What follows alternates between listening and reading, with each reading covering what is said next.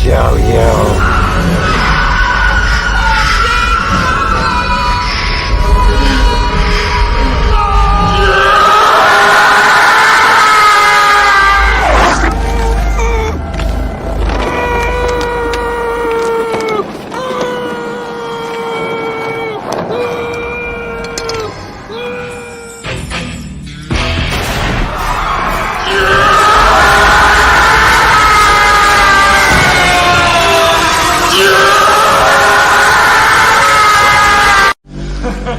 You smell that?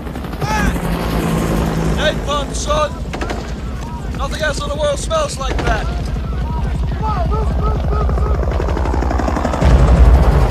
I love the smell of napalm in the morning. Good morning, Vietnam!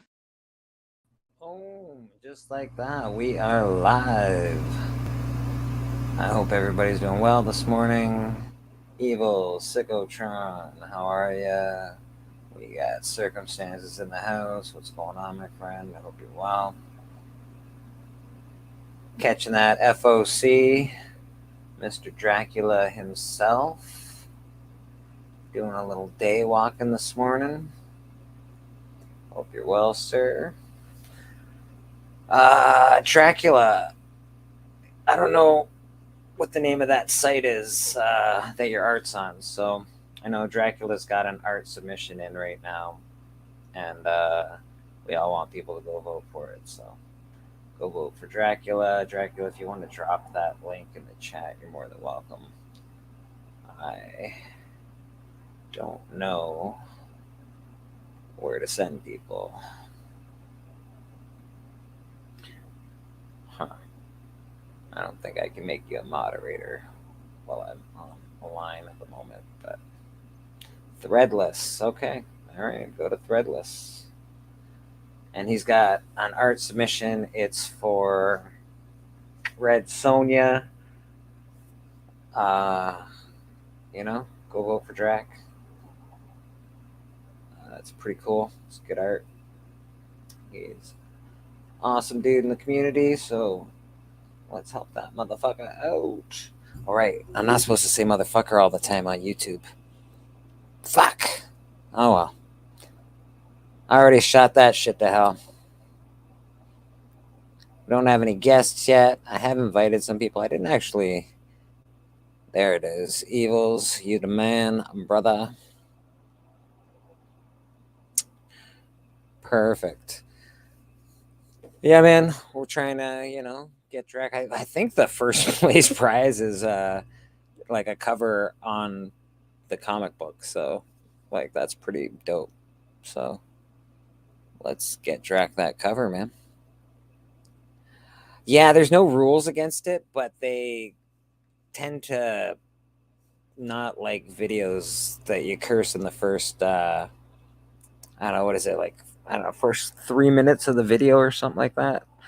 I don't know what it is. It's some bullshit. Either way. Fuck it. First place gets their cover published. That'd be fucking dope, man. I hope you win, sir. No hate speech here. We love everybody, and we appreciate everybody, and we want everybody to be fucking happy as fuck. I live by a motto, don't fuck with me, and I don't fuck with you. I honestly don't care what anybody does with their life. Be you, be happy, be cool. Try not to fuck with everybody. And that is, fuck Kevin Smith. That guy could suck 10 fucking thousand dicks in hell. In hell! You know what the problem is? I didn't always hate Kevin Smith. I used to like Kevin Smith quite a bit. I liked his movies back in the day. I thought they were pretty cool. He started sucking, I don't know, after his first 3 or 4 movies. And now he lives on laurels, and he pretends to be a part of a community that he knows nothing about. And he fucked up He-Man, and I'll never forgive him for fucking up He-Man.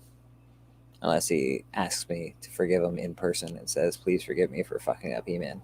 Then maybe I'll forgive Kevin Smith for fucking up He-Man. Until that day happens, which it never will, because his ego is fucking through the roof. I'm gonna continue to hate that motherfucker. This is definitely not a safe space for Kevin Smith. It'd be funny though if Kevin Smith ever hopped on here. That'd be hilarious. I wonder how quiet I'd become then. He's pretty famous. Be like, shut the fuck up, Bleeker Street. You suck. And I'd be like, you're probably right, but you still suck, Kevin Smith. You let me down, bro. You let me down.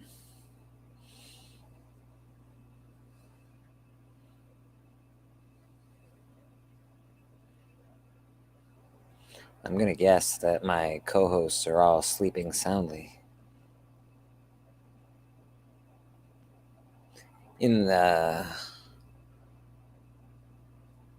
Because they all stay up all fucking night, every night.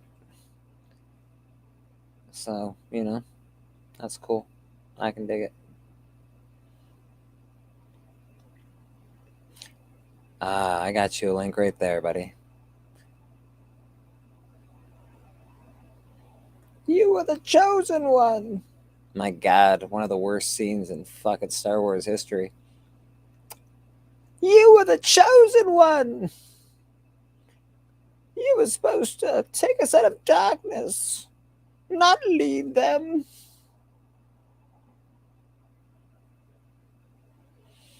Yeah, that's cool, Sicko. You do what you gotta do, bro. I'm easy peasy. We got Evil Mike. Bam. What it do? We got Mr. Dracula in the house. Hey guys.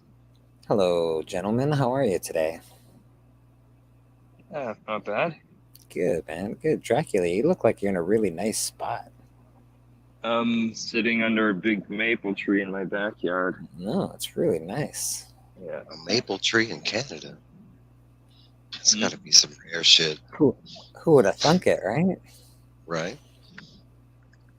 Yeah, it's nice until it drops all of its leaves, and it is a shit ton of leaves to clean up. Yeah, I'll give you that. Yeah.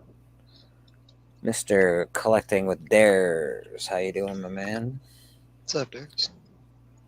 He's chilling at work. Can't miss some church chats. Hello, my beautiful homies. Must be talking to you, Drac. I don't know. Looks like I just woke up. Not me. Yeah, man, that's all right. We all just woke up. Yeah, that is a fact, Jack. It is early. I went to the market today, but my buddy Ben, he decided that he wasn't going to go to work today, so he'd work the market. And woohoo, I have the day off, so we're just going to chill at home. I might go through some comic books because I'm thinking about sending some books to CGC out of my own personal collection for a change. And maybe we'll, do some keep it or save it or slab it or not. Well, maybe we'll do some of that today. Yeah, I've kind of been doing the same thing. Not for CGC, but just going through this stuff to sell. Well, at this point, I want to sell like at least half my collection because it's just taking up too much space. Half, eh? Okay. Yeah, that's. Yeah, I could easily get rid of half at this point. Yeah, I would say I could probably do the same. I wouldn't be upset. Yeah, I could probably do the same. I know Mike probably doesn't feel like that though. Mike loves all his books and wants to keep them forever and ever and ever. Amen. Not all my books. I would say I got like 2 short boxes that I could get rid of, but not half my collection. That's like your pull list for like a week. Yeah, basically. Yeah, right.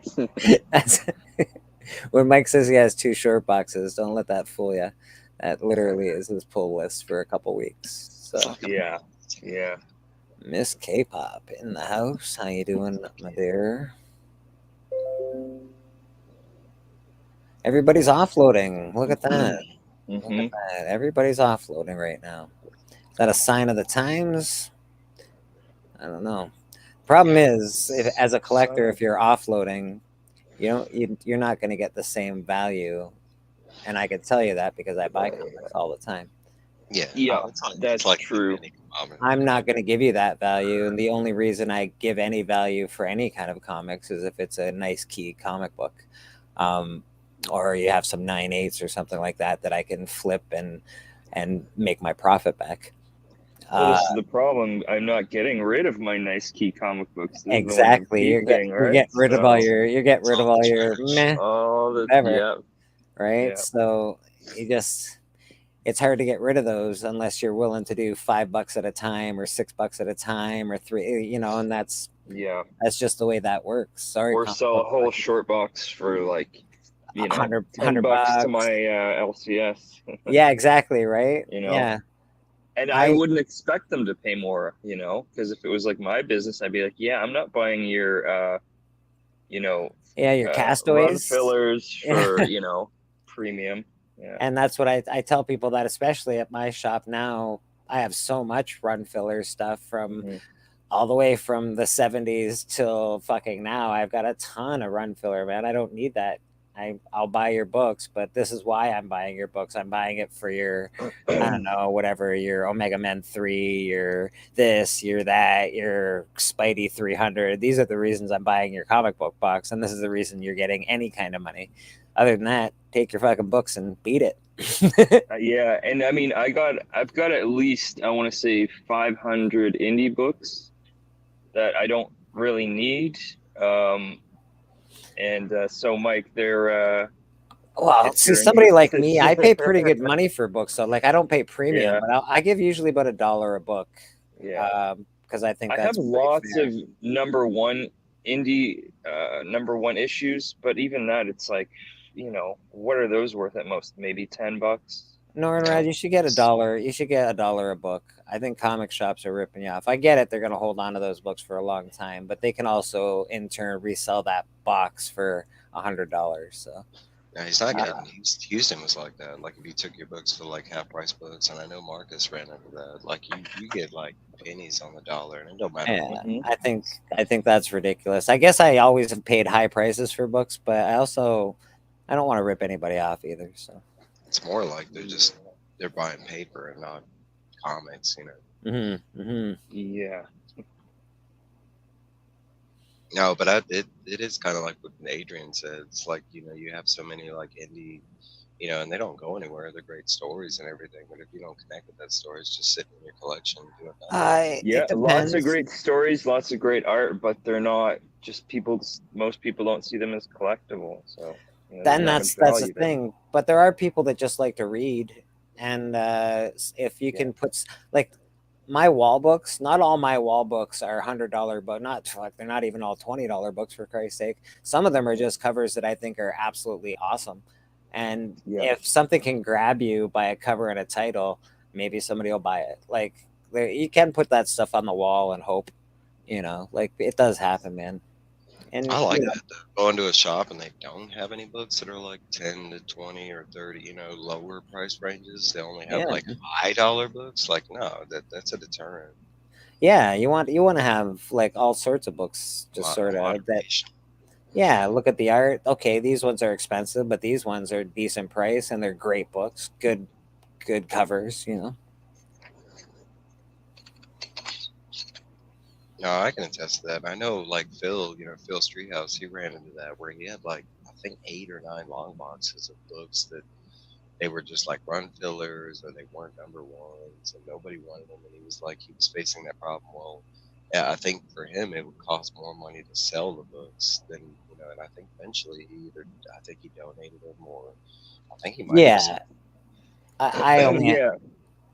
I hmm only have $3 and up books as well, Norn, because I have to pay for my time, and my carrying boxes and pricing books takes fucking hours and hours and hours, and there's a lot of things that go. I have to bag and board everything, blah blah blah blah blah. So yeah, I have a dollar bin, but mostly my books are $3 and up. It's like You I know, think my shop is like 2 and that's I just the don't know. way that works for me. Mr. Sicko in the house. How you doing, Sicko? What's going on? Not too much. Sicko, where's your sick toque today? Oh, that's right. Hold on. There it is. There it is. I almost didn't recognize you. Bam. There we go. Now we're it's more feeling it. normal. Now Now that's we're the signal. So I woke up this morning. It's a Christmas. Well, that sounds. What'd you get? Okay. Hold on. Let's get you big for a second. Death of the Venomverse. Very fucking cool. Is it just a box or you got comics in there? She put something in here. Oh, there's a lot in here. You got a lot of comics in there. I'll show a few things, but not all right. Let me get myself off of the main screen here, because there we go. Those are her books. I don't want to see those. Oh, I got one of my nullified books signed by oh fuck, what's his name? I got a few books by him. Oh shit. No, he's not nullified. Foil? That's the ultimate murder version of Carnage. That's the version of Carnage that doesn't have Cletus Cassidy. It's just the symbol. Read Avenger? Oh, right on. Are we starting to claim any of these? Because I'll claim that one there. I claim the Teen Titans. World's finest. Oh, that's pretty dope. All right. Making out like a bandit. Who gave you that shit today? Oh, this is what's for me. Those must be her books. Mr. Beckerman. This is what she got me. Ah, okay, I see. This makes more sense now. I don't collect this shit. What the fuck's going on? Beckerman, those were some good questions that you gave to the contestants the other day. Yeah, last night. So Bronze defeated me, and that's. But we don't have to worry about how he defeated you, but he did a good job. You. That was your second round, wasn't it? It was, yeah. So you got close to the championship. I did. Canada's proud of you. Don't worry, Drac. You didn't let us down. We feel good about it. Is that twice this year that Drac's been slain? Once at Heroes Con. Beckerman, he also had a great match Yeah. against Journey, so the only person I feel that got screwed is Comic Collector Geek. I feel like his questions are a little rough. Yeah. I mean, it was close, but yeah, he got some tough. Yeah, that's questions. the only person Also, that I the feel problem, got the screwed ones. If we ran it again, if Biggie runs this again, and I'm sure he will. The thing is like the first half of the quiz was different because we each had different questions, and now we're being asked the same question. So that the results might have been different if it had been done that way right from the start. Yeah. But it was like kind of just I guess it was kind of good to see it go both ways, but I think being asked the same questions I guess makes it more fair in a way. And it does. One person isn't getting like a whole bunch of ridiculous questions that it does actually knows. make it more fair. You each get to answer the same hard questions and the same easy ones. Yeah. So he's honing it down. I like the way Biggie's doing that. It's a good show. Yeah. I don't know, man. I love trivia. I guess that's why I like Phil's Treehouse as well. I like Phil's Treehouse for that reason. The trivia is fun. It gets the crowd involved. I keep trying to think of like, how do I get the crowd involved? I'm like, I don't know, man. We're just gonna keep it as church. I want to do something all special and shit, and then I'm like, meh, whatevs. Sick, are you done? Are you frozen? No, I'm just sitting here. Okay, well, I'll take you off the big screen. Still. I'll take you off the big screen. We'll I don't know how to do that yet. Hold on. There we go. There we go. I would say that is one thing that is missing. I've been saying that since we started on YouTube, but game shows, like trivia shows, stuff like that. 100%. I know. I remember you saying that like 2 years ago. We were talking about that. I feel like the person that actually like Phil, like he's that's kind of his whole show, and he's doing it right. He's got the editing. And yeah.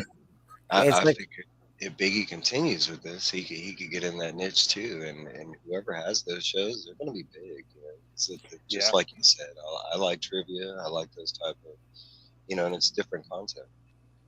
Yeah, really. I don't know. I think the crowd likes that. People like to get involved in that, man. I enjoy answering in the chat. So it's fun.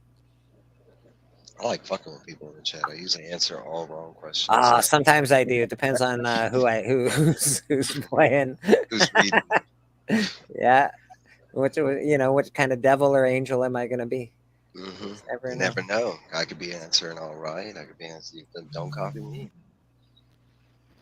Yeah, but there was some good battles, man. Like some people are pretty darn smart. That's for sure. As far as trivia is concerned in comic books. Most definitely. I know Bronze, Beckerman. So what's everybody been up to this week? Anything cool? Anybody see Blue Beetle? I haven't seen it, but I saw your review about it. Man, I think that's going to be movie of the summer for me. Yeah, really, eh? For me, before that, I'd say it was Mario. Who that gave it a very poor review. I have seen some people that it didn't hit that way. Most of the reviews I saw from like the negative side it was a meh. Like they didn't give it a bad. It was more like it was an okay movie kind of thing. But I haven't seen any outright like, oh, it was horrible or anything like that. Okay. So I would say I'm a little DC biased, but I try not to do that when I watch movies. I mean, even though I do love that company and everything, like for me, Blue Beetle is kind of a new character. So, and I kind of stated that in the review. Like I don't know how comic accurate it was, but as far as like a movie and what the movie's supposed to entail, I thought it was a great movie. Well, hey man, I didn't know too much about Guardians of the Galaxy when that came out, and that shit was dope as fuck. So you know what I mean.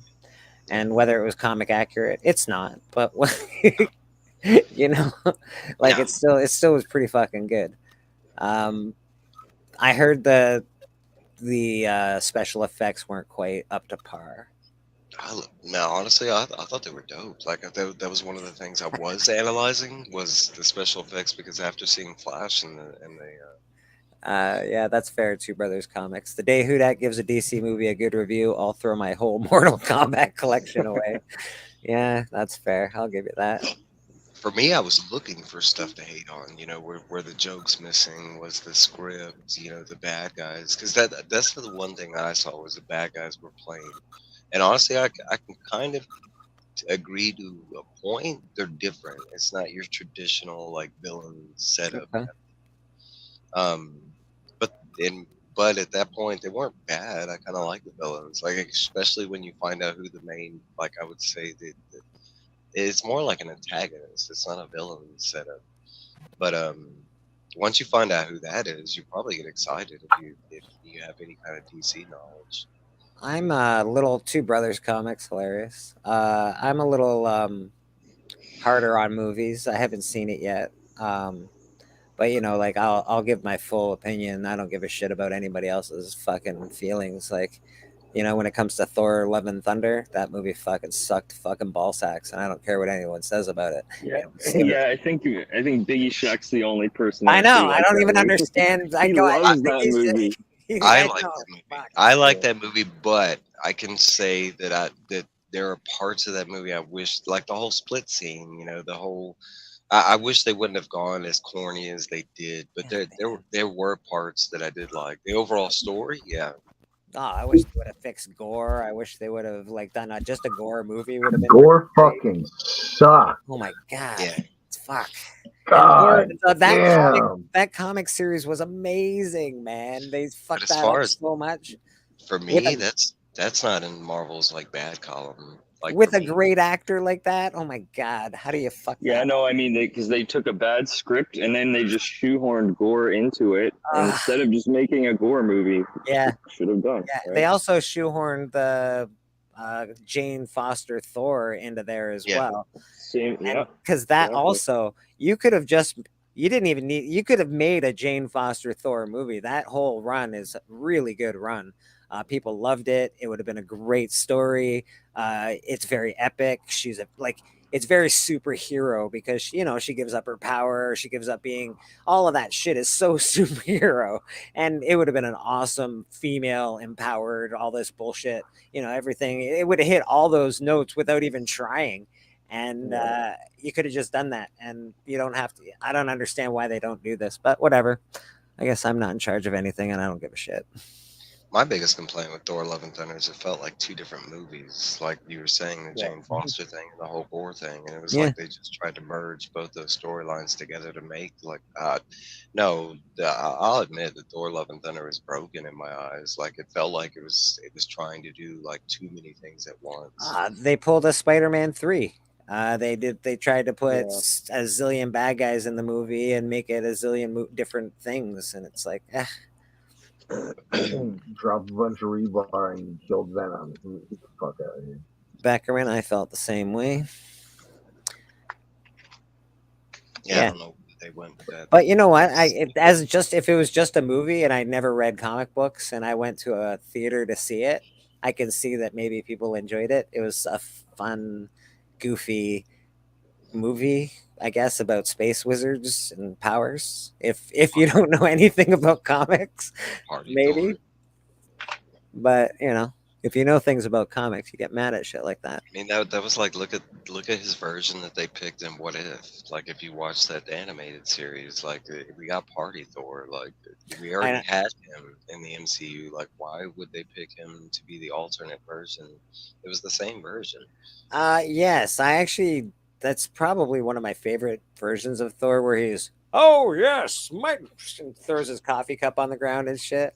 That's the Thor I remember reading when I was a kid. But he has become a lot cooler of a character now. Oh, look, Mr. Dustin himself from Super Comics. How y'all doing? What's up, Dustin? What's up, fellas? The comic book chiropractor. I also press comic books, but since you guys are all in the States, if you need an awesome comic presser, Dustin is your man. He has been getting fucking amazing results. So give that guy a try. He is meticulous. He's got good habits and a good work ethic. So wait, Bleeker, are you in Canada? I am in Canada, buddy. Yeah. Where the fucking Canada are you?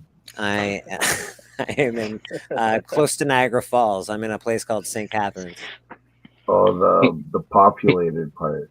Okay. He's pretty much in the part of it that we almost claimed. pretty close. Yeah, it was close. In the populated part. Most of Canada is populated, right?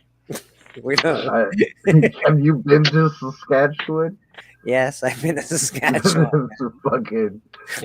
You're in one town. You can see the fucking next one. Well, it's pretty flat. I'll give you that. They say Thor 5 is Thor against the gods, Hercules. Yeah, people buy your Hercules comics. That is supposed to happen. Listen, Aaron, all right. I have a heartbreaking story about love and loss. MCU producers. So, agreed, Beckerman, 100%.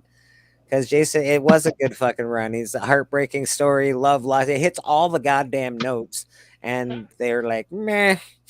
Let's make it a comedy. Let's do some screaming goats. That'll be hilarious. Let's take probably the most important scene in the movie and don't even show it. I know, man. Fucking ridiculous, bro. Oh my god. Like when Jane picks up the hammer and turns into Thor, you would think that's like one of the most key important scenes in that entire movie, and it happens off screen. I was like, are you kidding me? It is supposed to be epic as fuck, and that's like, that's the stuff that gives you all the feels. Like, I don't know if you guys get this still when you watch superhero movies and they like the first time they change into their character and you're like, I get like tingles, right? I get like this, oh, it's happening. I don't know. I even getting it right now talking about it. I'm like, oh, this is so fucking dope. That was supposed to happen with Jane Foster and it didn't. My biggest complaint about Thor: Love and Thunder, and none of y'all ever say this, but I'm going to say it. My biggest complaint is this the only MCU movie that's actually tied to a real comic. it was based on the Jason Aaron run. That's None of the other MCU. It's all made up bullshit that's based off of comics, but it's their own spin. yeah. That was the only one where they took the initiative and tried to base it off a comic. And you talk about how much of a failure. Like, I don't even know why they used. Like I said, it was like two different movies. It was like bad, yeah. And I hate to say it because I know people are sick and tired of beating a dead horse, but you know, some things are shit, man. It's just Absolutely. They turned Thor into Scooby Doo. Wow. Right? I don't know. Does Disney own fucking does Disney own Care Bears? Because don't you know, like the Thor Care Bear crossover could be in the fucking works. You never fucking know. There's rainbows and shit. Fucking they don't have Care Bears. Jesus fuck. Because They should. is Disney really a sinking ship these days? Like I know everybody's like Disney a sinking ship. Everything on YouTube is Disney a sinking ship. Because their MCU movies have been, you know, not hitting. I don't know, man. Everyone hates Nickelback, and they're still fucking ballers. So Yeah, I think that's a really fucking excellent way to put that, bro. All right, yeah. To everybody that's here. In the past 2 years, name something good that Disney made. And I'm not just talking about superhero stuff. Anything. In the past 2 years, and we're talking about this is a company that was known for making good movies. You know, the animated era. I mean, you're talking about hit after hit after hit after hit. In the last 2 years, you name something that you're passionate about that Disney made. Last 2 years, Disney? Man, this is honestly not very. I can't really name much, bro. And I try with feel challenged right now. Yeah, man, stop challenging me, bro. I mean, I'm just saying. It's hard. All the people that are here, appreciate everybody that showed up this morning. I could give you a list. Crazy, huh? I want to see you. You want to see me. Anyway, what matters is we're here. Yeah, no, you're not wrong, man. It's I can't think of anything. What about some of the TV stuff? Did What If come out in the last 2 years? Yeah, that counts. And honestly, that's the only thing that I can really think of that I really enjoyed was Andor, the Star Wars series. Oh, Andor was really good. Yeah, I mean, I like the Werewolf by Night. Yeah, but Werewolf by Night. Yeah, Werewolf by Night. Mandalorian was really good. I expected to hate Werewolf by Night, but they did I pretty don't- decent. I don't think this is in the last 2 years. It might be. Disney did the cartoon Guardian of the Galaxy. I hated the comic book. I hated the movies. Once I watched the cartoon, I fucking loved that. And then it opened me up to the other stuff. And I'm a big Guardian of the Galaxy fan now. But I don't think they did that in the last 2 years. The What If cartoon was awesome, man. I really enjoyed that. Okay, so here's the difference, because I've liked a lot of stuff that Disney did. Now I'm talking about love. That's what I'm Okay. All right. Because I liked Andor, I liked Boba Fett, I liked Mandalorian, I like She-Hulk. There were parts. I think anything they've done, Guardians. I think the Christmas special was fantastic, and I think Guardians, this last movie, was probably that was probably the MCU. Yeah, that felt like we were back to watching MCU again when I was sitting there watching it. Like that was the first time I felt like I was watching an MCU movie again. You know what? It felt. I liked it. I felt that I don't know. They felt a little too. It's like a third movie out of anything. It feels like sort of. That's still a joke or whatever. It's sort of like they're super comfortable in the. It was a goodbye movie. It was a decent goodbye movie. Yeah. I'm glad it's. That's kind of where Guardians has the caveat, right? Because we got a beginning, middle, and end for that story, and and in between. None of the other MCU stuff is just set up as it's still ongoing, continued in the next Captain America movie, you know. Well, So I mean, it's Guardians kind of has like, I would say, I think it propelled itself a little better because that, you know, you actually got a complete story out of it. it's a lot harder for me to pick now. My favorite trilogy, let's say, because I used to say the Captain America trilogy is probably the best one in the MCU. I know the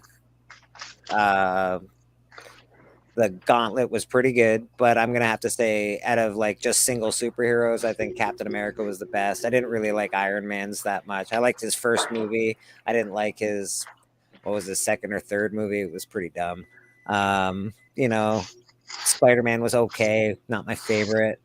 But the Guardians of the Galaxy, they've done a great job. Their first movie was really excellent. Their second movie, I didn't like it at first, but I love it now. And the third movie was quite good. So like, you know, that's up there in trilogies as far as one character or I guess group of characters goes. Yeah, I've definitely rewatched the Guardian stuff more than anything, probably. And I just not too long ago, I found out that Disney got the rights for Goosebumps, and they're going to do a Goosebumps series. So that's got me absolutely terrified at how they're going to ruin something. Goosebumps is for kids, though. They might be able to do that okay. I actually like both. Even our Goosebumps movie or Goosebumps shows, like they were for kids, but like us as kids, we were different. We weren't, you know, like I feel like kids nowadays, like I can't let my kid watch the Goosebumps stuff at 10 years old that I was watching at 10 years old. I mean, it terrifies the shit out of him. And so I don't know if I was just different or if it's just, you know, a whole different generation. If it's just, you know, we grew up watching, you know, scarier shit at that time that, I mean, I don't know, but I'm definitely a little worried at how Disney's going to handle Goosebumps though. It's weird, right? I'm actually worried about how Disney's going to handle things. It's like when they start acquiring so much. I was actually excited when they bought Star Wars, and yeah, me too. Right, I was like, fuck yeah, man, fucking right. Disney owns Star Wars. This is going to be epic. And the way I looked at it is like, hey, this multi-billion-dollar company that was successful came in and saved my, you know, one of my passions. I was like, yeah, it's gotta be good, you know. Same thing. And I didn't hate the first one. I didn't hate The Force Awakens. I tell people this all the time. It was Star Wars on steroids a little bit, and I love Star Wars, so I'm gonna love this movie. It was the exact same movie. Of course, I loved it. I love the first one. I love that one. It branched off and got weird, but I do like some of the spin-offs. Rogue One's one of my favorite Star Wars movies of all time. So. Yeah. No, I'm not in that group where I hated the prequels or I hate the new trailer. I like all Star Wars. Andor was good. But there's things I would definitely like minus out of some of the stuff, you know, like that's like in Mando, dude. I need that group that was riding around on hot, flashy, Hot Wheel looking, you know. No. Ahsoka does look dope. I agree. Ahsoka scares the shit out of me. Yeah, it looks fucking awesome, bro. Well, she's great too. Rosario Dawson, she's pretty fucking That's badass. not what I'm scared about. I'm scared about the rumors about what the bad guy and the whole plot is going to be. It's got to be Thrawn, right? Like. Well, no, that's there, but no, they're talking about it's just leading up to the explanation of how Palpatine had all the clones. Yeah, that may be true. They're talking about that the bad Jedi that you see in the trailers is actually supposed to be like the Knights of Ren. And I'm like, why the Knights of Ren? We saw them already. They were defeated so easily. We didn't even get like a real good backstory on them. Why? No. Who knows? I don't know. Hopefully it's good. It looks like it's going to be good. I'm excited for it, but at the same time, like, what's up, Phil? Mr. Phil's Treehouse in the house. How are you, sir? He is, I think, still taking the month off for his channel, and he's going to be coming back strong in September, I believe, Phil. Yes, that is correct. So, that is cool as fuck. We were talking about your show earlier. Always excellent content. You've done a great job. Mr. Michael Baker in the house. How you doing, my man? Hey, I'm gonna roll. I didn't realize it was already this time, but I got to go coach baseball. But if you guys are still rolling when I get back, I'll jump back on. Yeah, brother, man, you're always welcome, my friend. All right, catch you guys later. Cheers, bro. Yeah, I saw that, Aaron, and that's Sabine. That's one thing I don't like because I watched all the Rebels and I love Rebels, and Sabine is one of my favorite people because she's another Mandalorian. But they never talked about her being like Jedi potential on the show or whatever. And now in the trailer, that's her training as a new Jedi. That's Sabine. They're trying to say she's Force attuned. Yeah, I don't know, man. I don't hate everything that they've done with Star Wars. Let's put it that way. I don't love everything they've done, but I don't hate everything they've done. So, I've enjoyed in a it. sense, yeah, in a sense, they have saved my franchise. In another sense, they've done some stupid shit with it. Like, let's do some stupid things right here. You know, like in Boba Fett when they put in those guys riding the e-bikes. Yeah, that's what I was mentioning. Yeah, I was before. like, fuck that, man. That was fucking terrible. The Fast and Furious bikes, yeah. I didn't Yeah. I'm like, did you just put in a bunch of fucking goddamn granola eating, e-bike drinking fucking motherfuckers into Star Wars? I think you did. And that's exactly what happened. No, I liked all the Mandalorian. You know, like the last season, I was pretty hyped all the way through. Mandalorian was great. I still love. I'll rewatch that anytime. Boba Fett, I had a couple issues with, but overall, I didn't hate it. Yeah, I'd say the beginning was a little slow, like, you know, getting started, and I don't feel, you know, do we need like the 4 episodes? Well, I wanted Godfather in space, and what I got was My Little Pony in space, but it's fine. At least we were still in space. Yeah, you know, they didn't. I don't know, Boba Fett. You know, taking order. I don't know. Boba Fett's supposed to be the man. That's all. Boba Fett's supposed to be this guy.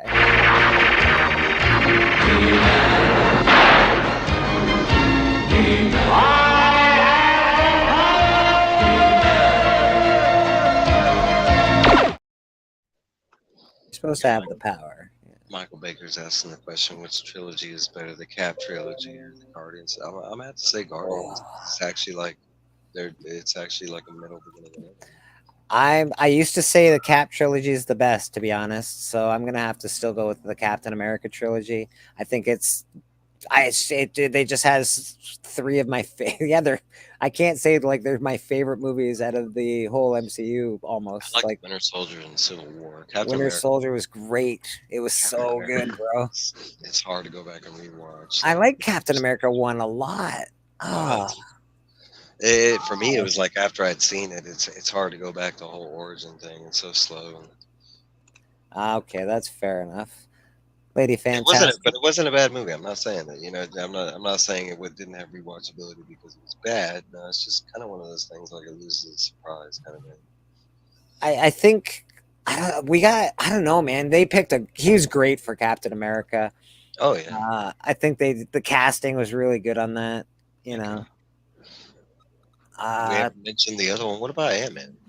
I mean, yeah, Ant-Man 3 wasn't as great as the other 2, but Ant-Man 1 and 2. Ant-Man 1 was very good. I liked Ant-Man 1 quite a bit. Ant-Man 2, I didn't love. Ant-Man 3, I didn't hate it, honestly. I like 3, but it's more like they just lost the whole comedy vibe. So it's a great adventure movie, but yeah, it just doesn't have the feel of the first 2. It wasn't. Yeah, you know what? I don't know who's the dude that was his friend. That guy should be in the movie. Yeah, they should exactly. You know, at some small level, we should have been the movie. Yeah, there should have been a little more of that because it was, you know, he is fucking. That guy's Mike. What is it, Michael Rudd or whatever? He's fucking funny as fuck, man. Yeah. And I think you know who I think is the funniest character in all of the MCU. Who's that? That no one really mentions is Rhodey, War Machine. Like his lines in like Infinity War and Endgame, that's like it's more subtle, but I think it's just he definitely has some of the funniest lines out of all those movies. You know what? He always says funny shit because it's always like in the middle of an action scene or something where he says something hilarious. You miss it, but you're right. He does say a lot of funny shit. You're not wrong. What's up, Glenn? I think that the MCU has missed an opportunity to have Rudd and the guy from the Time the time cop there. They need to have a scene together, man. Those two need a scene in the MCU together. Ant-Man and what's his name that plays the time cop? Yeah, I'm kind of with Caroline. Like I was thinking about that right now, and Nebula, like Nebula and Drax.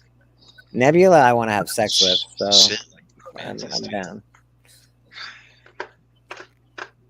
Yeah, as Nebula though, like I just Nebula. Yes, Nebula. Yeah. Yeah. Never mind her. Never mind the actress. I just want to, just keep all the stuff on, please. She's pretty good looking in real life too. Yeah, I would imagine she is because she's gorgeous as a blue robot-y thing. Yeah, have you seen Oculus? Carrie Gallion. No, I haven't. Oculus. Oh, dude, you got to see Oculus. That's a great movie. Is that trippy? She's in that. Okay, Yeah. I'm gonna have to check it out. Especially if you say it's a great movie. I have a pretty It really is. high. I have a high. I great movies are. I don't know. It's a good horror flick. It is, yeah. I remember when I first heard about it, it was like, oh, it's about a haunted mirror. That's going to be terrible. It's actually really, really good. Okay. And it's by, what's his name? She's like a Scottish. Mike Flanagan, who did Haunting of Hill House and Okay. Yeah, Nebula is Scottish. This is her. What's it called? Midnight Mass. Did you ever see Midnight Mass? I have. On Netflix? Yes. That's a good one. Yeah, same way. Oculus really messed me up a couple times. Yeah, there's one scene. It's yeah, it's a trippy movie. It's good. I watched it the first time and I was super tired, and it scared the bejesus out of me. And then it was like Halloween a couple weeks later, and my buddies were like, "Well, let's watch Oculus." So it's like, I've seen it, but it's really good. And so I watched it again. I was like, man, I don't remember none of this. Yeah, I've never seen. My buddy was on the same couch as me, so I kept getting real tense. Where I was just like, "Oh fuck, here it comes," and then nothing would happen. And halfway through the movie, he's like, "Man, I thought you said you've seen this before. Like, quit fucking with me." Kept thinking something bad was gonna happen because I saw the movie. And kept, being like, "Oh shit," and then nothing would happen. He just got so mad at me out of nowhere. I don't watch a lot of horror movies. I like gore and guts and stuff like that. I don't like a lot of supernatural stuff. Freaks the shit out of me. Probably because my parents were raised heavy duty Christian, like I was raised, and it all fucking scares the crap out of me because of my stupid parents. It's definitely supernatural. It's supernatural stuff freaks me out, bro. It freaks me out. Because that's what it's. Yeah, Oculus will freak you out. I think it's a genuinely scary movie. Because it's about a haunted mirror that's in a hotel. The Ring, the premise of that freaks me out. Ring is good. good. Friday the 13th? No, I'm not scared of that at all. I feel like I could fight Jason and I might win. I'm also named Jason. Yeah. You're smarter than the average. Yeah, man. I'm smarter than that guy. I can fucking figure that shit out. Don't run to the top floor and don't run to the basement. Jesus Christ, people. Stop it. We would, growing up, we weren't allowed to watch the same movies. I didn't understand. Because, I don't know, I remember getting super sad over Air Bud.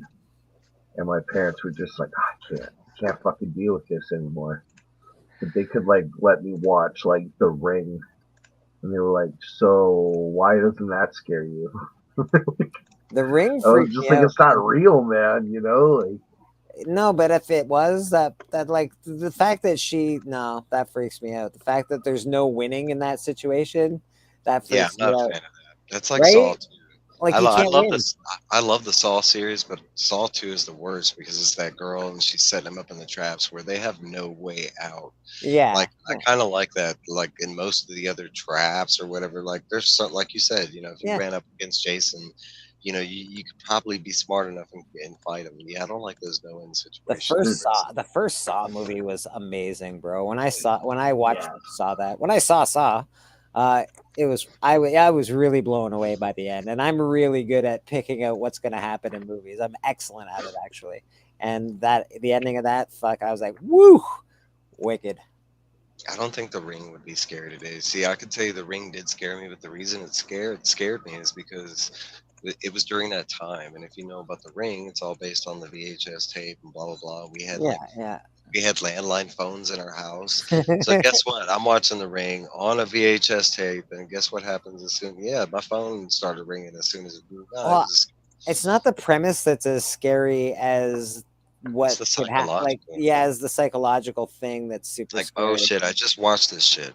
You know, you're like, I literally just watched this shit. So now am I tied to this curse? You bastards. well, Like, when you go through the movie and you think that you can, you're like, oh, this dead person, because we've all seen it's trope, right? We've seen it. You're like, okay, dead person is contacting me. She wants to rest. Maybe I'm supposed to find her, kill her. Oh, I'm gonna die because the dead person's actually just an evil motherfucking bitch and wants to kill everybody, and that scares the fucking shit out of me. So, fuck that movie, man. see Not that way. impressed.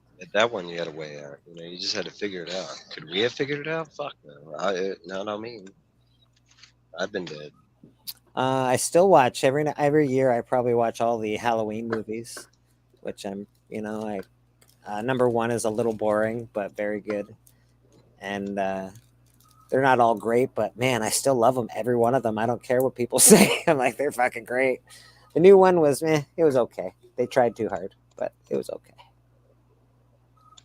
The Omen. All those are good movies, but they don't do anything for me.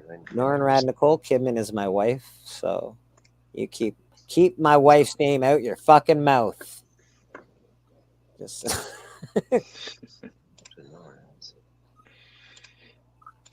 I watched the new Scream, and I think they did a great job of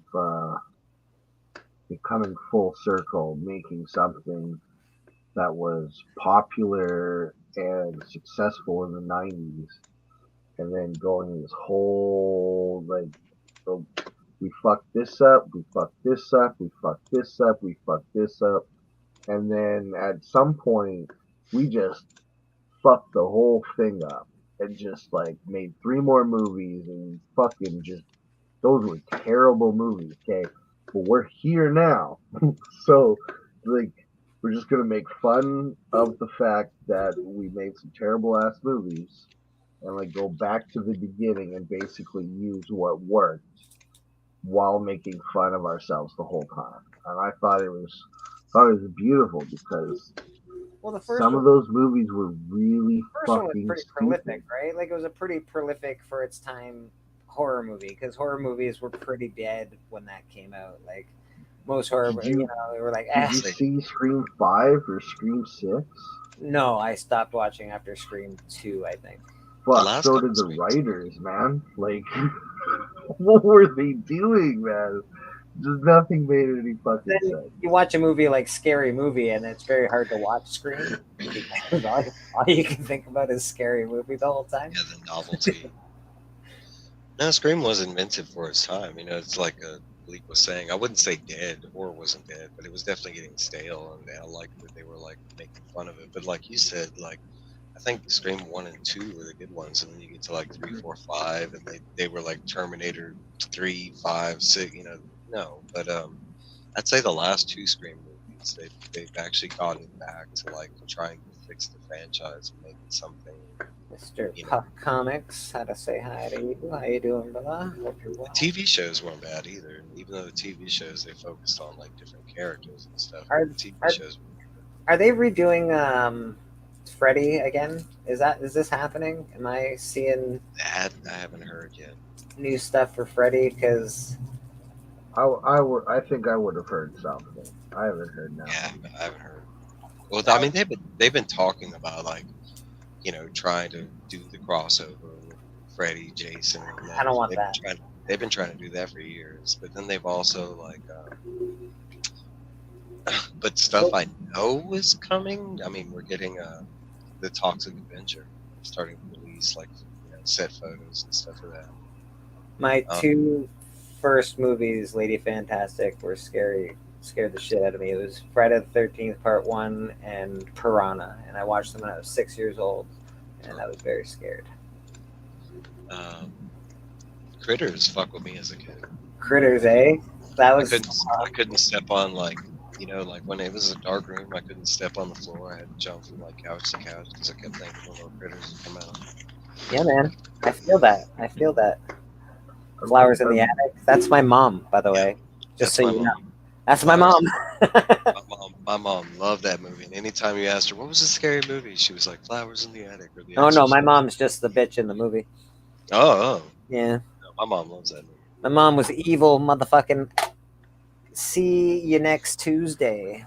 She was. I'm always sitting there going like, oh man, isn't this cool? And I'll like look over to the left or right of me to whoever's watching the movie with me, It and looks they're like I'm just like, myself right now, but I'm just getting a lighter. Getting a not lighter. having fun, man. Just getting a lighter. Watching this scary ass fucking movie over here. What the fuck? Why are you making me watch this with you? Yeah, no, I don't watch a ton of scary movies, but I don't mind like gore shit. I like Freddy. I like Jason. I like Texas Chainsaw, stuff like that. I like it because, like, you know it's not real. I like all the old 70s stuff, like, you know, like, I don't know, Nazi strippers from hell, Nazi zombie strippers from hell, shit like that. See, like, yeah, it's gory and it's scary. The Good Son, The Good Son, didn't that have Macaulay Culkin in it? Yeah, it did. I thought so. How could you even take that kid? How could you take him any? I can't. Children of the Corn, that was a shite movie. The more corny the horror movie, the better. You guys seen Thanksgiving? Thanksgiving? No, I haven't seen that. I've seen some good Christmas ones though. With the raunchy turkey. Man, you guys gotta watch Thanksgiving. Getting about that time too. Right. I don't know. Let me see if I can find a link. Thanksgiving. We have 10 wonderful people hanging out with us right now. We appreciate all you motherfuckers. Oh man, they're making a Thanksgiving 3. This is glorious. I'm gonna show you something, brother. This is from Freaky Louie. I don't know if you know who Freaky Louie is, but he's fucking awesome. You fucking love Freaky Louie. Right? And he's always doing shout outs for the community, and we appreciate Freaky. He did a shout out for me, and he made me this goddamn awesome video. So let's check it out. Straight from Canada, bro. From uncharted regions of the YouTube verse comes a legend. The legend of Bleeker, reverend of the YouTube church. A mighty member, subbed by good, feared by haters. As Bleeker's legend grew, peace settled across the YouTube stream.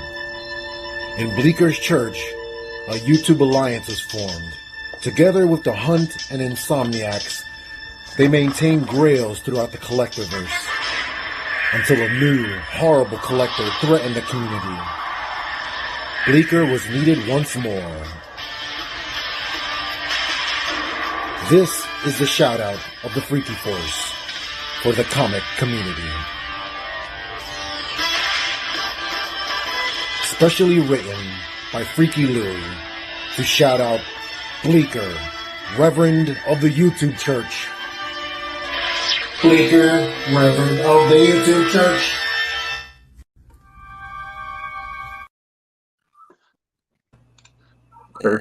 Are we the Freaky Force? We are in the YouTube verse, my friend, and I am its reverend, the defender of the universe. I put up a Thanksgiving trailer for anyone interested while we're talking about ridiculous horror movies. Thank you, lady. I appreciate that.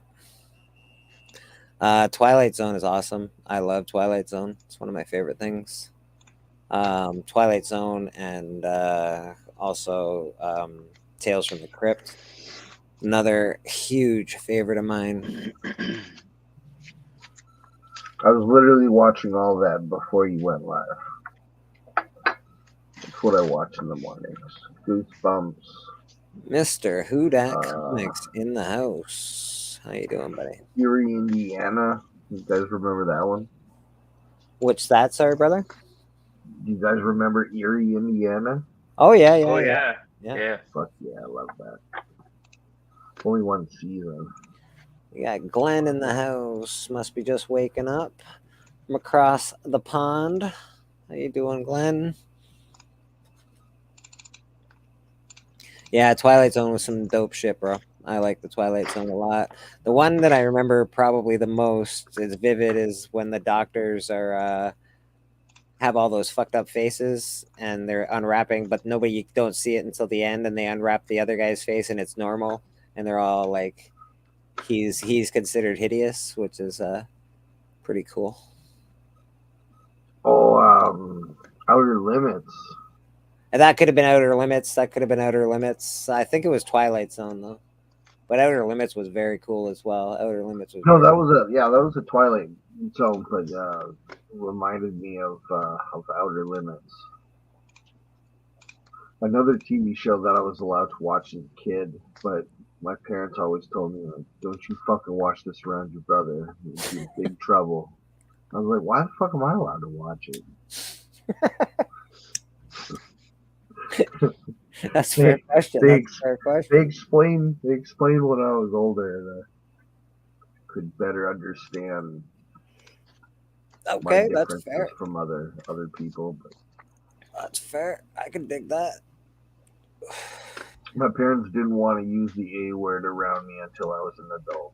What's the A word? Asshole? Yeah, what's the That's the only that's the only A word I know, bro. That's the only A word I know. The autism. Oh, okay, I see. Oh. I wouldn't have ever guessed, brother. I would never have guessed. Yeah, I appreciate that. I don't yeah, man, you're just a cool motherfucker in my books. My family was different. I mean, they didn't allow us to cuss and stuff, but they didn't necessarily hold that from us. Like, we heard curse words and stuff. We just knew if we, said them or something like that. But no, they were picky, like, especially about, like... I'm not... My family was terrible human beings. Terrible Christian human beings at that. They were wonderful folks. And you know what? I don't actually hate Christianity. I don't hate any religion, really. If it makes you a better person, that's totally fine. But it just so happens that there are bad, the extremes in everything. And my parents happen to be the extreme in that religion. So my whole thing is contradictions. If you have any kind of contradictions within your belief in religion, then it's kind of broken to begin with. So don't talk to me. Contradictions. I don't know. People are flawed. But what I do know, like, because that's not what I'm talking about. Yeah, contradictions are like, I'm talking about contradictions within the belief itself. Yeah, and I don't want to get into that on a stream because I can talk for hours on that stupid subject. So. Oh yeah. Mr. Me Comics, ME Comics in the house. Boom. What's up, baby? Yeah, but you know what? It's the followers, right? It's not necessarily the religion. The religion's fun, I guess, if you want to have a good time. If you want to do a lot of cosplay, that religion's a great religion. It reminds me of a story. So tell me about a story. The king is a lion, and the imbecile in this story is the donkey. So the tiger talks to the donkey, and essentially the donkey just says some stupid thing, and he's like, that I'm gonna believe that till the end of the days. And so the tiger says, well, let's go talk to the lion about it. He knows everything. He's the leader. He's the king. Whatever. He'll tell you that you're a complete fucking imbecile. So they go and they talk to the lion, and the lion's like, no, donkey, you're absolutely fucking correct. The donkey looks at the tiger and says, see, I told you. The donkey leaves and the tiger stays behind, and the tiger says, why didn't you tell the donkey, like, the fucking truth? And the the lion says, "Why'd you bring some fucking ass to my court? I thought you were smarter than this." So, makes me kind of think about that. There's just no helping some people, you know. So why fucking waste your time? Yeah, I know that story. It's a good story. Do I think Blue Beetle will make over 30 million this weekend? No. No, I do not. Maybe 30 I'd, million. It's not I'd actually that love much. Yeah, that's I'd kind love of to say yes. I'd love to say yes. I what's don't it sitting see at it. right now. Yeah, I don't know what it's sitting at right now, who dat, but it might have a possibility of doing like 20 million. Let's see where we're sitting at. But that being said, doesn't it need to do like 400 million to like break even? Like, fuck. These movies are right. These movies are so expensive. If they do 300 million, that's basically considered breaking even for a movie like this. So like, you have to really like. Well, I know the expectation on this one's gonna have to be lower than all the other big budgeted movies because this wasn't filmed specifically for theaters. It was supposed to go to HBO Max, and they sent it to theaters. So I imagine it has a lower budget than. I'm not speaking from fact, but I have to imagine from that fact that they would have to have a smaller budget, like a TV show budget. But I mean, we've seen some of these TV shows like Game of Thrones. They have like $1 billion budgets per episode. I don't know. Well, fuck, man. I don't think you should put out any movie right now because Barbie's taking it home. That chick's got all the money in her purse right now. That and Super Mario Brothers. Yeah, man, that shit's fucking just banging. Are people, and that leads to a question: are people sick of fucking? I'm not. I am not. If anybody's watching and says they don't want to make any more superhero movies, stop it. I'm not sick of them, but like, fuck's sake. No, I don't. That's that topic, right? The superhero fatigue exists. No, Is it? Yeah. Does it exist? That's a dumb. That's like. Do you have fatigue for any genre of movies, like horror, comedy, romantic comedy? No, that's a weird ass question. It's just a genre within movies, okay? But I think there is a fatigue for something, and that could be the physical theaters. It's so much easier to wait a month, watch these movies either for free or pay a minimum amount, versus paying the dollars that it would be to go to the theater. Now, I'm not one of those people that theaters are cheap. I mean, if you like, I went to go see Blue Beetle, $5. That's it. Yeah, Holy fuck! Because most theaters nowadays, if you go before like 6 o'clock, they all give a matinee price, and it doesn't matter if it's the weekends, Monday through Friday, and that was here in Colorado, that's Texas, that's California. So I mean, that whole like, oh, well, I can't go to the theaters because it's expensive. That's not a thing. No. It's more the issue, like it's just so much easier to watch at home nowadays. I mean, So you think they need to change their analytics based on basing how well a movie does? Wait maybe till it becomes to home and like wait till because they're basing it on opening weekend, right? Like they've always done for the past however many years movies have been around. Yeah, look what Huda says. They have those memberships too. He pays $21 a month and he gets to see 3 movies a month on that subscription charge. Mhm. I used to do that before COVID. And, I forget who did it before. It might have been Nancy. No, but I'm fucking paying like $50 for 2 tickets. Where the hell are you guys going to? Yeah, I know. That's what I'm thinking too, dude. I'm like, how the fuck did you get movies for $5? Man, I go see a movie every single day if it costs $5. If I took a date to a movie, it would cost about $80, maybe $90 for popcorn, 2 tickets, and like I don't know, milk duds or some bullshit. Hell yeah. My thing is also look at the summer. It was an overpacked summer of movies. Wow. It was like each week was like we had so much clogged up from COVID too. I think. Who that saw the movie in IMAX and you didn't like the so who that Evils likes Evils enjoyed the movie quite a bit. Who that did not enjoy it as much. He didn't like the special effects. Huda, what was your ranking? Like 1 out of 10? I don't know. Huda, what did you give a ranking on this movie? Was it in the meh, or did you just outright hate it? Out of 10, what would you say? 7 out of 10, 8 out of 10, 5 out of 10? What are we talking? How about you, Mike? What was your ranking on it? You said it'd be some summer movie, right? You said it's like best movie of the summer.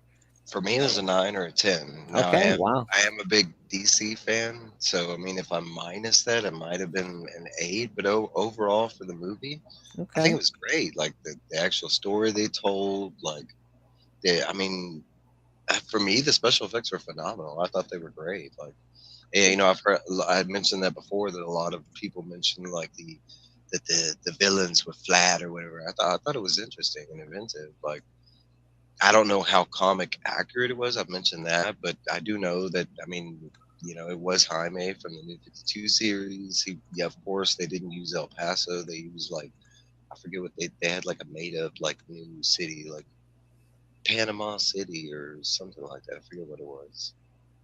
But I know they changed like the location of his origins. But as far as like, I think how he got the scarab and all that, I think that was pretty like close to the. It's true. I do go to a bougie movie theater. You're not wrong. It's got all sorts of fancy shit. I No, can we have that here too. I can get beer in there and stuff. It's pretty awesome. Yeah, like food. So Blue Beetle's sitting at 13 million. It looks like. Is that considered a good weekend now? I actually don't even know what's considered a good weekend. Don't they do like 100 million on like opening weekends? What are they doing on weekends? The budget was 100 to 125 million. So they need 350 to 400 million to break even on this shit. Oh, I will agree with that. I don't think I paid too much attention to that, but he was talking about when they were inside his helmet, it did look like maybe CGI from a video game. I could say that, but I was more focused on like the fights, like the actual like CGI of a suit. The only thing that I would say that I really did notice about, like, and I don't even know if it was CGI, because I think at some points he had a physical suit and then it was like a CGI suit. But there were some points where it was his face. Like, I think there was a scene in space or whatever, and I wouldn't say it looked bad or whatever, but it looked noticeable. It was like you could tell at one moment it was like physical costume, and then maybe it was like, you know, that he turned or something that looked CGI or something. I would say, like, but for me overall, I think the CGI looked great. Like the colors, I don't know. The look inside the helmet looked like a video game CGI. Okay, that's fair. I think some of the scary parts that I was worried about, for instance, was George Lopez. Like, was he just going to be this, like, you know, unusable comical relief type character? And honestly, he wasn't like that. Like, you know, I was trying, you know, because my brother is on the same wavelength, and we both like George Lopez. So, no, he's kind of the opposite. He's more a part of the story and not really like the comic routine. He does have some comedic lines in the movie, but it's more like the family was the grandmother was kind of the like comedic character, I guess you can say. All right, fair enough. Fair enough. I got the impression you didn't like it. Who dat? I've seen a lot of like meh reviews. Like Meh. They said it was okay, and you know, but they weren't as excited as me or whatever. But I have seen a couple other people like Bird family's been all over the place talking about this movie. That's fair. All right. Well, I don't know. I hope it's good. I don't really. Blue Beetle's not my character or anything, but I remember Blue Beetle coming out. I remember him. I remember when all that shit happened.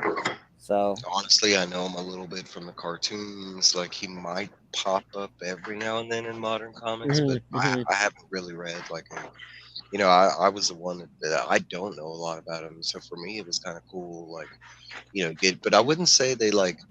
I'd say that's maybe the main lacking thing that this movie had was it didn't make me want to go buy posters or toys or anything like that. You know, I don't know if it had that appeal to kids. Like, you know, if kids would have saw this movie and been like, man, I got to go get a Blue Beetle action figure. I don't know if it has that appeal. That's fair. That's fair. You know, I don't know. Well, I think it's meant to be for a certain age group, right? I think it's meant to, because Blue Beetle's like, it was a cartoon as well recently in like the mid 2000s, I believe, was a pretty popular cartoon.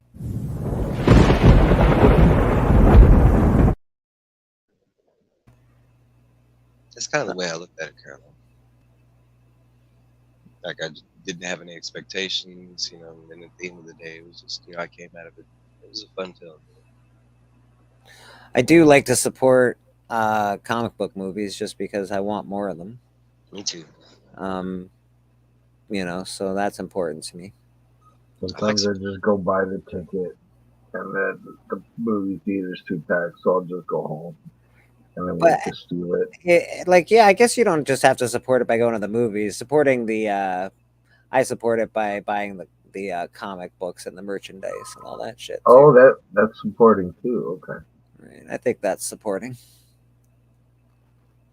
I'm with you. I want more comic book movies, but I'm also in the regard. I don't want a whole bunch of bad movies. Yeah, I just don't want them to be shitty. That's all. I'm worried about Blade. I'm super worried about Blade. So worried about Blade. Well, right now everything's off the table. Nothing's moving forward because the whole strike and I don't think we'll get any real news for a good minute. We'll have what's out there. I didn't like the look of the guy that they got to play Blade nearly as much. I don't know why. Maybe it's just because I'm so stuck on Wesley Snipes. His look. That actor, I do like that actor because I've seen him in a couple. His acting's all right. His acting's all right. He was in a True Detective. I think was the first time I saw him. Man, he was he was really good. Oh, okay, yeah. True Detective was pretty good. The first season was very good. Second season was okay. Yeah. Third season was meh. Distracted. Am I dead? No, I'm still alive. I'm still here. He's fighting the sun right now, so it takes His power is a little lower right now because he's in the sun. So. Regenerating. It's all like that's why he's charging. Yeah. You gotta. I love what Netflix does with their comic book stuff. I'm upset that Disney took the rights away from Netflix for doing Daredevil and Punisher. That's a weird conversation, right? Because I don't even know if any of those are technically fully canon yet, but I liked all the Netflix stuff. Okay? They were so good, bro. Even the Defenders, Punisher was up there, man. So season one of everything was so good. The guy they picked to play Kingpin, oh my god. Oh yeah, I'm glad we've gotten some of those characters to carry over to the MCU. But that's my problem with it is none of those were really connected to the MCU. Watching those, I think you might have got a picture of the battle of New York or whatever, as far as an Easter egg. But as far as it connecting to the main MCU, that always bugged the shit out of me. It was why am I investing all this time? If we have the MCU and it's growing and they're talking about shows are on the way, why am I investing my time into this stuff if it's never going to connect? And it's nice that some of the stuff has, but technically they haven't brought everything over. I love Jessica Jones, man. At all that. That was actually pretty good. That was a good show. I was actually surprised about Jessica Jones, how good it was. It was well received as well. People liked it. I love Jessica Jones, and you talked about and I have heard that they're bringing her over too. We haven't seen it yet or whatever, but still so they're bringing, so that's 3 out of 3 so far. They bringing what's his name? I have not heard any news about the Luke Cage character, the actor that plays Luke Cage. I know what's his name got really bad. The other one was really bad. I don't know if they'll bring over that guy because everybody hated that. I thought it was okay. The Iron Fist show. I like the Iron Fist show. It was all right. It wasn't the best compared to the other ones, but it still wasn't bad. It wasn't like CW type shows. I put Luke Cage in with Iron Fist, to be honest. I didn't like either show, to be honest. I thought they were a little cheesy for me, but honestly, I'll take these Netflix shows, all of them, over most of the MCU shows that we've got, like She-Hulk, Miss Marvel. I don't know, man. I liked Loki. I liked Wanda. I liked a lot of them. Yeah, I'm looking forward to Loki season 2. The ones that I wasn't a big fan of, I can say, was trying to think. Oh, the WandaVision. That to me, that was the worst out of all of them, and it's not bad, but for me, it was just it's definitely a one-time watch. 2, it's hard to get any other, like my brother, he hasn't seen that one, and it's like it would be really hard to get him to watch that show just to make it to the end to see Vision come back or whatever. It's like, And the biggest disappointment by far for me was Moon Knight, just because. And there was a lot of things I liked about that show, but I expected so much more, and there was just so little of Moon Knight in it. That's my biggest complaint. Give me more Moon Knight with my show called Moon Knight, please. Exactly. I liked Moon Knight. Moon Knight, I actually rewatched, but my problem with Moon Knight was I felt like they just made it too confusing for no apparent reason. Like, there's been so many other stories about the same thing, like split personality. Come on, I mean, everybody knows Dr. Jekyll, Mr. Hyde. Like, there's been stories about this forever. Like, why choose to do it in this like detective, like non-linear? Like, no, that was weird as shit. Like, like Moon Knight is already a little bit confusing. Like, it's like if you read the original series, like it's pretty out there, but they didn't have to make it more confusing, I haven't watched Secret Invasion. I've seen bits and pieces of it. I heard it was bad. Now, my brother, I only watched the first episode. Your brother loved it. Okay. He did, but he's not a comic book reader. He's just a movie watcher. And that's important, though. It's important to know that if somebody, because they do, to keep getting made, the 3,000 people that like a comic book, you need more. Yeah, you need more people to like the movie. But that's not working for them because they're still exactly. You need everyone to like it. So I'm gonna go watch cartoons. Enjoy your cartoons, brother. Bye, Sicko. See you later. All right, later, Sicko. Have a good one, my man. Thanks for coming by. No, and it's not that I'm not gonna watch Secret Invasion. It's just I haven't really like Skrulls aren't really like. I mean, even in the comics, they're not like super exciting for me. Like, oh my god, the Skrulls are coming. Like, but are they like okay? So I figured that with their TV shows, they're just bringing in things that they can add to movies, so we don't go, where the fuck is that? Where did that come from? So people know what they are. So like okay, we got Skrulls now. We got this happening. We got this happening. Like they're sort. I don't know, the TV shows. You think about how dumb what you just said. I'm not calling you dumb, but you talk about that whole concept, right? Have you ever watched like an Avenger cartoon series or? Yes, yeah. Okay, did any of those follow the comics? Fuck no. Yeah, but not everybody watches cartoons though. But here's my point. You got a whole group of people that don't know anything about comics watching. Here's my point. Those cartoons were not made for comic book fans, and they did not follow the comics. They just did random shit in the cartoons. They just used characters. Guess what? They went seasons. They were successful. They were good. They're fond memories. You know what I'm talking about? Why are the movies like that? It's either they're trying to pull from the comics and fucking up, or it's like they have this inability to like generate their own stories for this MCU version of the multiverse thing. Fuck. Why is this such a complicated thing? What happened to like writing and imagination? And I mean, they're because look at the Spider-Man we have. Is that the Spider-Man we know? No. So why are they like sticking to this whole like, where they got to follow these guidelines and this and that? It's a whole other character that no one recognizes that Spider-Man. So do whatever the fuck you want with them. Why are you sticking to these? Oh, it's got to have an Uncle Ben. It's got to have an Uncle May. It's got to. I mean, nothing else of that Spider-Man resembles anything but the costume. So you want them to do whatever. You don't care that they make it comic accurate at all. Is that what you're saying? What I'm trying to say is don't appease to any fan. Like just give us a good story, whether you're pulling from the comics or whether you're pulling from imagination like Willy Wonka. I don't care where you're pulling the stories from, but right now it's like they're trying to appease to like the PC category. They're trying to appease to like the comic fans. They're trying to appease to the regular movie base. They're trying to appease to a gender base. They're trying to appease to like an age demographic. Like fuck all that. Just do a movie.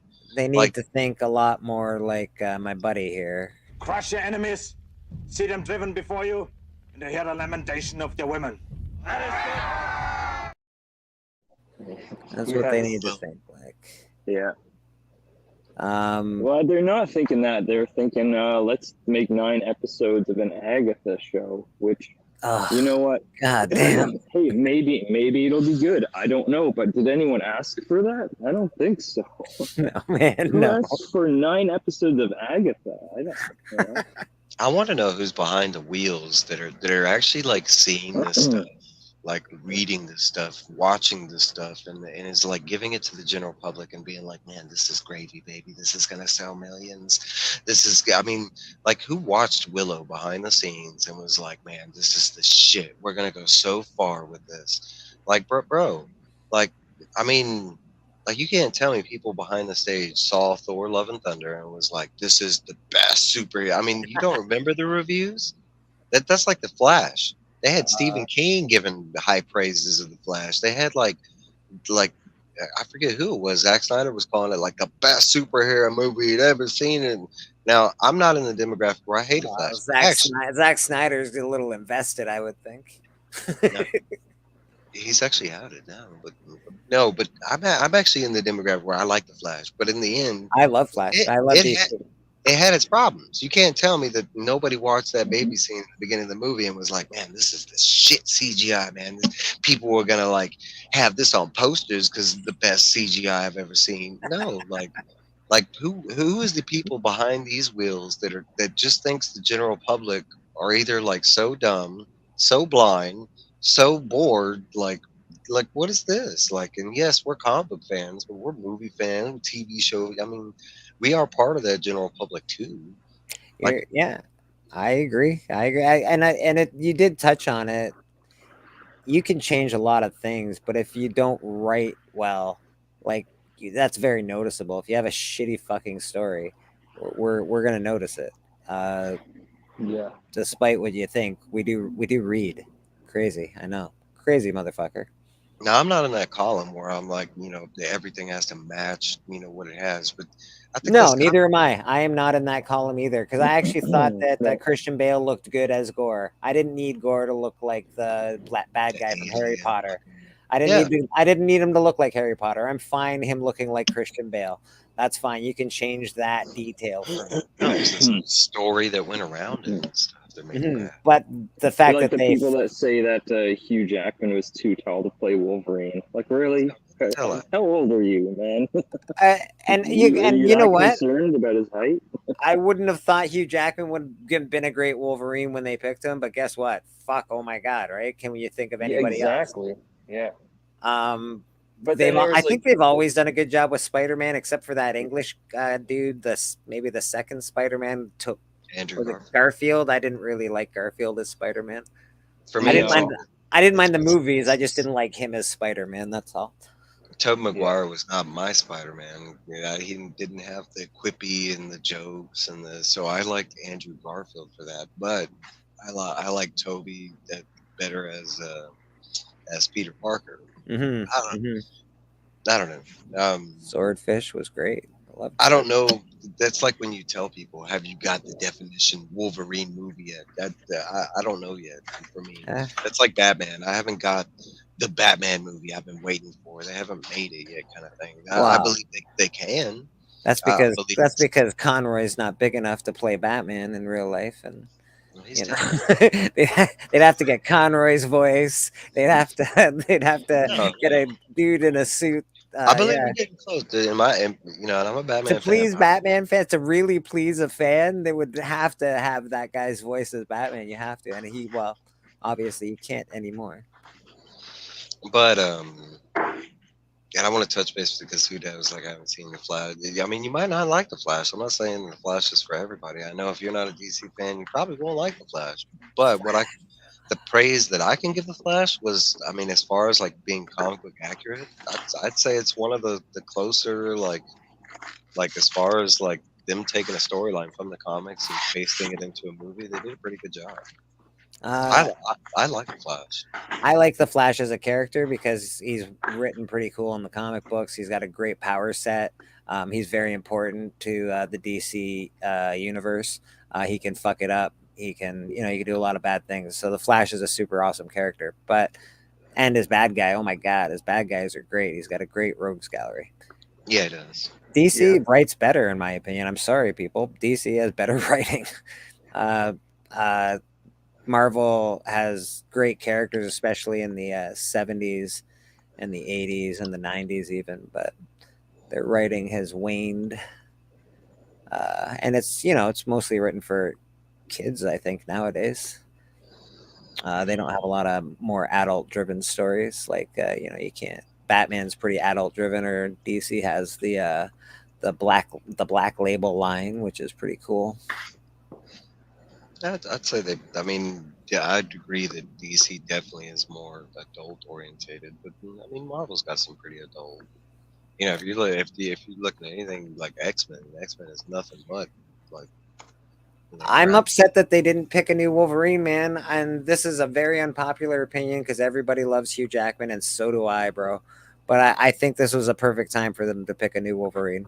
They should have picked a new Wolverine or maybe this is where they're going to kill off Hugh Jackman as Wolverine. I don't know, because it does look like a multiverse thing is going on. The thing is, they already did kill him off in Logan. I know. It was fine. That would have been great, and just end it there. Like, I don't know. Fuck. It would have been a great start for a new Wolverine. I think that's one of the biggest problems of all comic book movies. I can't stand when you kill off a hero or a villain in comic book movies. Come on, we're coming from comics. You come from comic books, and nobody dies in comic books. I hate that. Yes, they might kind of die for a moment, but they never die. So I'm all for giving the opportunity to another actor, to see if you can get a better version of the character that you love. But if you do find a character that fits that role, like Hugh Jackman, why not keep him around for more movies, kind of thing? Aggressively relaxing. That's an unpopular opinion. I'm sorry, buddy. What do you say? I thought Thor: Love and Thunder was brilliant. It dealt with the saddest subjects in an interesting way, making this bizarre, wonderful grief art. I'm in that column where I like Thor: Love and Thunder. There are parts, the main parts of the story I did, but I can also agree that there were parts that I would definitely take out of the movie. I'm telling you, but I mean, I don't think a lot of people realize that it wasn't. It's the only MCU movie that's told in a third-person perspective, because it's supposed to. The whole movie is supposed to be from Korg's memory or whatever. It's that rock guy. He's telling the story. So that's why the movie's supposed to be overly comedy, and in real life, if you go back and look at the movie, the actual story, Thor didn't do that whole splits thing. He didn't defeat that army. None of that stuff actually happened. I also hated the kids being in the fight that have never learned how to fight. They're all of a sudden they can just beat these badass fucking, fucking bad guys, and that Thor is having a hard time with. These kids, no problem, man. They can take out this army easy. And Norad's right. It was just failed opportunities at all kinds. Yeah, it was missed opportunity. You're right. That's a great way to put it. Because you're talking about they brought in a huge character. I mean, 2 huge characters. 4, and I mean 3. You're talking about they brought in the Necro Sword. They brought it's so bad. They could have done so much with it. They could have stretched out to be its own fucking thing for 10 movies, for fuck's sake. And we know Marvel's all about cash grabbing. You talk about they missed failed opportunities just to bring in King and Black stuff. Oh my god, that's a huge missed opportunity. And especially how big that was at that time, and how that book was selling at that time. No, as soon as that came out, all that stuff went away. Now that book's cheap as hell. Jack, what are you doing over there? Are you drawing? What are you doing? No, just organizing some books. Organizing books. Yeah, I gotta organize some books. I got tons of stuff that's not in my CLZ, so I'm basically doing a complete audit of my CLZ.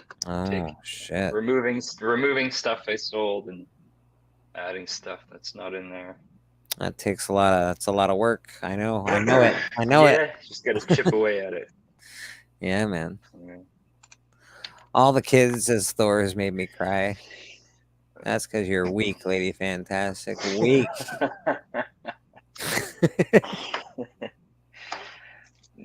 She most certainly is not. Yes, that's why it's funny. That's why it's funny. We all know Lady Fantastic is not weak. Oh, no tears, please. It's a waste of good suffering. No tears. Carolina's definitely not weak. No, I know. She's awesome, actually. No, but I think a lot of it, everybody complains about this last phase of the MCU, and yes, there have been bad parts and good parts, but for me, I think the, the golden line would be like this was the year of like missed opportunities.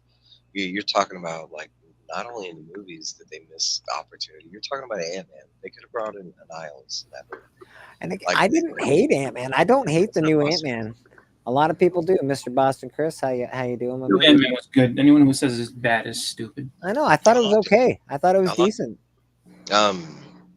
But like going into that, I think a lot of them just had failed opportunities. Now, for me, there was one bad one, and we haven't even talked about that one. I mean, I don't like shaming it because it's kind of not their fault that it was that bad. Black Panther, Wakanda Forever. No, it was good. I like that movie. I did not like Black Panther. To me, it's just a broken film. Like you're trying to tell, just the beginning of that movie, you're trying to tell me that something killed Black Panther. I know. And there's no explanation. It was a disease. Yeah, like that should have been the whole rest of the story. Is what the fuck this disease that killed the superhero? It should have been about what killed Black Panther. Really you're talking about it, and the story just kept shoving stuff under the rug the whole movie. Now, I mean, and no fault to the movie. There were parts that I did like. I love Namor. I love the actor that played him. So do I. But you know what? Namor in reality would beat the fucking absolute shit out of Shuri as Black Panther. I don't care what anyone says. If you know anything about Namor is a ultra powerful motherfucker. He would kick the crap out of her no matter what she was doing to him. I don't give a fuck. It's also, I kind of had to believe it was more Namor that was holding back, especially when he got to the shore and like he wasn't there to attack. He was trying to figure out what was going on, kind of thing. And I kind of you would tie that to how I took it too. If you tie that to the story, it wasn't like he was truly trying to beat the fuck out of him. The problem is the first Black Panther was so good. The first, so the second one, like the way I see it is that like even though it might not have been the most like I guess together, it still was a good movie. There's still great performances in it. Angela Bassett, who I don't like, I'm not an Angela Bassett fan. She was fucking incredible in that movie. Yeah, she was. Like she was very, very good throughout that whole thing. And I was just like, the fact that she got nominated for an Oscar for that shit, like that's crazy. Because you never think you're gonna hear those two like that. Marvel movie or comic book movie and Oscar nomination. Like those two words don't go together. She's an amazing actress. I guess. A lot like she was good in that. A lot like Joaquin Phoenix did he Joker. get for Joker? Yeah, he got nominated. He should be because that was an amazing performance. You know what I mean? But it's kind of like, oh, sorry. Oh, that's okay. There are so many great characters in both universes that can be made into really interesting movies that aren't like I don't know. They don't have to keep doing all these big stories all the time. They can just make an off-brand movie, like a cool movie, a cool Marvel movie, or a cool DC movie. But DC should do that. They should stop trying to make a fucking universe. DC should just make single movies and be done with it. You know what? Everybody loves The Flash. They're going to go watch The Flash. That's part of the plan. That's been that problem for the longest time. The thing is that like Marvel's set on putting everything together. So even if it seems like it's one and it's offhanded, like they're gonna bring it together at some point. I do like that they can bring it together at some point, but I do think it should be there's just so many great, interesting stories in Marvel. I don't know. I think you could just maybe have another brand instead of the MCU. And just do it like they do all those. They need a bunch of TV series, otherwise Disney's gonna fold. They might fold anyway, I guess, to Apple. But that's the thing. That's like a lot of people they're misconstruing what that means. So Disney's selling stuff off. Like Disney's trying to get rid of ABC because they don't need it anymore, and then ESPN too, because it's like ESPN's thing is more because they have to license. So ESPN itself, in order to show the highlights of everything, they basically have to license it from all the leagues. So they tried to be smart and like, hey guys, why don't you all become part owners of ESPN? And they were just like, we'll keep it the same where you pay us to use the footage of our games and to show the highlights. Like we like that deal better. So they're basically looking to offload that because it's like we don't need this, anymore. It's like this is just basically costing us money. Not to the point where they can't operate, but it's just like one of those things where it's like if we can offload this and get rid of it, then we'll do that. But like the majority of Disney is going to stay with Disney. It's not what everyone thinks. Where like, oh, they're throwing everything at Apple. No, they're not. Not even close. Apple cannot buy that. That was actually done yesterday in Supreme Court. Apple is not allowed. It's part of the monopolization. They can't. Even if Disney wanted to, no matter how much money, Apple cannot buy Disney. Really? Yeah. That's Yes. very interesting. Came up in the news. Because you got to think too. Like, think how much work that would be. So you think that Apple employee, like, if Disney was selling as an entire thing, okay, here's all of Disney. You think Apple wants to, deal with the theme parks, the cruise lines, the vacation spots all around the world? It's a massive operation, man. It's a massive operation. Apple doesn't have anything like that. Like, Apple would not want to be like Apple would not be like, yes, we want to run Disney World. Like, yeah, but I think they were just taking over the streaming service, right? Hold on 1 second. Here. Yeah, that's. Are you not entertained? Is this not why you are here?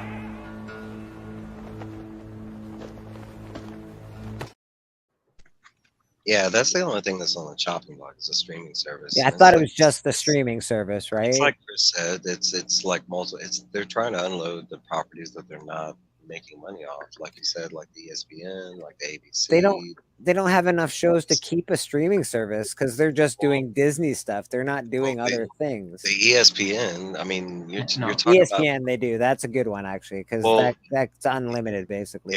No, there's not, because if you heard current events, there is one company that has all the rights to almost all sporting events, and that's YouTube.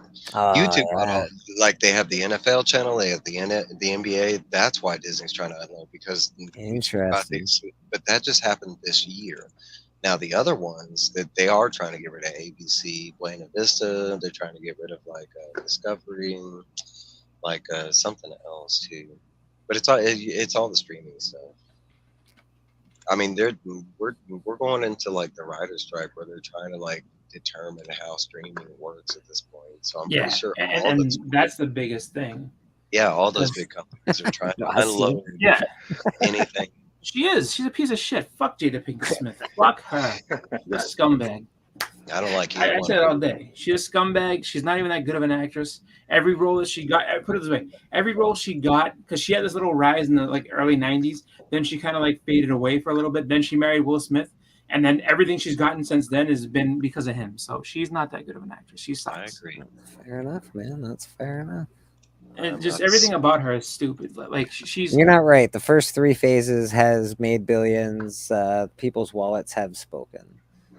That's fair. That's fair. That's but it also, I think people. But they're still making billions. Is he trying to say that like they haven't made $1 billion off movies? Because they definitely have in phase 4 too. It's not been as Spider-Man great. made that $1 billion. Spider-Man did well. This last one did well. 800 million. Like there's a lot of movies that still made money, so it's not like it's all crumbling. No, it's not. And that's the problem, though. Once these people get a taste of $1 billion movies, they're like, 800 million's not good enough. That's a thing that really happens in the world. They set the bar. Yes. Yeah, that's in any kind of thing you go into. But once you set the bar, I mean, the thing with but sir, we quadrupled our money. That's not good enough. We need to be. $1 bazillion per movie. Once you get the roof that high, it's hard for anything to go. It's like every movie. That's the goal now. It's like $1 billion, which it shouldn't be. You're talking. And I can promise you, I don't want to be hard on movies, and I don't want to be hard on the MCU. I love the MCU. I love movies. I love all that shit very, very, very, very much. I just want good writing, man. I want good movies. That's all. That's all I'm asking for is good movies, good writing. That's my only problem with Marvel right now is I don't want a mad product. Disney is not a mad company. You're talking about they have been a huge company for a long time. They've been my whole entire fucking childhood. Are you kidding me? Especially when it comes to movies. So at this point, for a big company like that to be giving us meh products, that's the scary part. I'm not arguing that it hasn't fallen off, but I'm also arguing against the fact that everybody needs to get all this is not endgame bullshit. I'm telling you now. You keep saying, everybody that keeps trying to plug that narrative of, it's not as good as Endgame. Endgame was it ain't Endgame. You're gonna be sad when these movies go the fuck away, because it's not like, people need to realize that as much as they're making these movies, they're not really making them for us, and that's the thing that everybody wants to they're making them for us. No, they're not. They're making them for the for the mass appeal. So if you're the person that your friends go to and be like, oh, what do you think about this? And you're like, oh, it sucked. Oh, it sucked. Oh, and then the regular people that aren't into all this shit, so yeah, we don't like it. You wait and see. It's gonna all get replaced. Mr. Journey, how you doing? Yeah, it is. You're right. It's gonna get replaced by Barbie movies. But everybody, not even just that, not even just Barbie movies, none of that shit. Trust me. Do you know what's coming out in a couple months? Honestly, My Big Fat Greek Wedding 3. They're making a third one of that movie. Do you know why?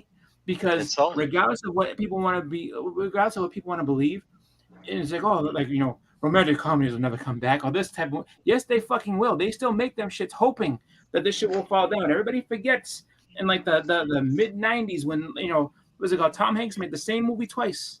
Fucking Sleepless in Seattle, and then 2 years later he made You've Got Mail. Like them, those dominated the box. They went so far, and it's not even that long ago either. They went so far as to basically make the same movie and release it within a couple weeks of each other. There was but the problem is, Chris, those movies were written well. Those movies were written well. That's the problem with that. Superhero movies aren't going anywhere. You're talking about it's an no, they're not going anywhere. I don't know about that shit. I really don't. As much as people want to be where do we get movie scripts from? Because I think they're hardly ever written from scratch. They're usually taken from books. No, that's fine.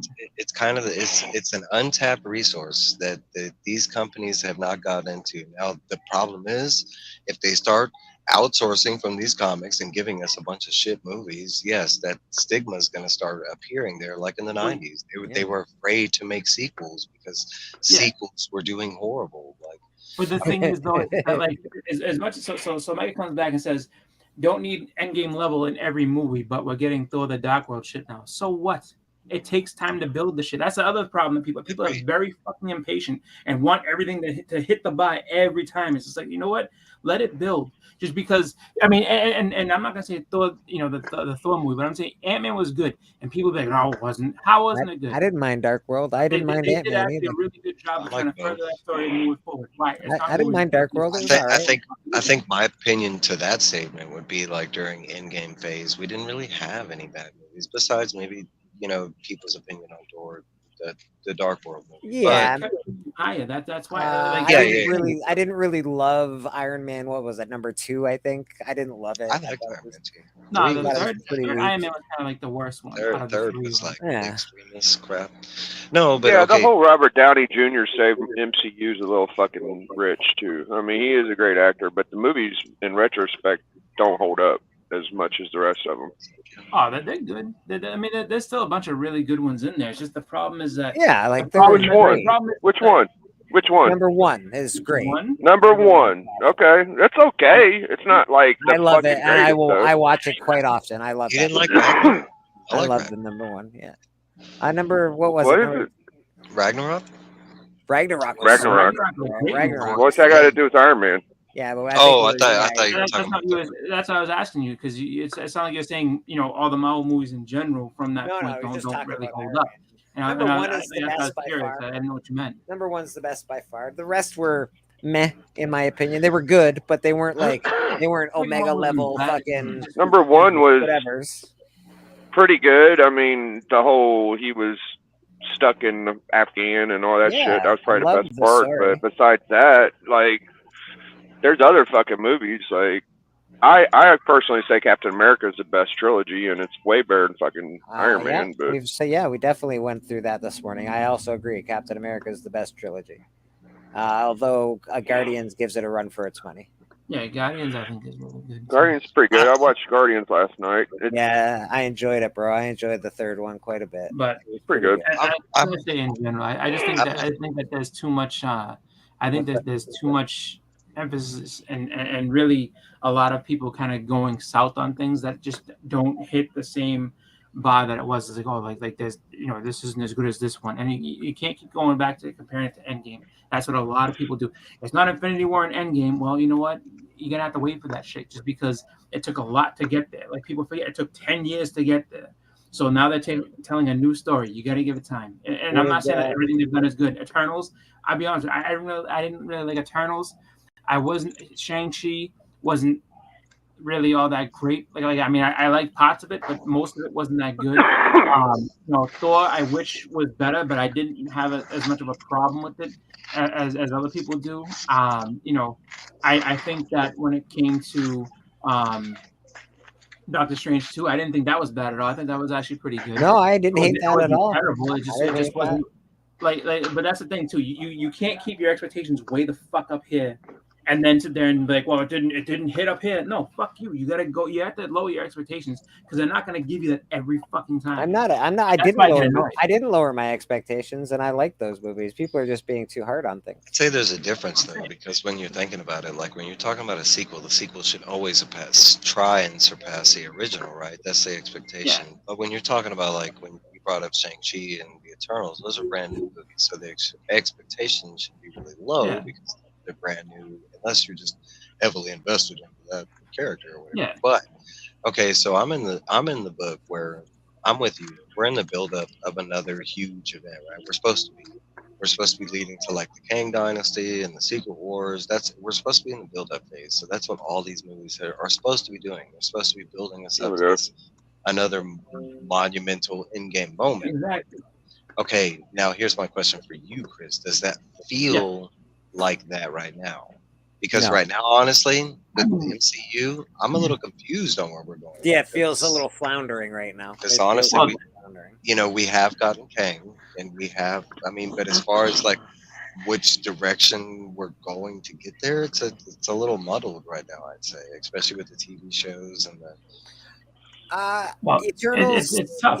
I didn't like the actors in Eternals. I think that's the problem that I had with Eternals. It's not that it was a bad movie. I thought Eternals. I don't think they understood what they were right. I don't think they understood what they were getting into. The special effects. I know that Angelina Jolie can't move like that.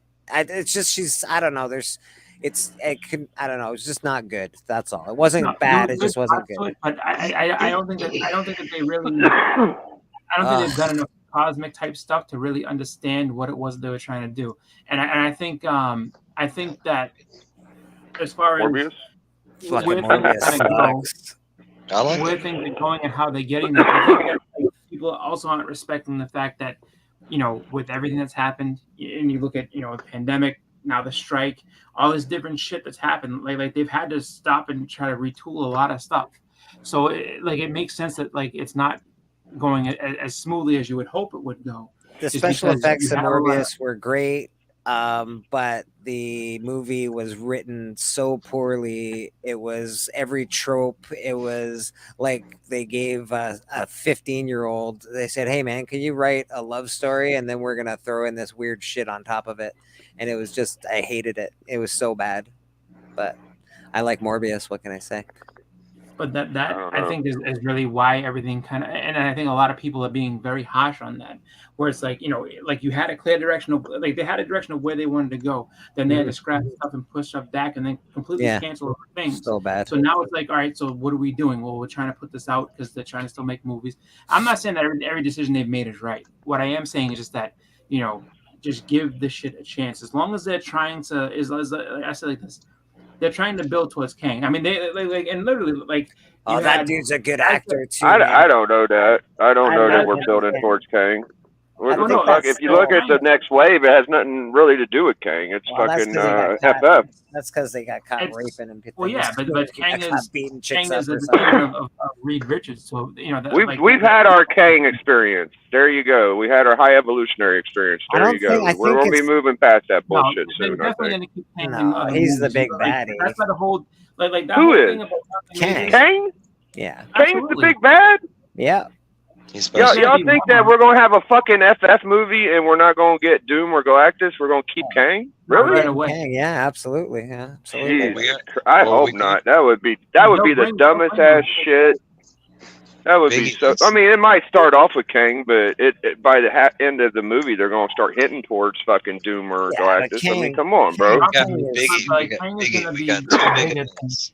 We got 2 big events coming, and one of them is Kang Dynasty, broken down into 2 movies. Okay, there's one movie. Yeah. Yeah, that one, they're not and we gonna already give you have Doom right one. away. We already have Doom one. No, we haven't gotten those yet. Those are going to be like. Well, what's? Hold up. I could have swore I seen Kang in a movie. It wasn't it fucking Ant-Man? Yeah, that's why the whole. That's why the whole arrest of Jonathan Majors was a big. And High Evolutionary is basically Kang. I mean, if you fucking squint hard enough, they look the same. No, they don't. No. They sound and act the same. It's all the fucking same. What do you mean? I mean, did you not listen to the way they talk? Like one clearly has an English accent. It is very two dudes in a purple suit, bro. They've been building up Kang for a minute now. Like Kang's the baddie. Yeah. We all know that. Hey, Evolutionary is a one and done type thing. I'm not. The only reason I'm not signing it up. Different is because the guy that plays Kang is in a bit of hot water. I don't know if that's cleared up yet, but you know, it sounds like it's on its way to being done with. It's not looking great, but it's. No, he's in a better spot than he was because it's now flipped on the person that accused him. And I guess waste of fucking time. I think the cops are kind of in trouble for coaching that woman to say this is what happened because that's where it seems like it's gone to at this point. Is that they're doing what they did with Erza with him? They're kind of. So Secret Wars is going to have a bunch of Kang in it too, right? I don't know. Yeah.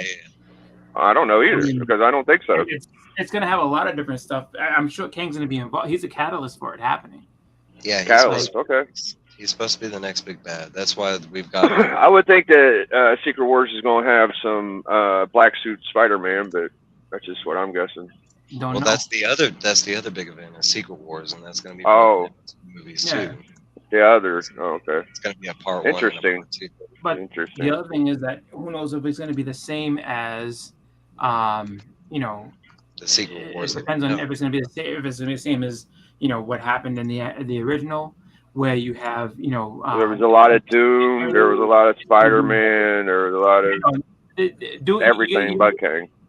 You gotta get rid of Doom. Doom is not happening. Not right now. Doom's not happening. That's all I'm looking forward to because this shit is not working for me, bro. Kang is not that good. They told us for Fantastic Four that the next big bad. It ain't right now, but it's the thing we're looking forward to. I ain't looking forward to fucking Kang. We already had Kang. Kang is garbage. I don't fucking care about Kang. I don't know, man. I love the actor that plays Kang. I think he's doing a great job. So. And right now we saw the weakest version of Kang. That's like at the end of the movie they showed us the Council of Kangs. And that's what's coming. Is we haven't seen. Yeah, well, this is the problem with this fucking multiverse, and nobody can figure anything out. It's a fucking waste of time. We're wasting time. What or that one? It's fucking annoying as fuck. Wasting what time? Like I said, movies not because it's not going to be that big a deal. I mean, we're wasting time because it's a mid-class fucking villain. We already got a bunch of heroes. We need a big bad. We don't need a medium bad. He's one of the biggest bads. Like he's one of the people that's at the end of everything. Like we'll see. Maybe he'll kill everybody. I don't fucking know. All I know is I'm not that impressed yet. I mean, that's why they have other movies to do it too. So. It's gonna take now. Well, that's it. You gotta understand. They made one of the best Marvel stories first. Like, it's very hard to go to another. It's very hard. Like this, fucking the Infinity Gauntlet is one of the best Marvel stories ever made. So it's just the way it is. Yeah, I mean, I said, like when it comes down to that, and that's the other thing too. Like, if this is superior, you don't then stop watching. That's it. Like, and I know a lot of people get very angry when you say that to them. Like then don't watch it. If everything you see is something that you don't like, or this isn't as good as this, or then just don't watch it. Don't spend money on it. You're right. I probably won't either. Whenever unless it's good. I am not a Taylor Swift fan. The entire rest of the world is. I don't buy one thing of that woman at all. Now, if she shows up in Deadpool, okay, but I have no control over that. But in general, when it comes to other stuff, I'm not a Taylor Swift fan, so I don't buy her stuff. That's it. So I choose not to consume her products or a lot of different things just because it's not for me. I think the MCU is afraid to pull out Doctor Doom or Galactus because they know they can't top it. I think that's why they're fucking around with the Kang shit because they're afraid. They're afraid once they bring out the biggest, they're gonna be like, well. this might be the end, guys. You know, this might really be all.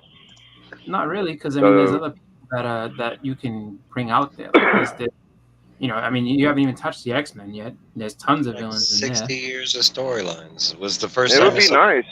Doom. I don't know why they're so scared. It feels like they're scared. It's not about scared. It's not right now. It's all about licensing. Yeah, they don't have they don't have the rights to bring them in. That's all it is. They're trying to get all the that rights to Fantastic Four. They still don't own them yet. So no, Biggie, but it's like it's just, I guess, trying to clear it all and everything, just because it's not something that just it's not something that just comes out of nowhere and you can just do whatever you want. Like you have to kind of sit back and you know, wait they for got everything. Fantastic Four out of the Fox deal, and the Fox deal came like. Biggie, when's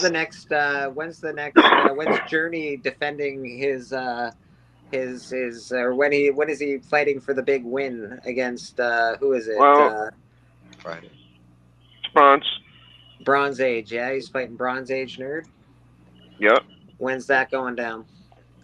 Well, right now my microphone to my laptop setup is on critical condition, and it's not looking good. And if you watch the last Elite Eight, my audio wasn't the greatest. So yes, yeah, I did notice that. Yeah, it might be a week or two. So I'm probably gonna. Yeah, you've been noticing that for a while. My mic's been going to shit forever. Yeah, but you gonna put the headset maybe? I don't know what I'm gonna do, man. Maybe I could hook up my cell phone to my Bluetooth, but my Bluetooth won't hook up to my laptop. So I don't know. Yeah, I might have to just buy like a USB mic before I do that. So it's probably gonna be about a week or two. I've been looking for one, but the only one around me is like $50. So I'll probably order one off the internet soon. If you haven't been watching the Elite Eight, it's been very cool. Everybody has been pretty smart, pretty good crew on that as far as their comic knowledge. I've been enjoying watching the show quite a lot. Yeah, Drac made it far. He made it to the second round. I was the first round dropout. Yeah, man, it's not easy. Some questions are pretty fucking difficult. I'm not gonna lie. It's fun though. Yep. You know, let's say hi to the wonderful people in the chat. Appreciate everybody being here. Crazy, huh? I want to see you. You want to see me. Anyway, what matters is we're here. I think that a good alternative, just in case if you like, just because I'm not sure what kind of microphone you're looking at, but a good alternative is a headset, just because they usually, you know, really affordable and they tend to last a long time. So. And the quality's yeah, I don't know, man. You just, I mean, unless you're going crazy, like the Turtle Beach ones, like those ones are very expensive, but like you can get a pretty decent, you know, like I would say I wouldn't spend any more than like maybe $50 on a headset. Yeah, I'm only going to spend like $15 because my Disney Sing it was like a $5 mic and it lasted 10 years. So I don't know. I mean, I'm not going to spend $50 on a fucking mic, but I see why people do. They're really nice. If you live close to me, Biggie, I can get you a really good mic for like $10, bro. That's what I'm. I should only have to pay $10 for a fucking mic. Go to a flea market or something, or like one of those, you know, as seen on TV stores or some bullshit. Yeah, I've seen a good one on eBay for like $12. Yeah, there's good stores like almost like it's not like used electronics, but like older electronics, and there's like stores like that. Go to one of those stores, you'll find a cheap mic, and it'll be good.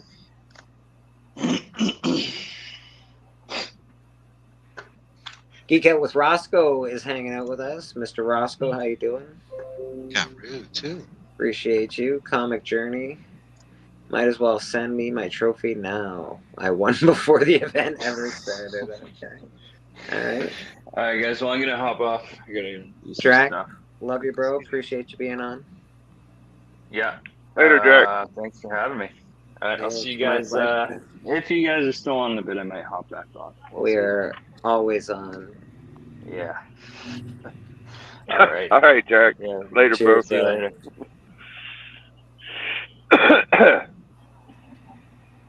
Yeah, man.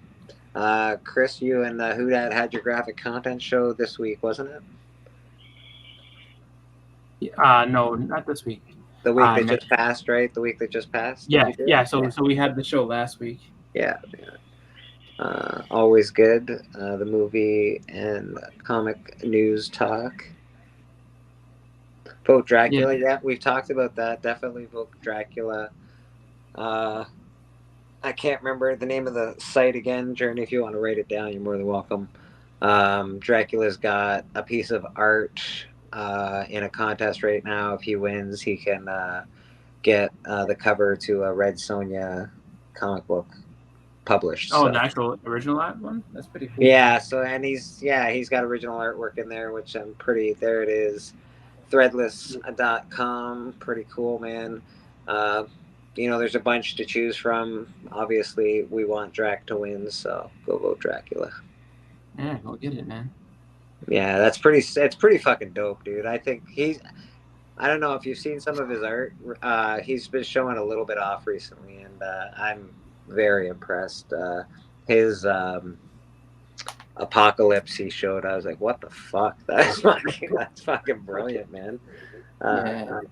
So good on him. I'm always impressed with art though, because I can't draw. So when I see really good art, I'm always impressed. K-pop does some amazing shit. Chris, you've shown me some cool shit. Different style of art, but definitely very cool shit. Yeah, man, I'm always impressed with that stuff. So I think really, when it comes down to it,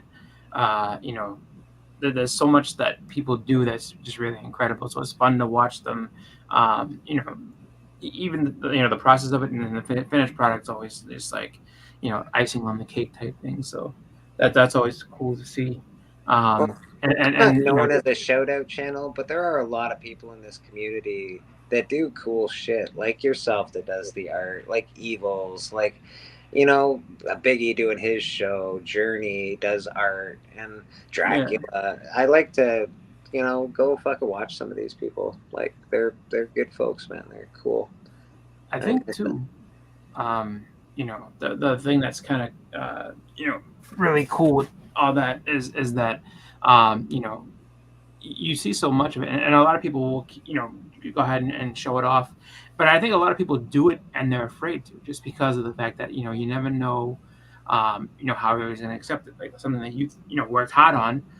Some people might be like, oh, I don't know about this or whatever. We didn't get to say hi to Cali Comics this morning. How you doing, Cali, my man? So hope you're well. That's why I think it's good to to really, if you see people doing it, it's good to check it out and then just give them encouragement to where it is, even if it's something that you can tell it is really, really just even if it looks rough in your eye, like, oh, that's kind of rough. Because I could look at it and say like Bleeker's favorite shit, that Rick and Morty, to that to people that can draw like awesome, amazing shit, it's like Rick and Morty looks rough, but it's like, you know what, if you look at it and you really like if you ever watched the show, it's just like, no, there's a ton that goes into that. You watch your fucking mouth, Chris. You watch your fucking mouth. The first thing that gave me I guess a thought process like that was South Park, because like I remember like watching it when it first came out, people like, oh, like they call that drawing, it's not even that good. I'm like, oh. And then you watch all the episodes, it's like, no, they have to do all this shit every single time, and then it's just gotten better and better over the years. It's like, yeah, you can't really wave your nose at that no more. Rick and Morty is one of my favorite things, man. It really is. I can't. Yeah, it's fucking. But awesome. But compared to like Jim Lee, now someone like, oh, well, Jim Lee's drawing way better than this guy doing this. Yeah, but it's not the same thing. It's different style. They exist in different boxes. So different. And I think that anybody that does it and puts it out there is number one, they're pretty brave, because to put anything out there that's creative, you open yourself up to all the criticism in the world. But you do. You know what? It's hard. It's hard to open yourself up when you're creative because of that, actually. And I think it's fun to watch people, go ahead and just show the stuff that they like to do. So, I really do hope that more people will show, more of their creativity, just because it's fun to see. It's like, it's fun to see someone's passion, no matter what it is. Nornrad, you have to watch Rick and Morty. It's the best show on television by. It's funny. Like, I've seen a few of them, and they are very funny. It is very well written.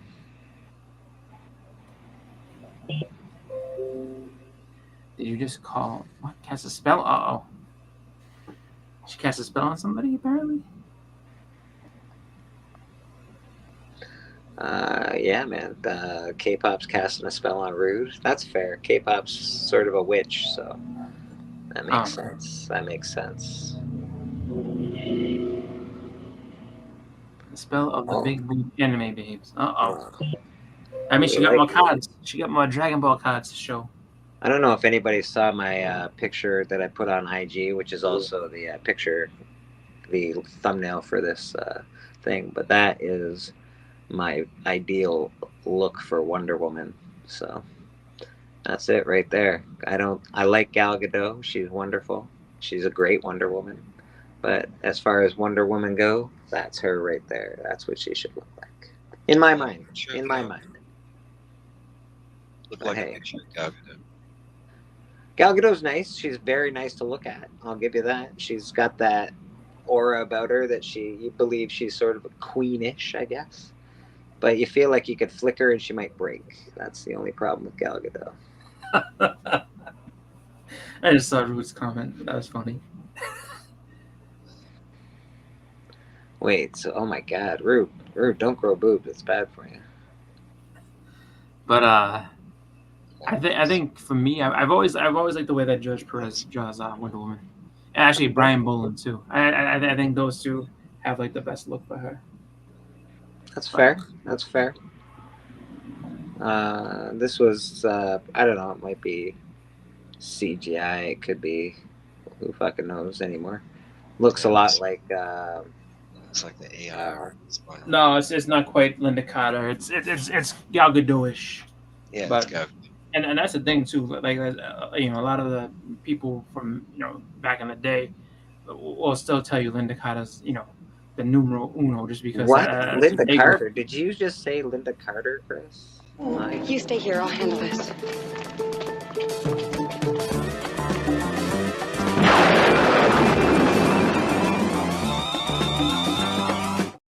If you were a teenage boy in the 70s and 80s, that made you grow up real quick. You're like, oh shit. It was. That's it. She's spinning. She's spinning. That's it. She's spinning around. Next thing you know, like everybody's like, you want to go outside and play stickball? Like, not no more. Gal was higher ranking in her country's army. Okay. Yeah. She's the she's an actual soldier, which is. Was she an actual soldier in the army? Mm-hmm. Yeah. Really? Jesus, yeah. I'm impressed just knowing that. I didn't know that. That's impressive to me. But Callie, you're more than welcome to jump on and hang out at church, buddy. It's like always love having you on, man. Yeah, I always find it to be kind of funny, like when it's like you have like that, and then was it Dolph Lundgren, who's actually like pretty much genius, and he's skilled. Yeah, he's a Mensa level genius or some bullshit. It's fucking ridiculous. And then was it the Klitschko brothers? They're both like doctors. Like as far as like they both in Russia went to school and like they're actual doctors in their fields. So it's like you have these like egghead dudes just like I'm in a box. Pretty sure Sharon Stone is Mensa level genius as well. Yeah, it's so weird. Big Bang Theory. She's an actual rocket scientist. Yeah, he's an actual rocket scientist for fucking. Marilyn Manson graduated. There's also like all the writers from The Simpsons. They're like graduates from like Harvard and shit. Like they're like serious smart motherfuckers. It's pretty intense. Yeah. So it's just funny hearing that, like, this one's this. Like, yeah, they did all the other cool things too before they started, acting. It's just like, yeah. Hey man, I'm not saying I don't like Gal Gadot. I think she's a gorgeous girl. I just, I think that Wonder Woman should be a little thicker. That's all. I think she'd have more muscle on her just because she's. Yeah, just a little bit, not so thin. I feel like you could break Gal Gadot a little bit. I kind of look at this this whole writer and creator strike like I do comic book entertainment. I'm not into new comic books as much as I am old. Right. So I could give a fuck what they do for the next 5 years because I'll be fine watching people on YouTube and old movies for a couple years. I think they're full of shit thinking they want to strike for a long time. They know they want the money and they want to work, so just figure shit out. Watching old movies too. I can watch reruns over and over again. I'm fine with that. It's not so much that though. It's more the fact that they're just basically trying to make it so that they're making it so that they're not getting their likenesses used in movies without their permission, and they're trying to get a more even cut. And it's more the writers of anything else, because they're trying to stop AI at the moment. That's the big. Well, there's that, and then there's also there's writers on like hit TV shows that are like broke, and it's like, how the fuck am I on a hit TV? Like I write this thing that's making the studio billions of dollars, and I have nothing because they're not getting any residuals off of it. It's 212 different issues. I mean, it's complex. It's not just one thing. That's because not the writers fair is to one say, thing, the though. actors is the other. That happens in every company. I'm a low-level employee that pushes a button and makes a fucking screw for a zillion-dollar company, and that company makes billions and zillions of dollars, but I don't make anywhere close to that. So because I made a fucking screw, I need to make millions of dollars. Don't get me wrong, I should be paid fairly, but what's fair pay for that? I don't know. That's an interesting question. I don't know what fair pay is for. It's a little different though. Just because. Let me paint a picture in two different directions. One, the strike's already been going on for almost 3 months now, and like any amount of time this goes on means that you're not getting any new TV, any new movies for a good amount of time. And the longer this goes on, that means no new. Can you imagine a Christmas with no a winter season coming up with no new TV shows advertised, no new movies? Yeah. And there's a lot of stuff to watch, but what if that happens forever? Like if they don't resolve this, okay? And another thing to note, this doesn't happen all the time. The last time this happened was about 100 years ago, something like that. The last time they had a full-fledged strike. So I mean, it's not something that does happen all the time. But okay, third, like you're talking about for this to resolve, there's so many issues that go into it. And like Chris is trying to say, if I wrote a TV show and it went to Hollywood on some form of fashion, show, movie, or whatever, and the general public saw it, I want to be paid in some form of fashion, right? Yeah. And when you imagine like people working at Hollywood, you're thinking about Hollywood money, right? So when you see some of these actors and what they're actually getting paid off of, like written a famous airing of a TV show, and they're making like $30, that makes no sense. So like you're talking about I'm down with fair wage. I don't know what a fair wage for a writer is in that industry, but I'm down with a fair wage that they can live, and they can even more than live. Let's say that. I think it should be a good wage. But if I'm a nobody and I go sell a script to Hollywood, what am I supposed to expect? Am I supposed to expect 30? I want $1 million for this script. Is that what I'm supposed to expect? That's kind of what this entails. Is they're trying to figure that out because, we're all basing the, especially Hollywood off of movies and cable's not really a thing anymore. Like everybody's on streaming platforms, so now they're trying to figure out like, how much should a writer make if they continually play this on Hulu or Netflix or whatever. Should it be like a 5 cents per episode? That's really one of the issues they're trying to figure out at this moment is like, how do they actually pay the writers, actors, and stuff like that if they're going to be, if it's something that's going to be constantly played like a movie or a TV show or something like that. But the AI is another thing too, because actors are complaining about like now movie theaters and these companies are they're able to use AI cookie cutout versions of you and not have to pay you anything. Yes, yeah. Because it's not so much for the big actors. It's more for like if you're an extra. Well, like if you're an extra, like they could work into your. So if you're an extra, just be like, all right, I'm an extra in this one movie, and you're in a crowd scene, something stupid, or you're running down the street. It's just like normally those people are not getting paid a lot of money. They're probably getting paid maybe $100 to do that. $80 a day to hang out, $50 a day to hang out. Yeah. So something like that. And it's just like, okay. But then if they work into that contract in some way, shape, or form, and it's just in fine print that like, not only can they, so you're going to be in this one movie, we're going to pay you once, and then we'll use your, like you're going to be an extra in movies for the rest of your life. And you're not going to get paid a fucking dime because this is our thing. Like we owned the likeness of this character. But that's like, the thing. Extras don't get paid every. Like I know an extra. Actually, my boss was in A Christmas Story. It was filmed here in St. Catharines, and she doesn't get paid any money for being in the movie every time it's showed on. Like the big actors, they get paid every time it's showed on TV. So some people live off those royalties. They're like, oh, here's my $50,000 fucking movie check I get every Christmas because I was in this stupid fucking movie.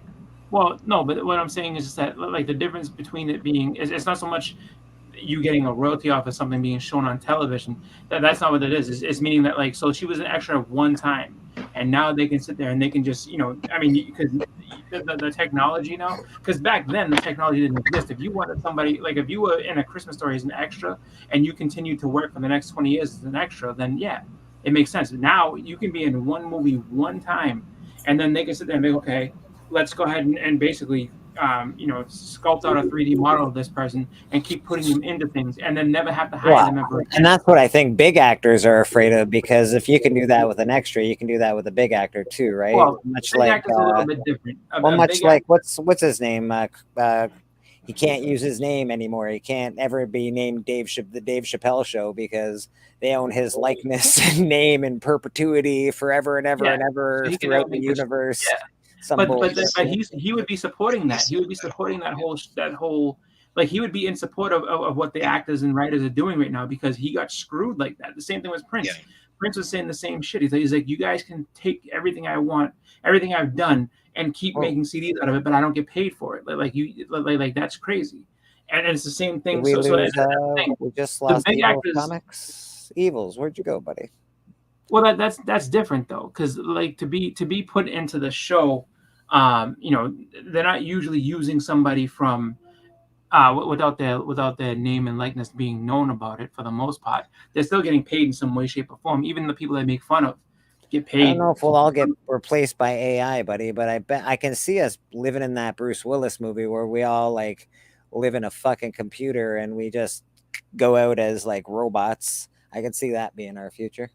I don't know, like, that's the thing. Like what you were saying about big actors, it wouldn't be a thing for big, because they command such a high price in the first place that like they're not just going to be replaced by AI. Like those are the names.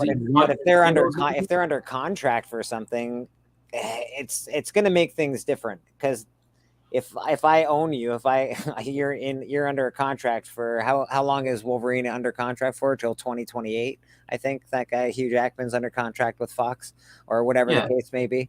So, like, if they own you, bro. Well, no, it's not. But it's not as cut and dry as that. So I agree. It's not as cut and dry, but I don't know the cut and dry. I don't know the lingo. I don't know the cut and dryness. What it is exactly. I'm just guessing. Well, I think basically what's going to happen is that they're gonna look at it where. I mean, just even in that thing, like they're not going to just CGI Hugh Jackman. Like at this point, there had to be some type of thing that would happen. Like I guess he'd probably have to end up agreeing to that.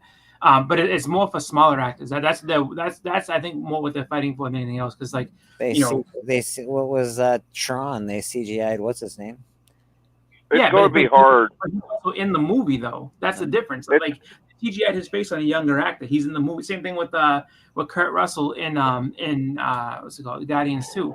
Like he's and then as his actual self, and then they when he was young Ego, they went ahead and they made him like that. Like wasn't. I think they're asking for too much, dude. I think they think they're asking for rights and ownership and all types of shit to things that they're not even creating. Like if someone creates, we've been doing this for years. There's been cartoons, homaging and mimicking and films about all that shit. Nobody cares about that. But now that AI is out, it's a problem. Okay, do you own every likeness of yourself? How deep can this go? This could go forever. You actually, it's like these fucking shoplifters that can't even get stopped. They just steal $500 worth of shit and walk out because everybody's got rights, right? It's all fucking stupid, bro.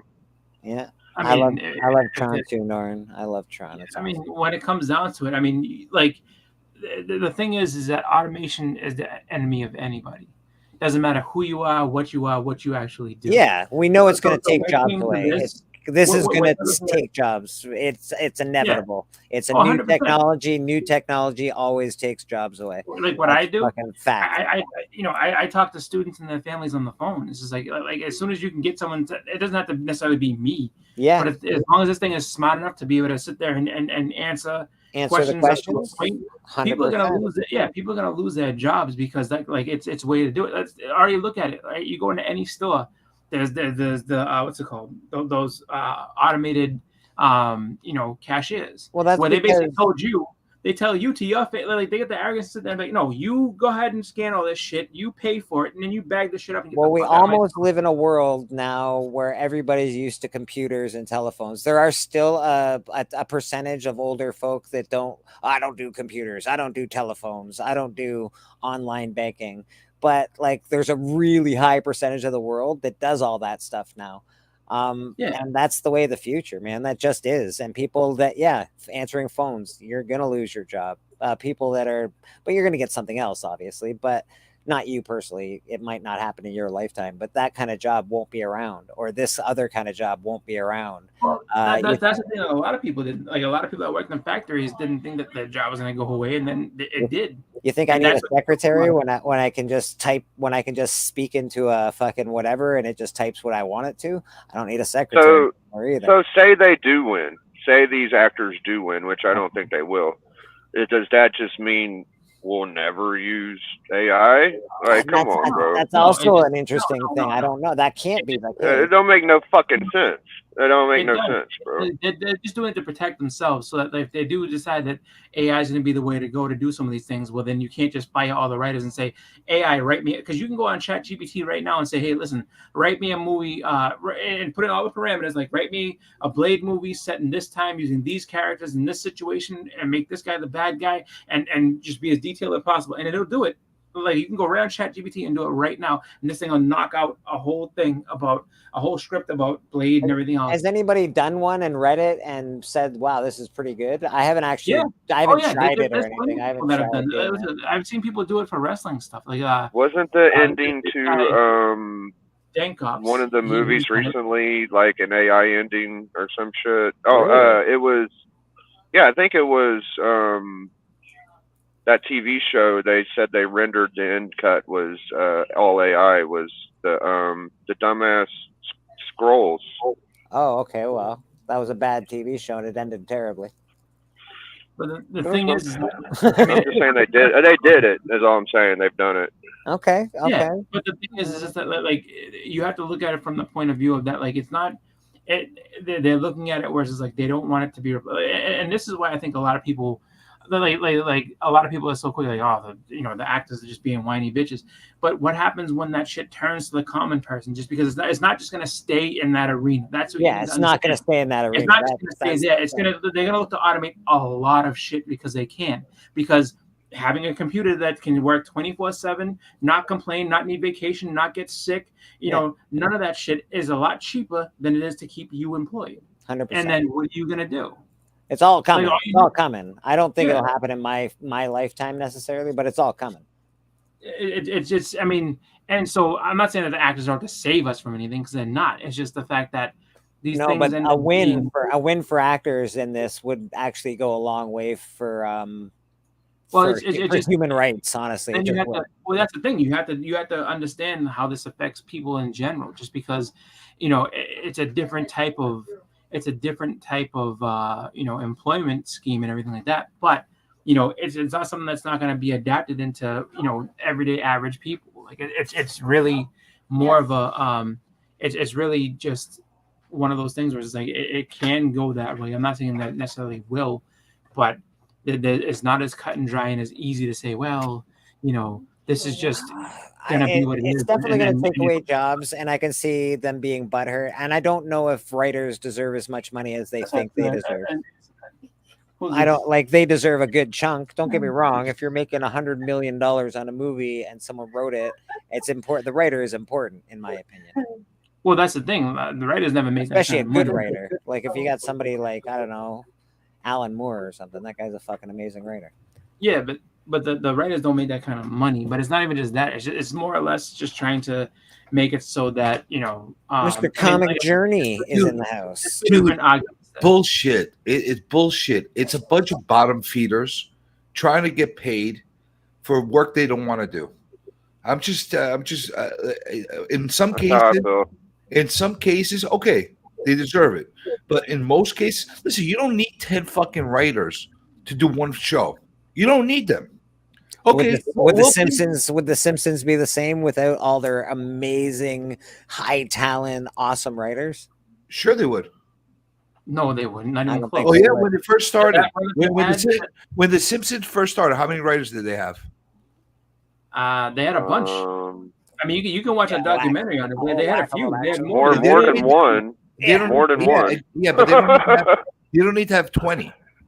Okay, that's fair. You're okay. So knock it down. But the Simpsons ain't been that. The Simpsons kind of did a switch. Like the first 2 or 3 seasons ain't the same as the rest, bro. No, because they got bigger. They got picked up into syndication. Everything changed. Everything changed. The argument is that I mean, if you're gonna bring the Simpsons up too, like you actually kind of do need that many writers to be able to write an entire season. The reason I bring the Simpsons up because I know they have a really big writing group, and I know they're all very good. And here's the thing: you're specifically pointing out one show that has brought it up, man. I didn't bring up the Simpsons. I did. I brought the Journey. You're right. I brought them up first. I did. I brought up the Simpsons. No, I did. I brought them up. I'm just saying that's one show that is not the norm. But I brought them up for that reason, because that's because they're not normal, because they do have an amazing motherfucking group of writers. They have one of the best groups of writers you'll ever find on the planet. That's just a fact. I'm talking about your run-of-the-mill. Futurama, same thing. Futurama had great writers, and that show didn't last nearly as long. I'm talking about your run. I gotta make a couple phone calls. I'll be right back. Show. Take it easy, biggie. Your typical kind of show that comes out there and sink or swim. They make a pilot, and you see what happens. But they start from the get-go with like 5, 10 writers. You don't need that. First of all, the best shows out there have 1 or 2 writers on them. I don't agree with that, but not at all. No. You those are the ones that you have one vision, and the show lasts for a long, long time. Now they might have helpers, but there's one lead writer. Like one lead writer, yeah, sure, okay, that's fair. But that's why they're, Matt Groening is the leader, but he's got a fucking boatload of writers behind him. One of the reasons why a lot of those Disney shows that they did for Disney Plus have not done well, because you got too many cooks in the kitchen. They're basically you got a million different ideas. Everybody's got their different agendas that they're putting into the mix, and you're getting a hodgepodge with no one real vision that you're watching. It's like a bunch of ideas that say, let's see if they'll work. Well, you also have people wanting it to be, well, I want myself represented, and then this guy, I want myself represented, and then you got a problem where there's too many people wanting themselves represented in one vision. Yeah. The whole point of a good story, you don't have a ton of authors on one book. It's one author. Yeah, but that's only one story that you're making. It's not. It's one story. You might have helpers. You might have people editing. You might have people that are helping with certain details. They're also not making a book every single week, though. You know what I mean? They're not writing for 30 books in a row. Like if it would take that, I mean, if you're doing 30 books in a row, because let's say something, there's like 30 episodes in a season or whatever, however many, let's say 20 episodes in a season. Like you need more than one person to write that. You can't just do that by yourself. It doesn't have to do only with the writer. It has to do with the director. It has to do with the people that shoot it. You think the director doesn't have a lot of input as far as the change of direction of where the script goes? Absolutely. He has quite a bit, but he doesn't have the final. But they have to have the script in hand first. Like it has to be all written for them to be okay. This is the change I want to make to this. And usually they have to hire a bunch of writers to rewrite shit. And scripting a show is very, very different than writing a novel. Yes, it is. It's very different. Singular process versus a team effort. And I'm also going to say this: everybody wants to get long-term royalties, and I get it. Get what you're paid. Whatever you want to get paid for, you think you deserve it, and you should get it. Great, but nobody wants to have skin in the game. What happens when you write a fucking show that's a complete flop, or a movie that's a complete flop, and the movie theater or the movie theaters and the people that produce it take a fucking bath? Are you going to take a cut out of your pay as well? Are you going to give back some of your pay? No, you don't get hired again. That's simple. No. With the unions, the way it works, you can't just go turn around and just start firing people willy nilly. It's not just the writer's fault that the movie didn't do well, though. There's a whole group of different people. Group of people. End up coming in a whole group of people, but it starts with the writer. Yeah. Okay, but somebody can write something well, and then the director takes it in a direction that it wasn't supposed to go, or it wasn't promoted right. Is bad. Promotion can be bad. And that's pretty evident when you have a script. And picking the wrong actors could be detrimental to a movie. Like Alexander should have been a great movie, but they picked Idiot Stick to play Alexander. You're like, well, if that falls onto the actors as well, because they're on strike too. But then, what if everything aligned right and it was correct, and then all of a sudden critics buried it? It doesn't mean that it's a flop. Just critics didn't like it, and then all of a sudden you wait 5-10 years, it's a cult classic, and it's getting played over and over again, and people love it. And everybody got fucked when it first came out because of the people that everybody put their faith in, and being like, "This is good." The studio is the one that has the skin in the game. They're the ones that are paying to have this done. When you say cult classic, you're bringing. So let me ask you something. Like the Room into the game. I'm not. I'm bringing movies like Scarface. Scarface got fucking destroyed by critics. They said it was how too many violent, cult classics came out that when they first came out were complete failures, and the movie studio actually busted and went out of business. Tons. Okay, so. When they go especially bankrupt, CGI, and they get bought out for pennies on the dollar, who compensates them? Nobody. I don't disagree with you, CJ. I think your process of thinking is probably I think right. Everybody should have skin in the game. But so, I do think that those people deserve more money than, I don't know, 10 cents a word or whatever the fuck based on merit. Yeah. The better you are, the more you should get paid. Agreed. And that's the American way. That is the American way. Given. And a lot of the bottom tier people in this industry, they just expect shit. Mm-hmm. They just expect shit. You know how many studios? Because of the agreements they have with the writers' union, have to have extra writers that don't even fucking work.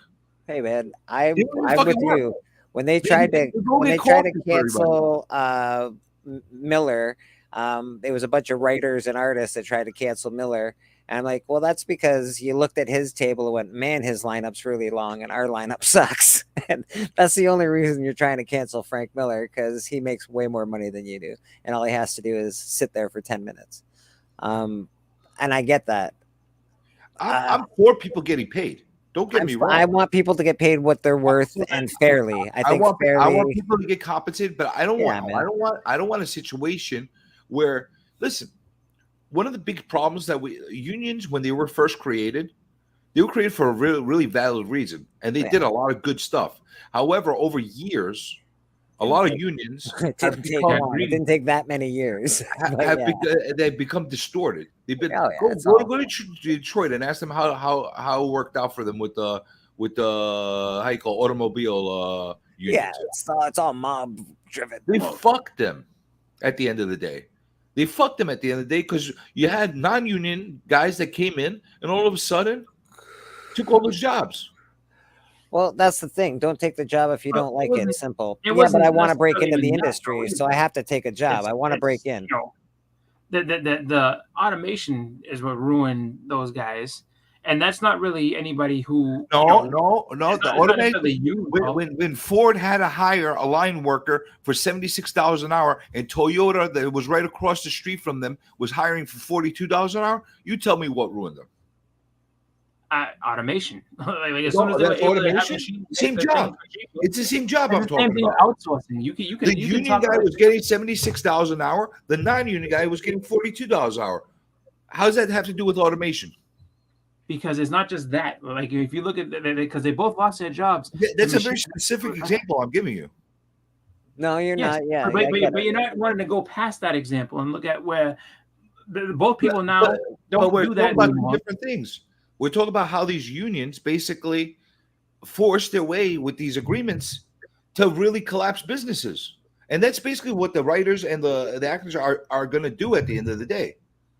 You think it's sustainable for studios to keep taking losses? You think they make money from every single movie that happens? Not even close. No, but it's a mixed bag. No, I understand that, but I'm just saying I don't think it's quite that same exact scenario that you're bringing up. I think that it's not so much that everybody wants to get paid more. It's just the fact that like some people are trying to preserve their jobs, and then other people are trying to make sure that they actually get compensated. So it's but the problem in Hollywood is here's the problem in Hollywood. And if you look deeply, you'll understand what I'm talking about. The problem in Hollywood, a lot of these people that look to sustain their jobs don't even the job that they have isn't needed. Do you understand? It's not even needed. Yeah, and but I don't want AI making my art or making my movies. I'm not talking about AI. I'm talking about in general, in non-AI reasons. Okay. They have extra fluff jobs that are not needed, that are forced down the studio's throats by the unions. Sure. I get that. Do you get what I'm saying? Yes. So you're asking for a lot of stuff, but we don't need you. That's the thing. We're forced to hire you because that's the agreement we have in the studio, and now you're sitting there and bitching that you're not getting paid enough. But there's a problem. But that's the same reason that people, you don't necessarily hire the best guy for the job. You hire according to the law, right? Think of this in these terms. Blake, what do you do for a living? You work at a warehouse, I think, right? Yeah, I do U-Haul. Okay, so you work at U-Haul, right? Yeah. Okay, so what do you do there at U-Haul? I'm like a customer service representative. I drive tow motor and I clean trucks and I answer telephone. So you clean the trucks. You have your hands in a lot of stuff. Okay. Yeah. How would you feel if there was a union for your sector of work and they had to hire an extra 3 guys to be in there with you because that's the union? I actually just got a $1 raise this week, and if I was at a union, that would have never happened. I would have got a 22-cent raise. That's one thing, but I'd also be paying a union. I don't know, fucking like $39 every month or whatever it is. That's another thing. But how would you feel if you had another 3 guys that had to be mandatory hired to be with you? However, you keep your job. You got the other 3 guys' job, and no matter how much everybody works, they're going to make the same. They're not going to go up the scale. How would you feel about that? I guess I wouldn't like it because my hours would probably get cut. And at the same time, you don't have room for growth to be able to jump the ladder. Yeah. I'm not a huge fan of being a part of a union, but it is really great if you're a lazy piece of shit. If you're in listen, there's unions that have a very good reason to exist and that kind of thing, especially like if you're talking about in manual labor type of situations, stuff like that, where they need protections. They do need protections. I find that for health regards and stuff like that. Listen, if you're working in a mine, a lot of people that don't like to work very hard. Listen, if you're working on a mine and they're putting you into going deep in a mine and you're breathing fucking gases, they're not providing masks. Oh no, I agree with all that. That's a whole different ballgame. The different story. But I agree with all that. But the thing is, everybody needs a open platform in order to prove themselves through merit. The better you do, the more work you put in there. I think the base salary probably should be raised then, instead of I should be able to. If you work really hard on something, let's say writing, you should be able to survive. Why should the private entity and the business have to raise the price? Why shouldn't the government lower the taxes? I agree with that, but whatever my job is, and I'm not talking about politics or where money is at the time, whatever I should be, if I work 40, 50 hours a week, I should be able to afford to live. I should be able to afford absolutely. regular, normal things that everybody gets. I'm not asking for much. I should be able to maybe do, I don't know, once a year vacation for a week in fucking some butt fuck place. I don't some beach that some chick wants to get naked on, and I can look for comic books. I don't care. But I'm with you. I should be able to do that if I work 40, 50 hours a week. I can't. I'm with you. I'm with you 100%. Nobody can unless you have a career, right? If you have a job, you really can't do that. I'm with you 100%. But you know what? What if you didn't want to do that? What if you wanted to work instead of 40 hours a week? You want to work 80 hours a week. Yeah, you want to work 100 hours a week. 80 hours a week. You want to work more time because you wanted to put extra work in to try to earn more and try to make yourself go up faster because of that reason. That would be great, but I think my life wouldn't be as good.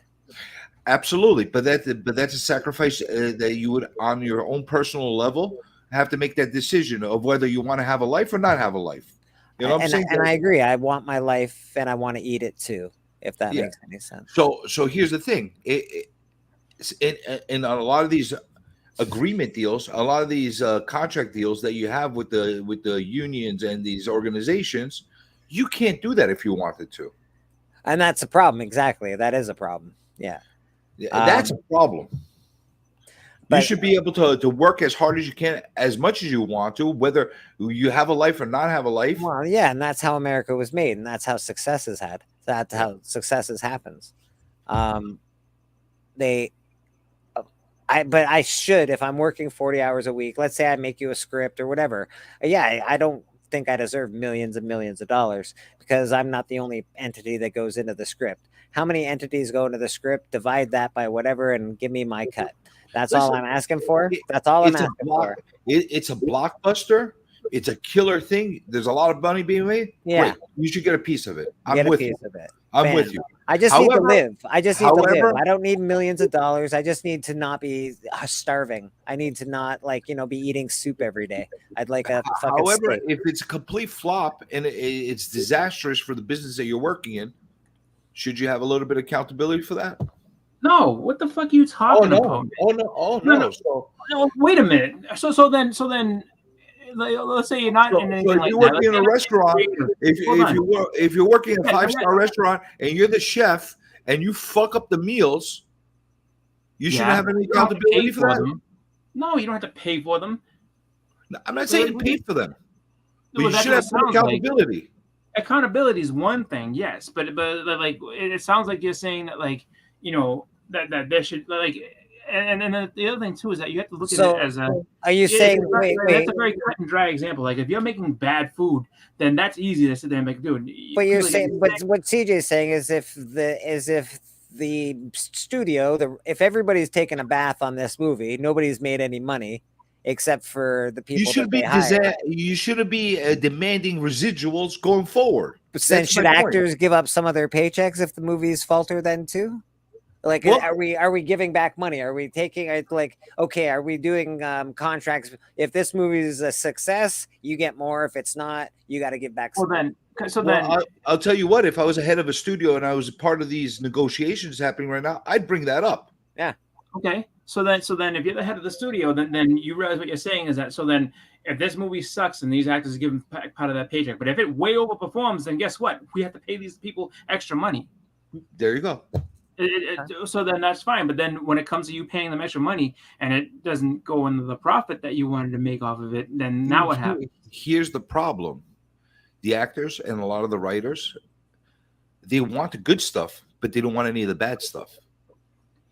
Yeah, that's everybody. That's everybody, right? You can't have both. You're not wrong. It's got to be give and take.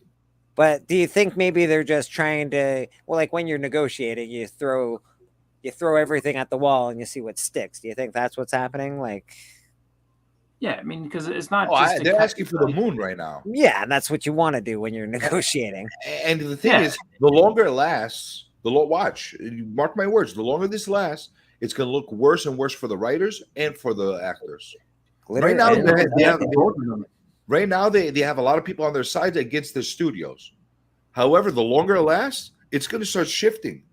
More people are going to be on the studio side than on the writer and actor side. I don't know about that. I think people are going to get annoyed with Glitter and Duct Tape has the best name on YouTube. Glitter and Duct Tape, you should win the best name on YouTube. I don't know why I like your handle.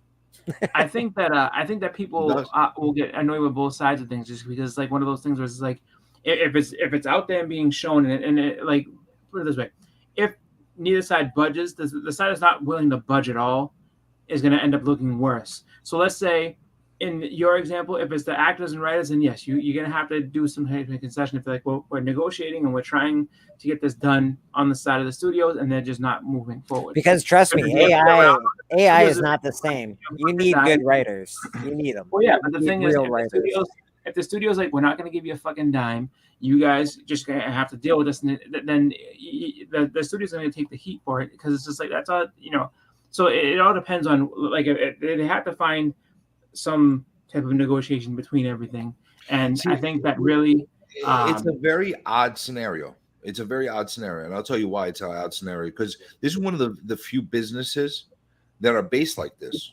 Because you could take any other business, it's just a restaurant business, okay? So, how you call it?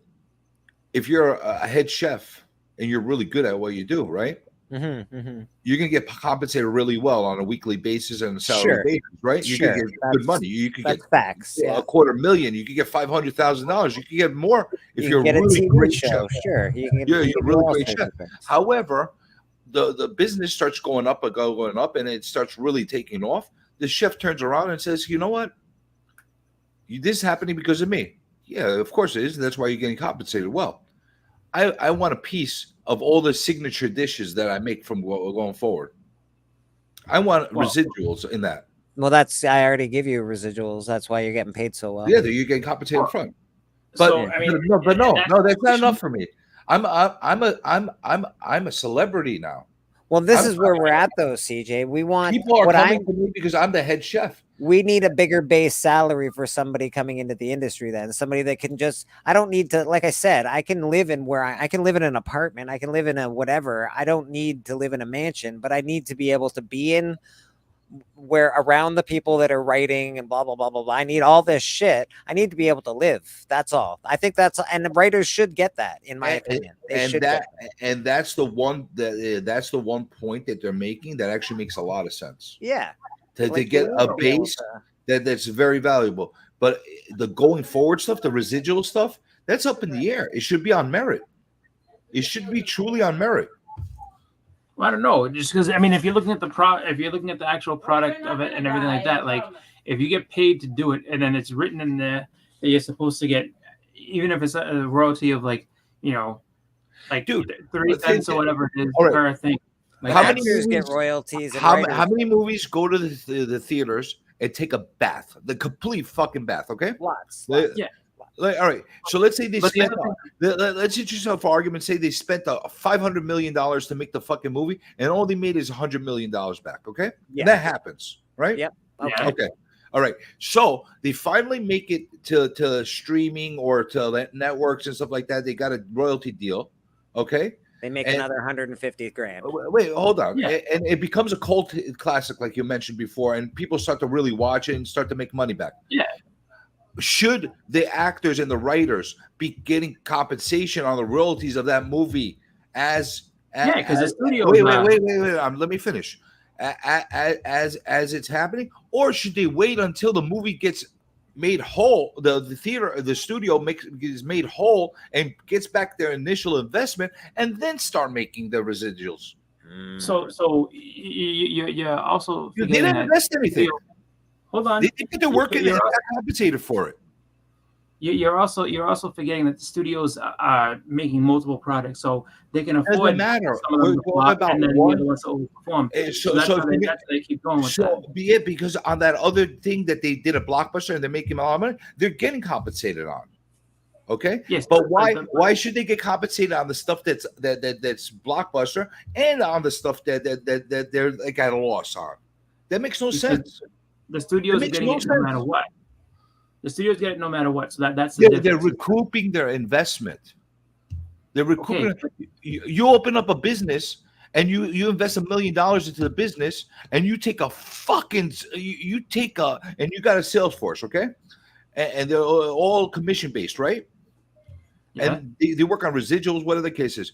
And you take a fucking dive that first year, okay? Yeah. And now you have your employees saying, well, I don't care that you made a dive. We need higher residuals on the stuff that we sold last year. But I took a loss on all this stuff. How am I going to be able to pay you? Well, it's a different situation, though. Because, I mean, depending on what kind of business it is, you don't have that same type of overhead. You don't have the same type of, money coming in. Every business has different overhead. Do you know what the overhead is for a studio? It's fucking massive. Yeah, but they're also making massive money. That's the thing. That's why they other products. They're balancing themselves by other products, but not by the product that you might have written or you might have acted in. That's a flop.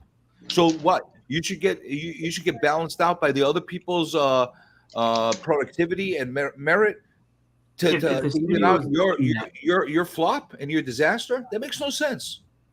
Because that's the thing. It has nothing to do with. It's not. There's just the writers' collective flop. It's not just the writers. Like it's a lot of people all at once. It's not. You know what? Who asked for a fucking Avatar 2? Did anybody want that fucking movie? James Cameron wanted that movie. He was going to make that movie no matter what. I did.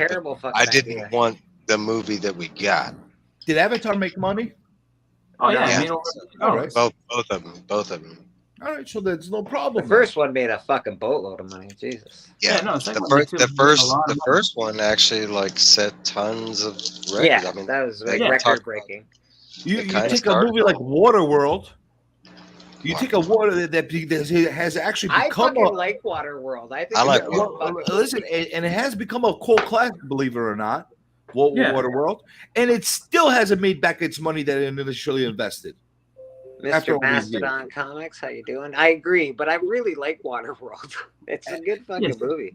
But the studio that made it still made enough money to keep going. That's the thing. But they made enough money from other projects, not from that project. Agreed. But here's the thing: Kevin Costner and all the people that were in that movie and the people that were involved in it that are getting their royalty checks are collecting their royalty checks every time it's played, regardless of the fact that the studio took a flop in it. But so then what we're talking about is it all the studio's fault for what they invest in? Well, I mean, why is it my fault that you invested in my art? Because you as an actor is asking $45 million for that movie. That's what I'm worth. You as a writer. That's what I'm worth because the market dictated that. Well, I mean, because no one said that you had to have Kevin Costner in that movie. The studio shouldn't spend it. Well, no one said you had to pay me that. You want to pay me that because I'm in exactly. Like you were looking at it like, look, if we get Costner on board, it's going to make boatloads of money. He's a big name. People are going to come see it. And no one did. I mean, you could have sat there and got Crispin Glover to be the lead instead. If Alec Moore writes this and we get this guy on board. You have a movie like Batman 89, okay?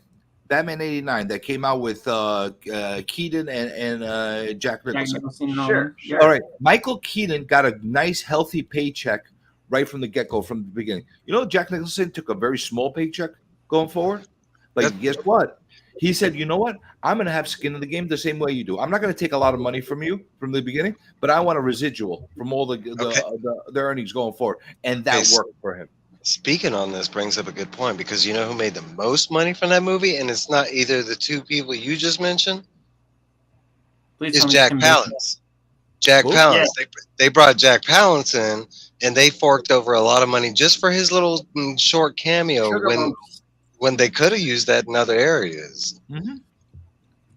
Well, that's Chewbacca made a ton of money from Star Wars because they didn't have enough money to pay him, so they gave him movie royalties, and he made more money than most of the people in Star Wars. Well, now, Downey Jr. is making a fucking boatload every time he makes a movie now. But you know for what he made from Iron Man 1 when he first got it? $2 million, I think. Yeah, well, that was very different though, because that was his like reintroduction though, like because he had just gotten in trouble for robbing people's houses. But here's the thing. Yeah, Downey Jr. is not making his money from his paycheck on the movie, especially with Marvel. He's making his money from the residuals. Why? Because he's willing to work with them. It's like, okay, I'm not going to take upfront money. I'm going to take less, but we're gonna get residuals. Well, I imagine they didn't have the money to pay him. And when you look at a movie like Batman and you go into the history of movies, because he's not a fucking idiot, he can look at Star Wars and go, huh. Oh yeah, toys and shit. Sure, I'll take some. I'll take some residuals. You're talking about two different things. Comparing like Batman and Waterworld. You're talking about like such a foreign idea as Waterworld. I'm just giving like examples. Something established as Batman. I'm just giving examples of how actors and writers throughout. How they could be balanced and how they could not be balanced. So you're talking about balancing out the paychecks. Is if it's popular, right. Like, well, Waterworld did this, and then Batman is an established story that had been around since at that point, like over 50 years. Even like, everyone knows who Batman is. No one knows what the fuck a Waterworld is. Yeah, but Tim Burton gave that shit life. Even compared. Forget about Batman. All right, Batman's been forever for many years. Titanic wasn't. Titanic's been around since, I don't know, what was it, 1930? Yeah, but the movie Titanic wasn't fucking from 1930, okay? But that's another bad example because you're talking about something that's a majority popular. Yeah, everybody knows about Titanic. You think when that movie first came out, they thought it was going to make that kind of money? No, actually, I don't. Can you go back to that movie and remember the trailers and thinking it was just going to be a romance movie? But that movie made that kind of money because of Leonardo DiCaprio, like the cast, the whole love story. DiCaprio wasn't as massive as he is now. No, but he made that. He was rising, and that yeah. And the thing was too is like you said, like it wasn't marketed as this. Oh, it's gonna be because you know another movie they did the exact same thing with was Pearl Harbor.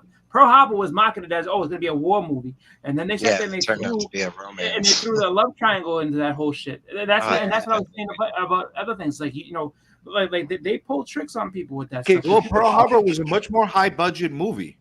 Yes, because of Titanic, and it didn't make even close to the money that Titanic made. No. But what I'm saying is just that. If I was the guy from Pearl Harbor, I'd be when you look at those things, like Armageddon. No, it wasn't not Armageddon. What's the other one? Armageddon's the one with Bruce Willis, right? Yep. Yeah, they didn't market that like, it's gonna be just a giant Aerosmith music video about this love story between Ben Affleck and this chick. Like, no, there's an asteroid coming to save everybody. So there's a lot of movies where it's like that, where it's like it was marketed one way, and then it turned out to be. But it's risk reward. The studios are pouring money into these big movies. They're putting money into these big movies. However, not all of them make the money. So the demand for everybody that's participating with it that already got compensated for their salary up front to keep getting residuals on a movie that's trying to recover all its losses makes no sense. From a business perspective, it makes no sense. Well, from a business perspective, I agree. And I think that if that's the case, then they should raise the base salary for writers, let's say. Good actors are already making shit tons of money. And even shitty actors are making good money. The only thing about that, raising the price, I agree. They should raise the price, the salaries on the writers. They should absolutely do that. However, they should also cut the fat from unneeded jobs. Yeah, agreed. And that will happen. And that will happen. I mean, you're talking about basis of stuff like majority, like scripts are bought like at a percent. No, I mean, all scripts are bought like at different amounts, and that's just the beginning of it. There's all kinds of stories of guys who got absolutely screwed on things where it's like, all right, give me, I'll take the script from you for $1,000, and then all of a sudden it ends up being something humongous. Well, Sylvester Stallone got fucked on Rocky. He got if I spend a year writing a script, I'm not going to take $1,000 for it. That's on you as the creator of it. Yeah, I want a year's worth of salary. If I spend a year writing a script, I want a year's salary. George Lucas almost ended up in that same boat too. George, if you look at the whole history of Star Wars, he almost got to the point where he was so desperate that he almost had to sit there and just sell it off and just give it, and it wouldn't have been anything like it was. And that's why Peter Mayhew got the money that he did, because you're right. That movie, he put every last dime into it, and it ended up working out for him because of the fact that it was well received, and it ended up having all that merchandising and stuff like that. So there's a lot of different things that kind of come in, and people be like, okay, how does this kind of all work out, and whether it's a flop, whether it's not. I mean, if you're a big enough studio, you don't have to worry about it. So this movie sucked, but this next movie is going to kill it. and that's how it goes. Yeah, I tend to point- blame it more on the studio heads because there's people in these studios that don't let good movies be made and let shit movies be made because they think, oh no, this is going to be great. This is what the people want, and there's a whole group of rich motherfuckers out there, and they should be accountable for the bad decisions. And they should be accountable for the bad decision as well. That's right. They should be held more accountable for the bad decisions. Like you look at everybody who yells about Star Wars and say, "Oh, Kathleen," it took a long, and she's still, I think, somewhere in the getting paid at some point, but it took a long time for people to be like, "Look, this woman keeps on doing and making bad decisions," like and they were just like, "All right," like she's not going to be as tightly involved in things as she has been. And I think the other thing too is that like you look at Rogue One, like Rogue One was supposed to be a very different story. It was supposed to be much darker, and they changed it because, like, no, we can't sell toys with this. And it's like, well, the biggest point I'm trying to make, and I don't want to sound like the biggest asshole. Everybody that's asking for higher demands on either side should all have accountability, and they all should have some kind of skin in the game. So, big success, everybody gets compensated. Big failure, everybody should understand that as well. You're not going to get compensated the way you thought you were going to get because the studio's recovering right now, trying to make their money back from that loss. On that point, it kind of goes into saying we base things on a popularity about like when because don't forget, Mike, don't forget the people that are complaining that they want the continued residuals are also the ones that got upfront pay.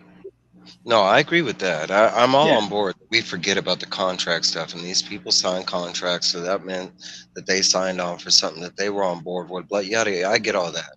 What I'm talking about is like, there's things that we just fail to realize and remember. Like for one, there is a thing called like pop culture, like fandom things that don't just happen in the now, and we base everything on the now. Oh, this movie failed because it didn't do good the opening weekend. This show didn't do good because everybody didn't tune in opening night. But a year later, it becomes a fan favorite or something, and they make the money back in the DVD sales or and once they make back their money of their initial investments, that's where the residuals should start kicking in. But then that's my mindset. You want to get paid for what you're doing, so I think the residuals should get kicked in when they're using what they're doing. Like, if I got paid now, okay, here's the thing. Let's put it in basics. If I got paid for failure, if I got paid to do a movie, like nowadays, and I signed a contract, I got paid for it, I filmed it, it's done. You have to go into thinking they're going to play that movie on TV, and that's probably part of that whole contract. So that's not what I'm talking about. I'm talking about like, maybe like an episode of Friends that's normally airing on Netflix, and all of a sudden it's popping up on Max, and Max is not paying them. That's kind of what I think. Any time a company. You talk about a success. You talk about a success. How many shows failures are the failures? And how many times is there something that makes no money that all of a sudden becomes a cult classic just because it's a meme or a joke and people are watching because it's funny to watch it be so bad? Yeah, The Room is one of those. So you have that situation where they're getting views and stuff like that, but the studio that made it is still losing money because they I don't think so. I think something like that. They made way more than what they put into it because that movie was low budget to begin with. I'm not talking about that in general. Here's a great example. A great example of I guess maybe like the opposite in a movie that nowadays wouldn't have made shit, but the Blair Witch Project made all kinds of money, and then they made that sequel. But they made so much money off of that first one, they could continue to make. They can make 16 Blair Witch movies, and still not losing money. That's where you're kind of wrong, because when they invested all that money that they made off the Blair Witch, and they did Blair Witch 2 and a little bit of Blair Witch 3, they lost most of that money. Mm-hmm. So sometimes but no, you got the example right though. Yeah. But the studio that made it, and don't forget, the studio that made the first one was an independent situation. It wasn't a studio. The second time, it went under a real studio brand. Yeah, it was New Line Cinema. So, all right. So we bought the rights from you. We did it, and now it's a fucking flop. Thank you very much. I mean, but that's the thing, you know, that term, it's on the basis. That's like, I mean, like you can't go watch the Blair Witch 2 right now if you wanted to. You know, that's the thing. And people if I make a base salary, and I know this is all the wrong terminology. If I make a base salary for my writing, and that should be based on whether it flops or whether it's big. If I make that base salary, and then a guaranteed base salary, guaranteed base salary for writing, you're investing in it. It's your fault to invest in it, not fucking mine. True. But but whether I made a mistake investing in your base salary doesn't mean I should have to keep paying for that mistake by giving you residuals while I'm still losing money. No. But what I do, I think that if it's successful, I should get more money. If it's not successful, the base salary is the base salary, and I appreciate the base salary. Thank you very much. That's what I'm saying. And I think that's fair. That's fair. You got to be fair. You can't. It's like, but I think that's the way Hollywood has worked up to this point. Mm-hmm. Yeah, they get residuals. I wouldn't say to like 100%, but I believe they get residuals regardless if the studio's still in the red after 20 years. They're still getting residuals. That's the way it's structured. Well, but if a studio's in the red after 20 years, then the studio has been making a lot of bad decisions that are beyond the actors and people that they're paying for the movie. We're talking about one project at a time. You got to get it out of the mentality of, okay, they'll make it on the other project. No, it doesn't work that way. You're working on one specific project with one contract on that specific property. You, as an actor, as a writer, you don't have a span of all their projects. You only have a contract on that project. That's how it works. Okay. So just because I made money from something else to make up the difference on my personal level or my business level to be able to sustain, you shouldn't be compensated for me making a good decision on the other end. Okay. So then let me ask you a question about this then. So because you can go hand in hand with this in the music business too, to an extent. So let's say you had somebody that was a one-hit wonder, right? They made one album, it had one hit, and then what's it called? That album flops. You don't hear anything else from them again. They don't make any more music, right? But then the one song that they had that was an actual hit now is appearing in commercials. It's being used by like all types of people. And by your thing, well, that second album flopped and it sucked. Or the sales were very low, but it had this one single song on it that now is being used everywhere. Very different. They sold off the rights to use that, and after the rights are sold off to use something in a commercial, whoever owns that can keep selling it to whoever the fuck. No. But what I'm saying though is just that, but at least the artist gets some type of because they're still. But here's the big difference when an album would drop. Yeah. And you're not necessarily buying the album. There was also a thing called singles. Yeah. You understand? There was a different source of revenue that came in from a lot of that stuff. It's very different. Like you don't clip a movie and sell a single of the movie. It's called a trailer. Yeah, but you can't. You're not selling the trailer. The trailer is an advertisement. CJ's right. No, exactly. But that's basically what a single was for the album. That's the single is the advertisement. Like, oh, this very one song is on this album, and this is the first song that you're gonna hear off of my album. Like, and you hear this song, you love it. All right, go buy the album. Extremely different. Even though they're both entertainment, the dynamics between the two are extremely different as far as distribution. Mm-hmm. And at the same time, if there's anybody that gets fucked more, it's musicians. Musicians have gotten fucked more than any entertainer out there that you could possibly think of. Napster made sure that they got fucked well. They don't get paid for shit anymore. Unless they're doing live tours, they're not making money. Unless they're working off of their past history. If you're Madonna and you have a catalog of 40 years that you're selling, that's a different story. But if you're new, or if you're like a guy that started it in the after Napster era, you're not making shit. You're not making. That's not necessarily true, because the after Napster era, you're looking at it where it's like the after Napster era has been very different for a lot of people. There's a lot of people that made money and that became big artists just making All for YouTube selling videos, albums? or just making mixtapes and shit. Like, there's a lot of people that made crazy money. There's not a lot, but Tom McDonald comes to mind. He is a no. There's a ton. Like, if you're into hip hop and stuff like that, like there's a ton of people that just made, all they did was make mixtapes. So they would just sit there and they would just make a bunch of mixtapes, put them out, and then all of a sudden it's like, all right, so they made the beat on their own. They put out a mixtape, and then that mixtape got played enough times that people started noticing them. Like what's now they're mainstream artists. Not on Facebook. Tom McDonald does that all by himself. He doesn't use any mainstream. He has no studio. He does it all on his own. Every video that he does, the difference. You couldn't do that. You couldn't do that before. But he also has multiple streams of revenue that he's getting from. It's not off the music itself. Napster did change the game. Changed a lot. But it didn't stop from there. Like, I mean, you're talking about people that, Drake and Lil Wayne and Nicki Minaj started their own record company after that. And they made billions off that whole deal. And they're still making money. And the biggest catalyst of why they're making their money is because of appearances and because of I'm not saying that because it's not the albums themselves. Yeah, it's a very different. I am in the boat with a live. It's a very different path again in there.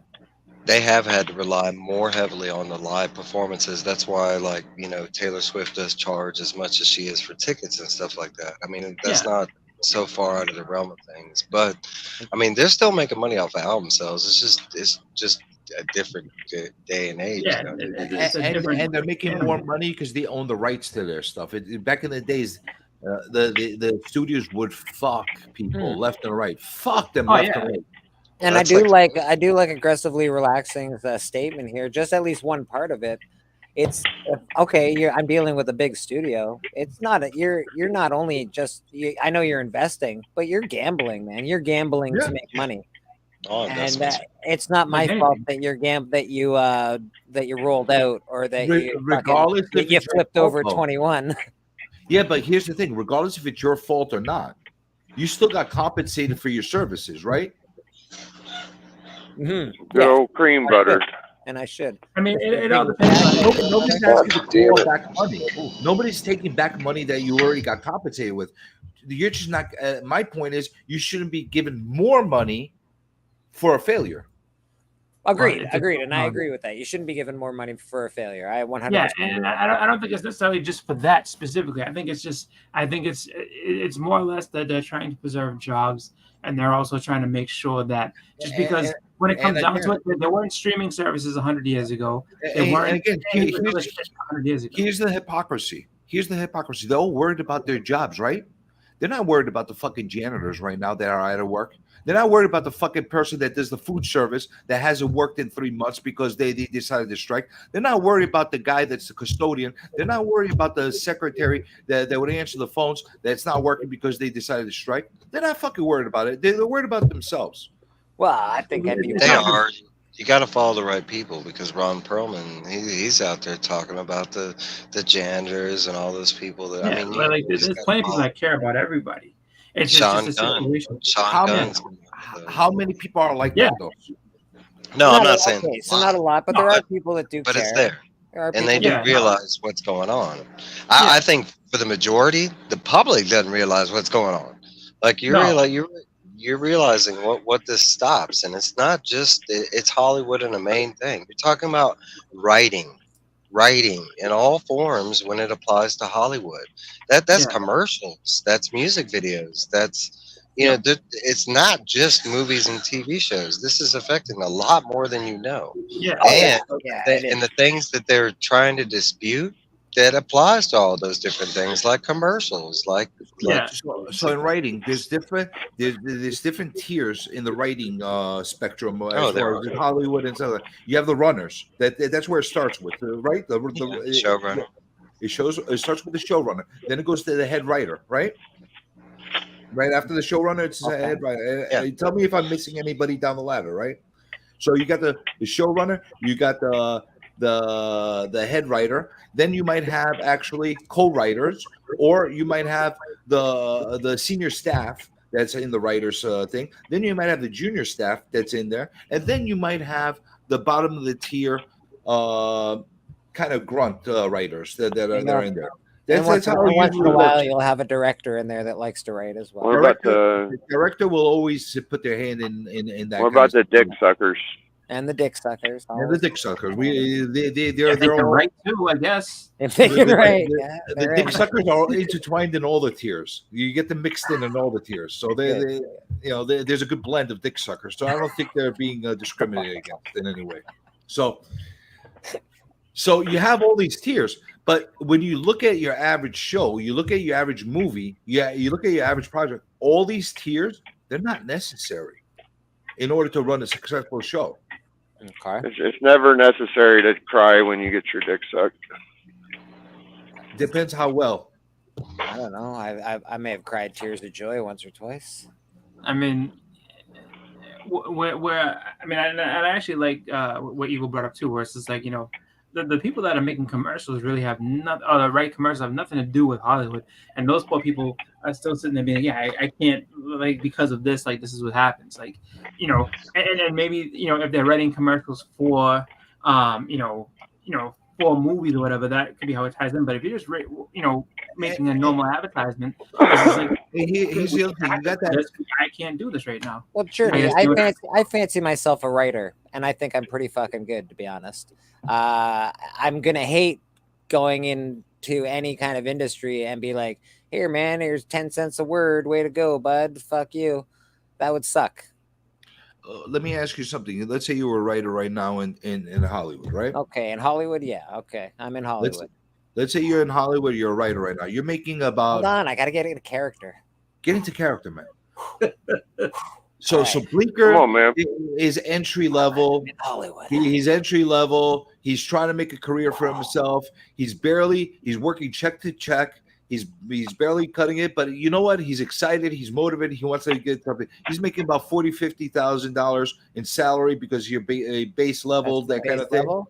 Yeah, pretty much. I'm pretty happy. I should go into acting. If that's the base level, I'm going into acting. So you're making that money, and all of a sudden, but don't forget, you're living in Hollywood, so your rent is like $4,000 a fucking month. It's pretty expensive.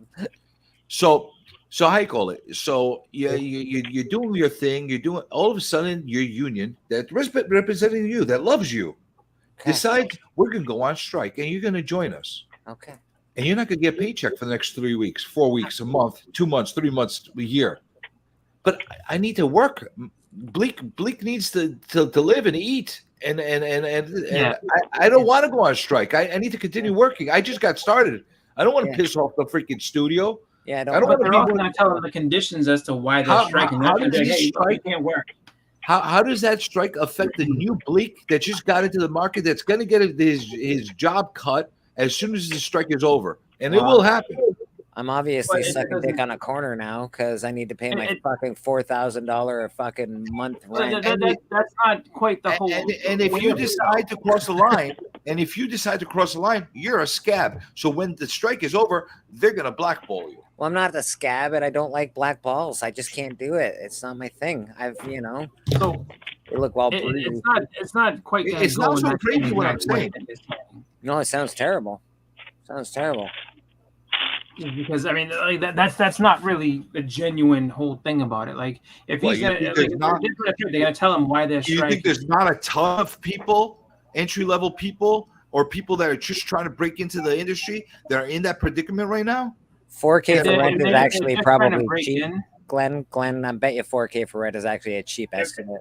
In Toronto, it's 4K for rent. If they're trying to break in and there's no job for them, then that's going to be rough for them. They're going to have to do what a lot of people did. Well, yeah, obviously, if that happens, then I won't be writing for a year because I don't want to piss anyone off, and I've got to go get a job at a restaurant somewhere, like most of them do, right? Like I tried to get so I went to school for video game design, and initially I had a job right out of college, and was working at a studio making a game. And I was there for about 2 months, and then the company, the bigger company, and there was no reason for it other than we just don't want to make this game anymore. That's what we were told. We're just not making this thing. This thing was ready to go. It was going to launch, and then they just stopped. That was it. Did you get paid? Did you get paid during the time that you were doing it? Yes, I got paid minimum wage. That's what we got. We got minimum wage. I got $11 an hour. Well, there are jobs even now. Like if you work for companies that they'll make you sign things that like all your I just signed all your ideas are ours. Yeah. Blah blah. Yeah, blah, same blah, deal. blah, Same blah. deal. What's it called? Colleges do that. Listen, the comic companies do that. You go and draw something and make a character in one of their Marvel books. They're keeping the rights. Yeah. So it's part of the program. As a creator, you make that decision whether you're willing to do that or not. Me personally, I'm trying to break. I'm trying to do something for myself in that business. Okay, just on a personal level. But let's say Marvel decided, hey, Journey, you want to take a shot? You want to take a shitty book and actually write it and make some characters in there? Sure, we're gonna pay you shit. We're gonna pay you fucking shit, and you're gonna eat shit for the rest of your life with this character because it's gonna become huge, and we're not gonna pay you anything on it. They're gonna tell me that, right? It's in the contracts, basically, in nicer legal terms. Okay, it's my decision whether I decide to take that contract agreement or not. And you know what? As a guy trying to break in and cut his teeth, I'd say I jump on that in a heartbeat. You know what? Fuck me, so I can make a name for myself. Go ahead, you fuck me on that deal, that first contract deal, so I can make a name for myself, and then I'll make my money on my next deal. That's the story of every famous person that's ever existed within the comic book community. That's what happened to them. Is they took that first deal and they fucked up and they made a name for themselves. And guess what? They fucked up and those characters are being used for the rest of their life. But they also got a platform. They also got a platform to make a name for themselves. They had a lot of work going forward for the rest of their lives because of that. That's true, but then you also can. I mean, because you can't just sit there and be, all right, well, screw me and this is it. Like I mean, you also could take that contract to a lawyer and say, okay, what does this look like to you? Does this look like something I should sign based on this here? What I'm trying to do? Like if I'm just trying to write this character and I'm not creating anything of my own, I'm just writing this one character, and I'm sure they'd break it down and tell you that like if you create any of the new characters over this time and they become popular, it's ours. Okay, fine. Like that's what you're doing within that state. But like if that's not what you wanted to do, like if you had a whole bunch of characters that you created and you're like, no, I created these on my own and I want to bring these into the book, I think it'll make it better. Like, you know what I mean? Then at that point, then you would want to consult with a lawyer and be like, look, should I take this deal or should I not take this deal? I mean, and then I'm sure the lawyer would say to you, if you want to work in the comic industry, this is your way in. You're going to have to lose these rights, or either that, or don't bring these characters to light. Do this for a while. Do your, hope that it works out, and then, move to something like Image and make your own characters. The whole key is use them as they're using you, because you're using each other in different ways. I can tell you that some of that's like missed, because I know now to work at DC and to get to write on, like, let's say Batman, like they have to like sign on to being able to create so many heroes, so many villains during that run. Now it's up to them, but I do know that like during Tom King, like he had to do certain things to be able to write for them. So they did. I mean, it's not just like dude, if you ask me to write a fucking book, I could write a new character in every single fucking book. It doesn't mean they're all gonna be It doesn't mean they're all gonna be memorable characters. Oh yeah, and that's kind of the point, because if you go back and look at Grant Morrison's run, hold your really good stuff in your pocket and use it when you have the best situation to use that best. In the meantime, do the best stories you can and keep those concepts for when the time is right. Well, that was also the thing, because you go back and you look at the two different runs before recent, but like Grant Morrison's run, he came up with a whole bunch of characters and stuff. Whether or not those characters are still around, not really so much, and he kind of did that on purpose. He didn't want them to be so popular.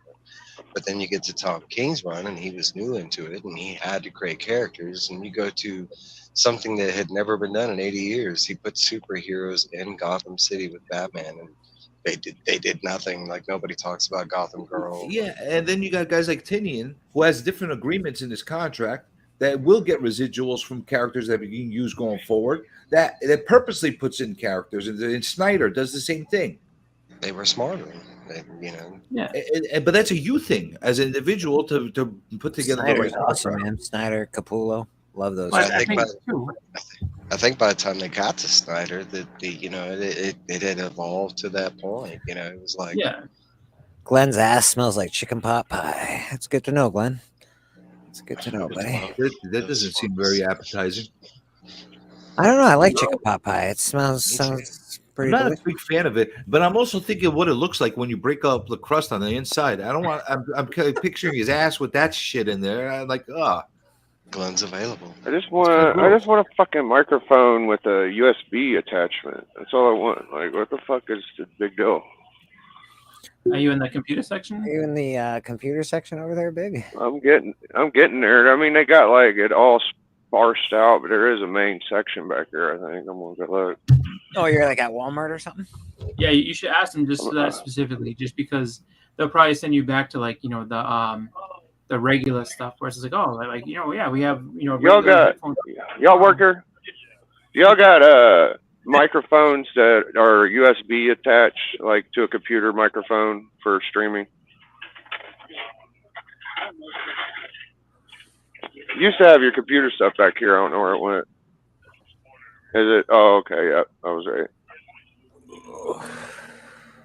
There you go. Which microphone is Biggie gonna get? I wish Biggie went up to them and say, "Hey, listen up, fuck nuts. I'm looking for a fucking microphone." Don't you know who I am? I'm the immortal Biggie Shaq, and I need a goddamn microphone. Showering microphones, damn it. That's right. You have some stuff up in the front.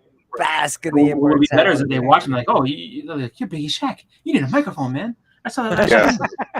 Gamer ad says they'll be cheaper. Hialeah, man. One of my favorite people. I think my headset would work. You could plug it in with one of them little stereo plugs, right? Yes, yeah. That's what I use. Are you just using your phone? Yes, your headset will work. Yeah, regular. I have a fucking Bluetooth. I'm just not smart enough to get it's my grandma's computer. I don't know how to get in the settings. It's like I just use it for my email and StreamYard, but it don't give me that option on Streamlabs. It's not paired. One for your computer. You just get a USB one, man. That should be easy enough. I know. There ain't none. Yeah, I know. It's weird. I'm gonna go to Dollar Store too. Tell them, you fuck nuts. You're making my life complicated. Give me a fucking microphone that works for my computer, damn it. So Jenny doesn't confuse people. Just call them names and shit. Hey, yo. Like you look like you're doing nothing. The guy sitting there carrying like something. Oh, there's a karaoke microphone. Look at that. Wireless microphone with speakers. Is that a sex toy? Come on. They got ring lights. They got fucking karaoke. I'm not getting anywhere. Fucking microphone. What the fuck is wrong? Those all look like sex toys to me. I don't know. what's going on. That's in that funny. See, at this point, Jenny, go in the back and find one because I don't see anything here. Do they got Bluetooth dildos? What do they have? What else? They do. I got two really nice Bluetooths. Look at the size of this goddamn fly. Y'all see that? Holy shit! That's a fly, motherfucker. That's a fucking turtle, bro. Is it dead? That's fucked up, man. That's Ohio, bro. You just walk outside, giant. Fucking toxic. They call it the giant house fly. Yeah, man. Yeah. Jesus Christ. You guys probably do have turtles living in the sewers. Waiting pool. Gamma irradiated. What's this, the dollar store now? Yeah. Don't buy it. No, Jenny was in this, so he definitely called somebody fuck nut. Hey, fuck nut. Hey, yo, fuckhead. Where's the microphones at? Yeah. I need a microphone because I'm important. That's right. He was like, he's like, you gonna wait in this line? I'm like, well, I guess I have. He's like, I'm not waiting in that line. You went and had a cigarette. He's like, you were in that line the whole time, weren't you? I'm like, I don't wait in line. I just walked right through that. And he says, look. They do have a fucking. They got earbuds. That's pretty good. From the dollar store? No, they're not gonna be any good, bro. I mean, at least they have that. Yeah, they're $1. They're $1. So how you gonna go wrong with that? That's true. Gamer buds. I think I'm just gonna have to figure out how to get my Bluetooth to hook up to the damn thing. Well, they're only $1. You might as well try them. For $1, I would get it just to freaking see if it works. And if it dies none in of this shit's $1. You get another one for $1. If he dies, he dies. You know, come on. Too bad you don't have that Rock Band game. You can just plug that one right. Volume and microphone for $5. Oh, there you go. Oh, wait a minute! I thought it was a dollar store. Well, that was a $5 store. What the fuck is this? The pink is really nice. I would get the pink. That's lovely. All electronics and all electronics dollar stores are always $5. Yeah. Are you kidding me? No. That's the big manga items there. You take that. That ain't bad. Does it call the dollar store on the sign? It says $1. Yeah. You take that. Nothing in here's $1. Do you think I can get this for $1? It's like a giant speaker, man. Well, it doesn't matter. It's in a dollar store. It's false advertising. It's gonna be 15. I can get the Peppa Pig. I could get the Dalmatians. Journey's the Paw Patrol. You pick 5 of those Paw Patrols and take them to the register and throw a 5 on them and say, "I got 5 on it," and you walk out. Look, you see this that is one? just headphones. The other ones have microphones. If you get two Paw Patrols, you might be able to sell one on eBay for twice the price. There you go. Art and sound. Oh, look at that! You get the almost what's it? Yeah, it's like a mix between Jake Paul and Drake. Oh, it's just headphones. So those must be good. So I've had this before. I bought this one before, and it broke on me. So I'm not buying that again. $15. That's a dollar store. Are you getting 15 of those for $15? No, that's true. This is my best option as of right now. Is the pink. What the fuck is this? $5. I might get that. I don't know. If I can't get nothing else to work, I might get it. They better give you I mean, the little bit nicer ones are 20. A little bit nicer ones are 20. Do you have a Five Below, Biggie? Huh? Do you have a store near you called Five Below? No. Damn, if you had a Five Below, they're usually near a Target, but if you had a Five Below, why didn't you get the pink? Why didn't you get the period? Do you have a store called Best Buy near you? Is there a Best Buy in the States? Yeah, there's Best Buy. Yeah, there's plenty of Best Buys. Go to Best Buy. I just went to Big Lots and Family Dollar. Go to Best Buy, bro. Why didn't you get the pink ones, dude? Man, I'm fucking dying to see you with the pink headset. He's trying to save money. Well, if that one was $15, that was like halfway as decent. If you go to Best Buy, they probably got a good one for $25. I'm just saying. Yeah. I'm gonna try out my free option first. I mean, I'm still hopeful. I'm still hopeful Goodwill or my antique shop might have one that hooks up to USB because I really don't like the whole plug-in stereo bullshit. I'd rather have a USB. The antique store. I wouldn't get a fucking one from the antique store. Who knows whose fucking ears that those things were on? It's a fucking microphone. Glenn. Who knows who was spitting into that microphone with their fucking germs and coronas and who knows what else? Is there any Mexican? I'll hit it with alcohol. Biggie, Real Rude wants to know if there's any Mexican stores where you at. Any Mexican stores? We got Taco Bell and fucking another Mexican restaurant. We got El Toro Loco. Just restaurants, no actual stores. It's funny you said it. Not like an actual Mexican store. Hot stuff in the bodegas near me. They got some good stuff that they just fell off the truck over here in the bodega. So you get some really good technology. I was gonna say, you go to the bodega, you get some stuff. Like I know, if I was at the market today, I have Mexicans next door to me. My neighbors are Mexican. Guaranteed, I could get this microphone for like $10 at the market that I have today, but I'm not there. Crystal originally, that's what Five Below is a store that it's like a fancy dollar store. Taco Bell is it's supposed to sell everything $5 and below, but even in that store, you can still find stuff marked at 10 or 15. Bullshit. We got a real dollar store. We got like $5 stores in my town. Like we got one that's like $1.25. I don't know which one they had. Like somebody found a bunch of those. What's it called? The Ultimate Fallout 4. That Jacobic or whatever the hell they call it. That variant. Yeah, they found those a few years ago. Yeah, they found a bunch of them in them Five Belows. Like, dude, also now it's a $30,000 comic. Five Below sounds to me like a store that's super cool. Like they're like, yo, man, it's Five Below, like Five Below Zero. Because I thought at first. So I'm like, I actually get a lot of my T-shirts, posters, that kind of stuff from Five Below because all that stuff is $5, and like super cool. they actually have cool like pop culture or comic shirts. They have cool anime. Like I'd say, I mean, it is a dollar store basically, but I want to say it's a little upscaler. It's a lot nicer than your average dollar store. Yeah, I honestly thought it was a wilderness store when I first heard of it. Yeah, we just have Dollar Trees and stuff around us. Five Below sounds like the Tuesday special at the whorehouse.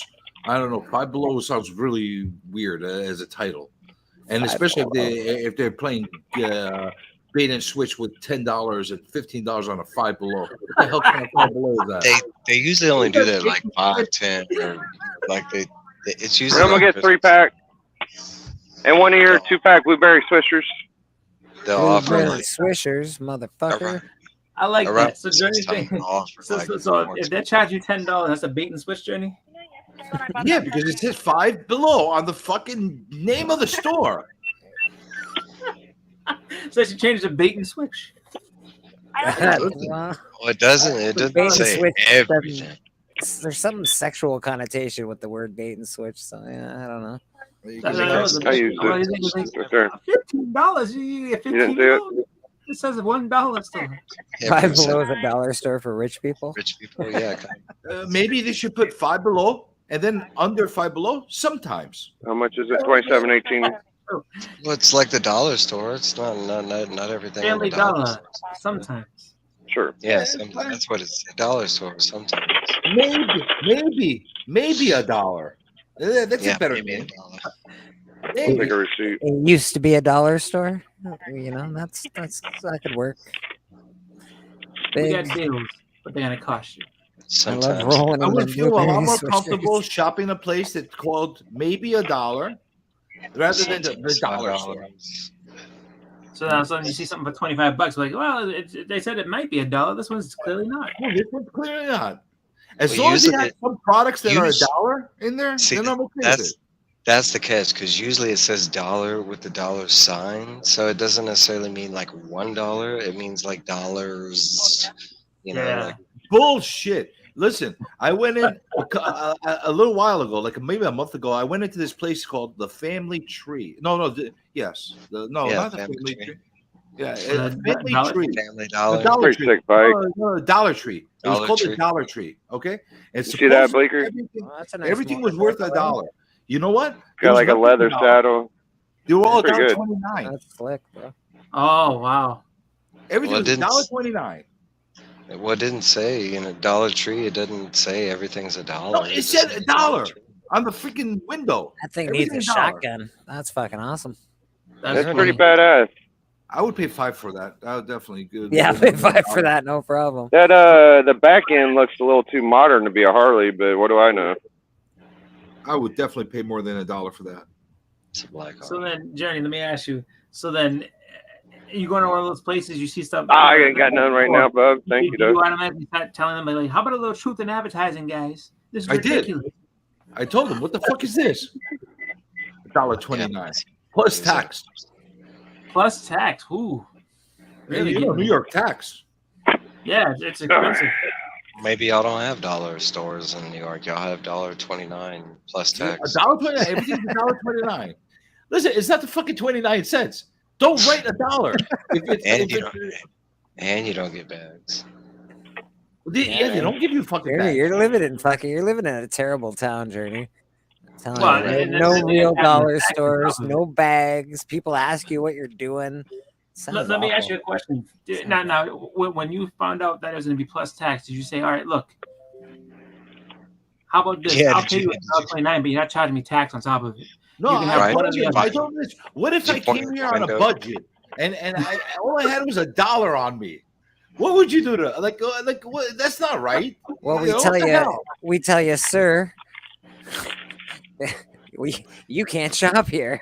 Right. Sorry, bro. But you hooked me in. Better go get. I just paid 25 cents for the freaking meter just to come in here to buy something for $1, and now you charge. Hey, we don't validate parking either. Yeah, but I paid the extra money outside the park. Give me that $1. Give me that $1. You got to pay tax to park. You got to pay tax to go in the store. You got to pay tax to shop. You know, it's all. That's brutal. And I just answered your question. That was $1. Give it up. That's funny. You're like, get out of my store. You don't have enough money to. You just loiter. Right. That's right. Oh my goodness! I think I'd be a terrible. Hey, you ever go to a place where like the price of it is like, I don't know, $10.99 or $9.99? No, it ends up the final price is $9.99 or $9.98 or something like that, right? And you hand them over a 10, and you hand over a 10, and they're just looking at you. Give me my fucking 2 pennies. Yeah, give me the penny. No, give me my fucking change. They don't give you the penny They anymore. don't give you the pennies back. No, it's not the fucking pennies. Why should you keep them? They're mine. But in the same thing, like if it's 46 and I give them 45, I don't give them the penny. And they're just sitting there. They close the register and they stare at you. And they stare at you like you're an asshole. What, you waiting for the pennies? No, well, man, they took pennies away from us. They were like, nah, pennies are worth more as the metal than as a penny now. So, and then they have pennies. And then they don't give you a bag either. So I got to carry this thing out. Well, they've started that over here a lot. It's all paper bags now, and I'm like, I'm supposed to carry 2 2-liter cartons of chocolate milk in a fucking paper fucking bag. I feel like that's where we need to unify because, right, they're charging us for bags if you get a bag now, right? Yeah. What if you don't? What if you don't want the bag and you just carry that shit out? They should give us money back because we're, like technically doing their job. Yeah, now you're talking. Oh yeah. I mean, like, there should be like, are you carrying your? You know what? Why shouldn't I get a discount when I have to fucking throw all the shit in the bag myself? Yeah. You should be doing it. Why shouldn't I get a discount? Not only do I have to now throw it in a bag all myself, I gotta count it all myself. I gotta scan it all myself. I gotta. You know what? Oh, yeah. I think that they're comparing the money they're saving with not hiring people and the people that are stealing, and are evaluating which is the better route. Do you hire people to do the job right, or do you fucking keep this AI and computer self cash out shit? Oh, absolutely. And is that more productive? You know, I don't know. Godsend for them, just because it's literally like you're checking yourself out, you're scanning your own groceries, you're paying it, and then you're leaving. Like it's just it makes it so much easier for them. And it's just the problem with that is though, you're hiring a guy or a gal that's sitting there watching people, and now that person has to assess whether or not you've put something in your bag that you didn't scan. And I've heard it from more than one person. Here's the catch. They're starting to profile people, man. They're like, oh, look at that. That is a problem because they can make us all look like we stole something. Honestly, like I love it. I love it when I go to a fucking Home Depot or something and it's all self-service and I go and fill up my fucking bag with the shit that I go there, and then the guy at the door, he goes, let me see your receipt. He looks at your receipt and he peeks inside the bag. He doesn't fucking need to do this. He just looks at the bag and looks at the receipt and he checks it off. He's like, I'm like, all right, you check thoroughly. I paid for everything, right? You smart fucking nice job. Well, I don't think that should be a thing anyway. Because again, they're doing it much harder to some people than they are to others. I don't like the whole receipt thing. Well, that's a good thing. That's a scary thing, though, dude. We could go buy shit, and they could say we stole a fucking $100 ring or something, and then profile us, and then track us down. Because I've heard people that are stealing from Walmart. You might get away with it 3 or 4 times, but once they start getting video of you doing it, and they can get pictures of you in the parking lot. And there's cameras everywhere. They've been going to people's houses and serving warrants and shit. So, what if they started faking the shit, saying we're stealing shit, even though all we're doing is cashing out and buying everything the right way? You know. Well, I would hope that's not a thing. I could tell you. I mean, it could happen, though. It could happen, bro. A lot of things about Walmart. That was 12 years of my life, all the way from ground up to store manager. Like, okay, I can tell you, Biggie. That's 100% true because they have different levels of thievery that they watch. They'll let you steal all the way up to $100 in a personal day because guess what? In most states, once you steal over $99, it turns into a felony. And guess what? Right. Then they come at you. Another thing is if you're an employee, they'll let it go up into the tens of thousands of dollars because they want it to be a triple felony, so they get their money back through insurance, and you get to go away for jail for a long time. So they will let you rack up. And not only that, the cameras are sophisticated. I haven't worked at Walmart since 2011. And back then they had facial recognition. So the second the second they caught you stealing, you were already put into a system. And every time you went to anything that Walmart was attached to, and that include Murphy's gas station, Sam's Club, Walmart, they all use the same fucking technology. So the second you pull in and the cameras pick you up, you're already being flagged whether you're being stealing or not. I did like another thing. That's fucked up. That's fucked up. Good. Another thing to me, well, that's something you sign when you go in there. That's not something that they just like do or whatever. When you get caught stealing, you kind of lose some of them rights. But no, but there's another thing. The self-checkout thing, nobody lost jobs. There's like with the self-checkout thing, all Walmart did was just move those people to other positions and shit. But like, it did fuck over like that position. It was something else that you could have got a job for, you know. But no, self-checkout, it fuck self-checkout. That's just slow. I mean, now the way Walmart uses it is, it's kind of like, you know, I mean, I don't know what Walmart y'all look like, but every Walmart I've gone to, it just looks like a mad panic of people trying to check out because there's no registers available. And that's whether they have self-checkout or not. You want to hear something funny? Here in the city, they try to put Walmarts in, and the city said, okay, we would love to have Walmart over in New York City, but you have to go union. And Walmart here, no. Here we're not doing union. Walmart said, no, we're not doing it. They were very anti-union here. Yeah. So and then the city's like, no. That's because they pay their employees like shit. You're gonna go union. So guess what happened? Walmart never opened up here. God, they're terrible. They're terrible to their employees, and they also destroy mom and pop shops. Like that's no longer a thing when there's a Walmart around. So I've been told that you could pretty much steal at our Walmart left and right. I remember one year, even one of the employees said, "I don't know why anybody buys anything, just steal it." But I do see people getting checked. I don't know if I see people getting arrested, but I think the easiest place to steal from in my town is probably Lowe's. I'll tell you a story. People in Lowe's just walk in and out with stuff all the time. I'm one of them. Mike's got a story. Mike's got a story. All right. So we had a regular worker, and every night he would boast about how he had no money because he had to pay child support and this and that. But every night he would have monsters like up the wahoo. Like ordinarily, what it was is he was stealing like at least like between 1 to 5 Monster energy drinks a night, and he thought he was all big and badass because this went on for like a year. Every single Monster that he stole was cataloged. You know, they let you build it up, especially if they know you work there. They're watching you. There's cameras everywhere. Jesus. Oh yeah. There's more cameras.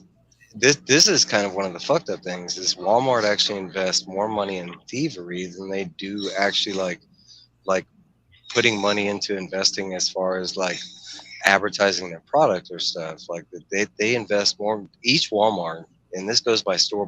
They actually have a retainer fund at the beginning of the year that goes into their stores like yearly budget, but they actually have a theft category. And most single store, like big Walmarts, it's usually like $1 million budget that's just set aside for stuff that's going to walk out of the store. That store that, you know, and it's like, how do they have, no, that store's priority is to keep that number under that. But, you know, it's not like Walmart's not in this idea that stuff's not going to walk out of the store. Well, and you have to, even especially nowadays, the price of fucking things is astronomical, for fuck's sake. No, they invest way more money into like people that they actually hire on that they know are going to steal. It's kind of like this whole weeding out process. I'd say the turnaround rate at Walmart, like, and not because of bad situations or no, just based on thievery is ridiculous. I could say I'll tell you, you know where you get stolen shit from Walmart goes though, don't you? Say it again. Where does most of the stolen shit go? Where does most of the stolen shit go when people steal from a place? What they do is they fucking return it for the money a lot of the time. Okay, I see. Yeah. Oh yeah. Oh yeah. I don't know how that works. Does it have to be scanned the first time? If it's not scanned, I don't know. I don't have a receipt. At Walmart. Yeah, these motherfuckers do it, dude. Yeah, these people do it, bro. But can't Walmart figure out that like this was never scanned out of the store? How do you have it in your hands? On the UPC, yes, they do have that capability, and they have the capability of like knowing if it came from Target versus Walmart, that kind of stuff. But like, it all depends on like whether the employees are keeping up with the product in the store, because not all that's computerized, and they kind of keep it that way because if not, there would be no jobs. But like, yeah, but didn't they? Wasn't there a? I can't remember if it was Walmart, but there was almost like a you can return it policy, like no questions asked, return your shit. Right. Here you go. Blah blah yeah, blah. pretty much. I mean, that should be any kind of store's policy. I mean, as long as you brought it from that store, like they should, there should be like some kind of store policy, no questions needed. Really, it should be like there should You be think like a comic book store should have that policy? no books. I think are different, but Walmart does take back books. You know what's funny is like people still, or people don't steal, but what they'll do is they'll fucking go to Lowe's, get a fucking power drill, get a fucking 5 or 6 sets of locks, and then they'll go home and they'll pick the ones they want. This is how rich people do shit, I guess. But I guess I'll just put my mom in that category. But she'll buy like 6 locks, and we'll pick the one that works the best. Then she just returns everything after opening it and dicking with it. As long as you got the receipt, usually people just take shit back pretty easy. Yeah. I've seen crazy shit. Okay, at the Walmart I worked at, every Halloween, guess what we got? We got costumes back. How do you return a costume? That was after they've worn. Can't really. Yeah, people fucking use this shit. What time? Take it back. There you go. They have to take it back. You think about some things that you wouldn't think they'd be able to take back, but they do, like plants.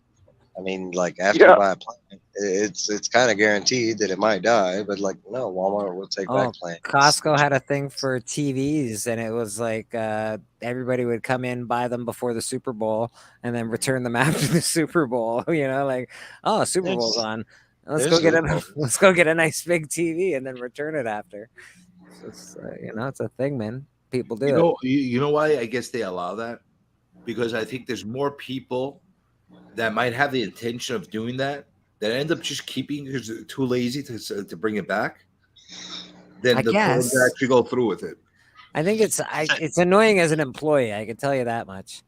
With Walmart and the way the returns worked, it wasn't like a necessarily loss on their end because like it depended on the warranty that was on that product to begin with. So sometimes if it was like electronics that were stolen, there was still like an insurance policy that was set up like from the company to Walmart side. So just because you think of like loss in that terms, in business sense, it's different. It has different stages and meanings and stuff like that. But like for instance, going into that, the costumes, like yes, people would bring back costumes, but like Walmart would return them, but then they would go back to the company that made those costumes. And I'm pretty sure those costumes were cleaned and just reissued the next coming year kind of thing. So it wasn't necessarily,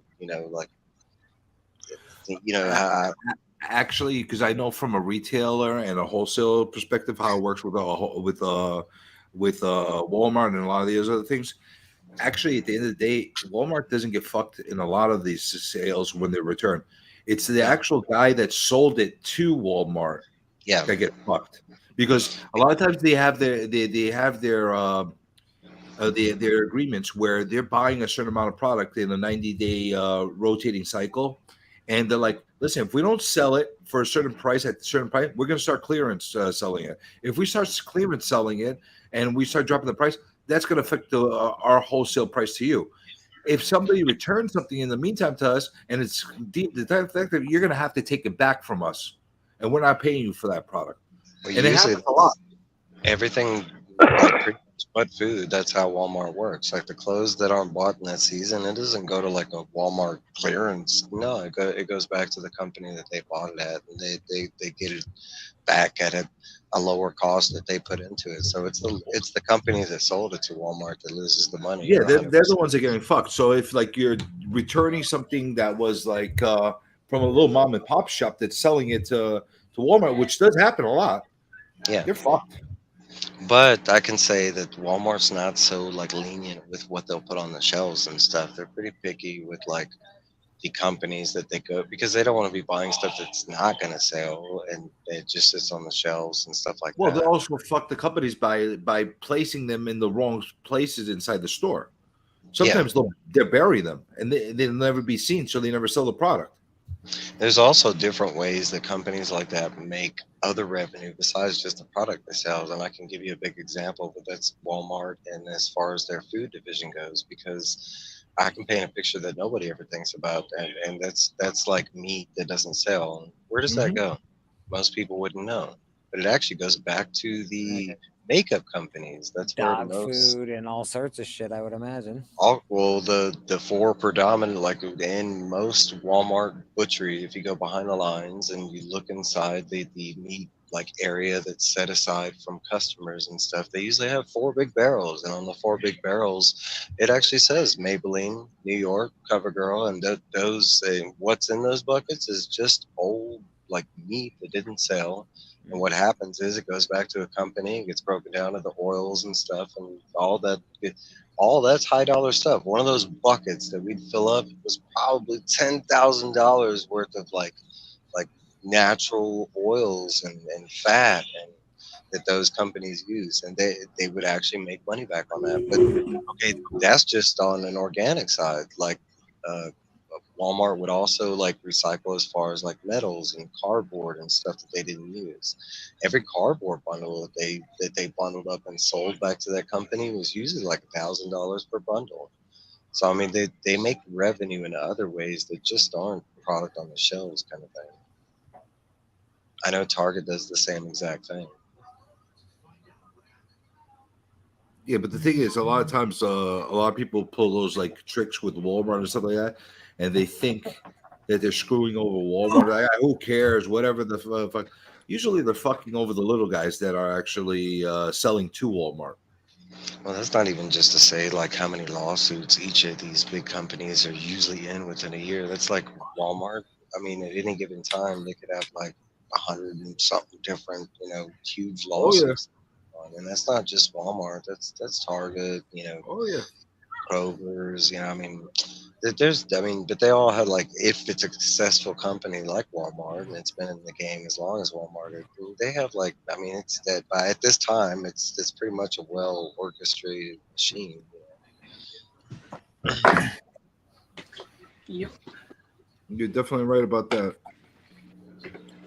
Hey, I don't know, man. I don't like Walmart that much, but it is, you gotta.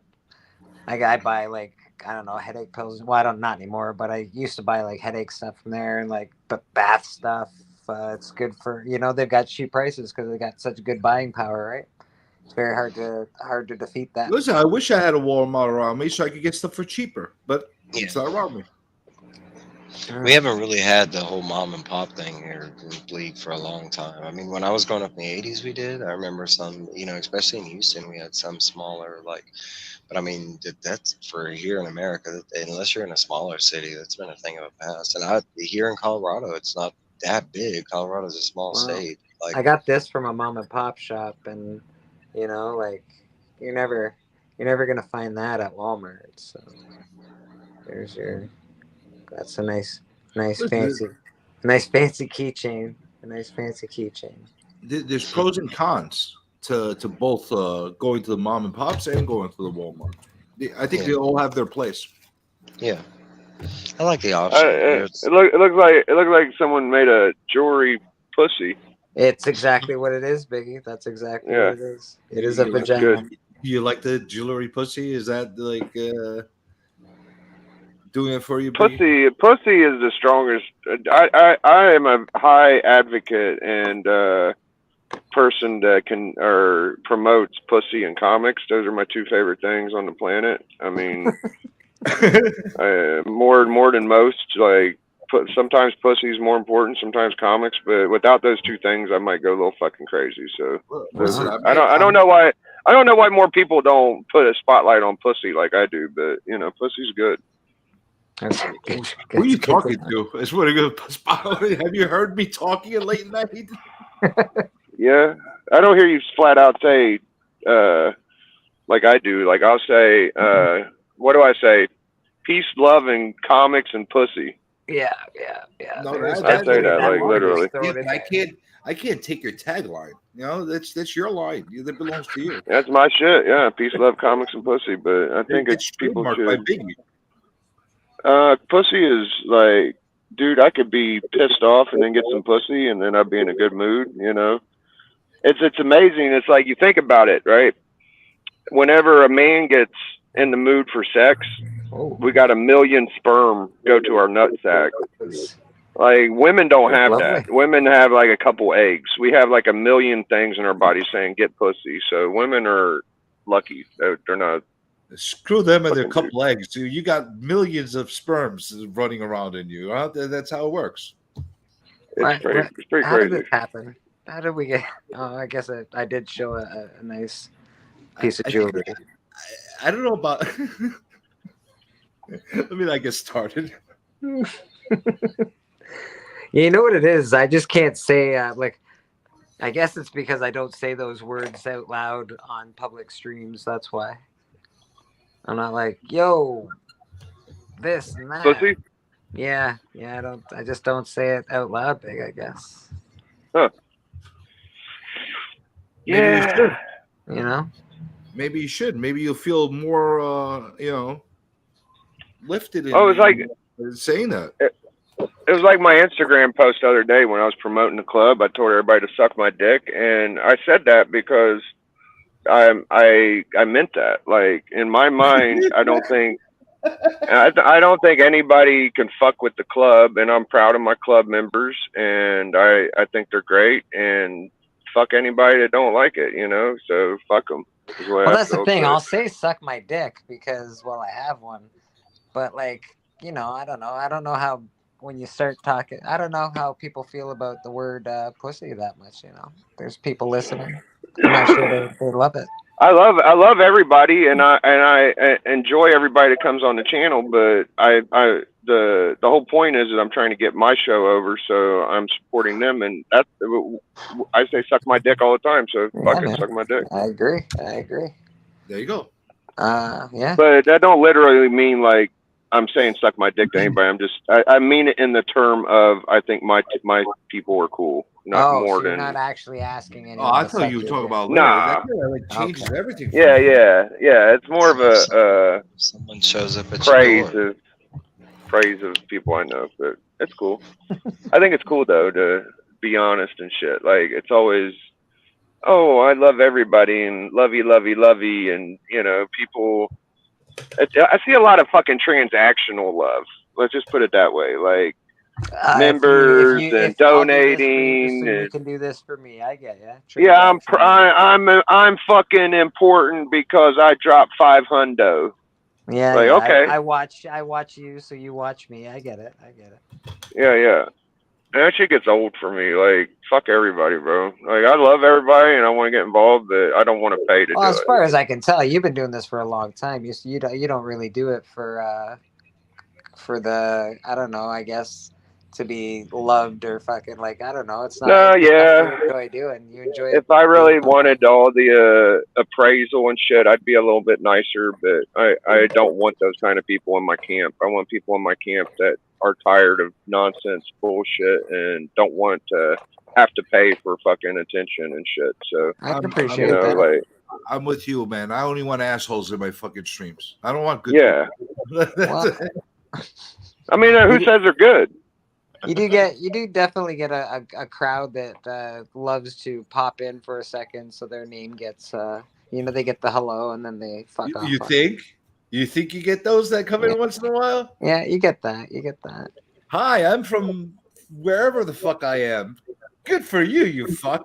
Don't mind me. I'm just poor. Yeah, I'm just poor. Don't mind me. Like, if I have money, I'd probably give it to everybody too, but I don't. I remember this one poor guy. He comes onto my stream one time. I don't recognize his name, and he comes in like throws one of those comments in. I'm like, "Who the fuck are you?" and I'm like, "Who is this guy coming out of nowhere?" And the guy ended up was following me for like months. I felt so bad. Oh, I get people popping in my stream that don't fuck with me at all. They don't like any of my shit, but they come in and say hi to everybody. It's like, hey, and then they're gone, just like that, like the wind. Remember that one guy? He's like a principal or something, and he like Principal Joe or something. Like, who the fuck is Principal Joe? And I went to check. I do remember that guy. Yeah, and it ended up being like a nice guy. I was like, oh, you. It usually is. Yeah, it usually is a nice guy. I blasted him. I don't think I've ever had anybody weird pop on the stream yet. Nobody has been like, I'm just going to jump on this guy's stream. I don't think that's happened yet. So because you don't do that many night streams anymore. That's why. Yeah, that's true. That's because nights are pretty well taken up, man. Everybody. You get all the churchgoers. That's the K-pop's got like a ton of streams all week. You've got streams. Everybody's got streams. I can't be streaming every night. I gotta watch people too. So. Yeah, I would be more than happy for you to stream and me not to stream and jumping on your stream. That would be so much happier. Okay, I get a couple plates. Just two. Yeah, you're the man, brother. I love you. Papa Wheelie, I'll give you a link, man. Sure. I didn't put it in the big chat today. I put it online or on here. Thanks. See, the problem is I get savages like Papa Wheelie coming on to my streams. And it's a little bit problematic when I get the guys like that on my stream because they come and disrupt everything. I know he's a disruptor. I don't know what your deal is with Pop. I've never heard him say one bad thing about you. I love Pop, you know that. Trying to instigate shit. That's what it is. Everybody knows I love Pop. Okay, that's more like it. He just loves to be moved to me. I'm with you, buddy. And I do love most people. I try to love most of the community, enjoy them anyway. Some people, I'm not partial to their style, but it doesn't mean I don't like them. Listen, here's the deal. If you're going to hear me giving you shit on a daily basis, that means there's something about you that I kind of like. And I want to give you shit. Yeah, I fucking try, man. I try to like all y'all, really do. I try my best. I really try. I try to like y'all. I try. It's hard. I try hard. You know what's worse? If you hear me say nothing about somebody, if you hear me say nothing about something or not interact with them at all, that means I don't give a fuck about them. Especially Evil Mike. He's the hardest to like on this panel right now. He's very difficult. There ain't nobody I hate right now. I just, I just don't. Sometimes I can't. Well, I don't think that all of us mesh with everybody well. Like, I don't fit in streams with some people better than others. I don't fit in with a lot of people's streams. I say this, and we all sit at tables, right? We have like our certain YouTuber crews that we kind of, chill with or whatever. But I think it's just because those people we're all on the same wavelengths as far as like passions, likes. But I don't think it takes us out of the community. Anybody, for me, excuse me. Anybody for me that has a passion for comics or nerdy stuff or stuff like that, it's A-okay in my book, as long as they don't come in here hating on what we are or what we do. The fact that we can all sit here and have a regular discussion on something we all don't necessarily agree on every opinion and still come out of this like just be normal, I think is a real testimony to the kind of group that we're in. We can have great conversations, deep conversations, instead of just like, fuck. And most people be fighting, yelling at each other over this shit. Hell yeah, man. You know how many times I go out to streams where people are like berserk with nonsense? Nonsense. They'll kill each other over nonsense. Makes no sense. I'll tell you like this. As long as people don't give me shit for not paying for attention, then I don't give a fuck.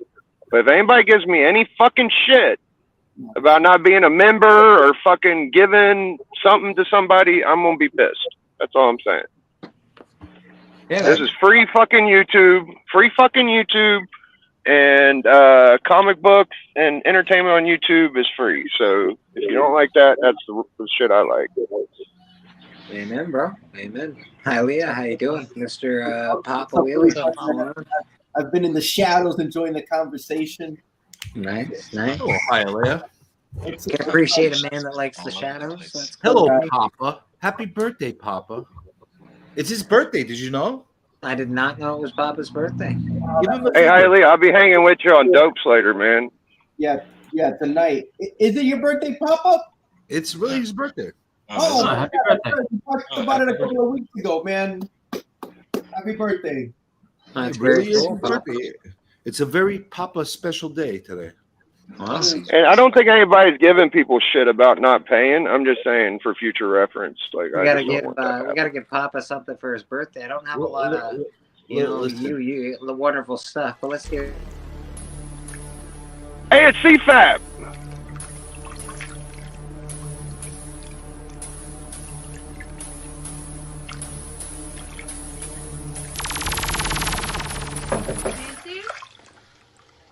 What, Mother? There you go, Papa. Happy birthday, buddy. Very nice. What are you doing, lady? That's a beautiful thing, Blake. Got CFAP in the house. It was Lisa very kind of Noble. you for Papa. Circumstances came back. Who else we got going on here? Oh shit. We got Mr. Who Dat Comics in the middle. Adios, amigos. You taking off? What's up, dude? Who that scared him most? Hey. Bonnie's here. Oh my God, what's happening here? Ice cream. What's going on there? What's up? Oh, you're at an ice cream store. Lovely, lovely. Yeah, we're getting snowballs. Nice. From this place called Who Dat Pops. Family Man. That's a snowball? It's good. Hey, Blake. I know, Papa Willie. I wish you were that hand too, buddy. You probably could have given that girl something she needed. Hey, Blake. Do you think my membership cost is too much? I've only been collecting souls. Souls? Yeah, that's all I ask for. I ask for people's souls, and that's it. Like, I think that's fair exchange, right? I think it seems like people enjoy the exchange. So, if people are accepting it, you keep on asking for the price. I don't want to be his comment. Big Biggie mistyped. It was funny. He was like, "Hey, crap." He's like, "I mean, CFAP." I knew what he meant. I was just like, yes. I don't know. Biggie buggered off. We got the ice cream gal eating ice cream. Yep. Mr. Hialeah. We got the birthday boy. Fuck, man. Who did you see Blue Beetle with your family, or you saw it alone? Hey, Papa. I saw it by myself. Hey, Papa, are you gonna have a big birthday bash stream today? Oh, you are. A birthday bash at all, Papa Wheelie? Do you want me to end my stream and we can all jump on your channel and celebrate your birthday? Is that what you want? Is that what's going on here? Church never ends, man. What kind of birthday party starts at 2 o'clock, 3 o'clock in the afternoon? That's a little kiddie party. That's right. He's got to do a late night. That looks good. He's got to bring the strippers in and the freaking dancing bears. Oh, I like to see that. I like to see that. Tonight after your company leaves. Oh, Papa's got company. Nice. Tonight after my company leaves. I want to see strippers and dancing bears. Yes, and little people. For some reason, I need to see them.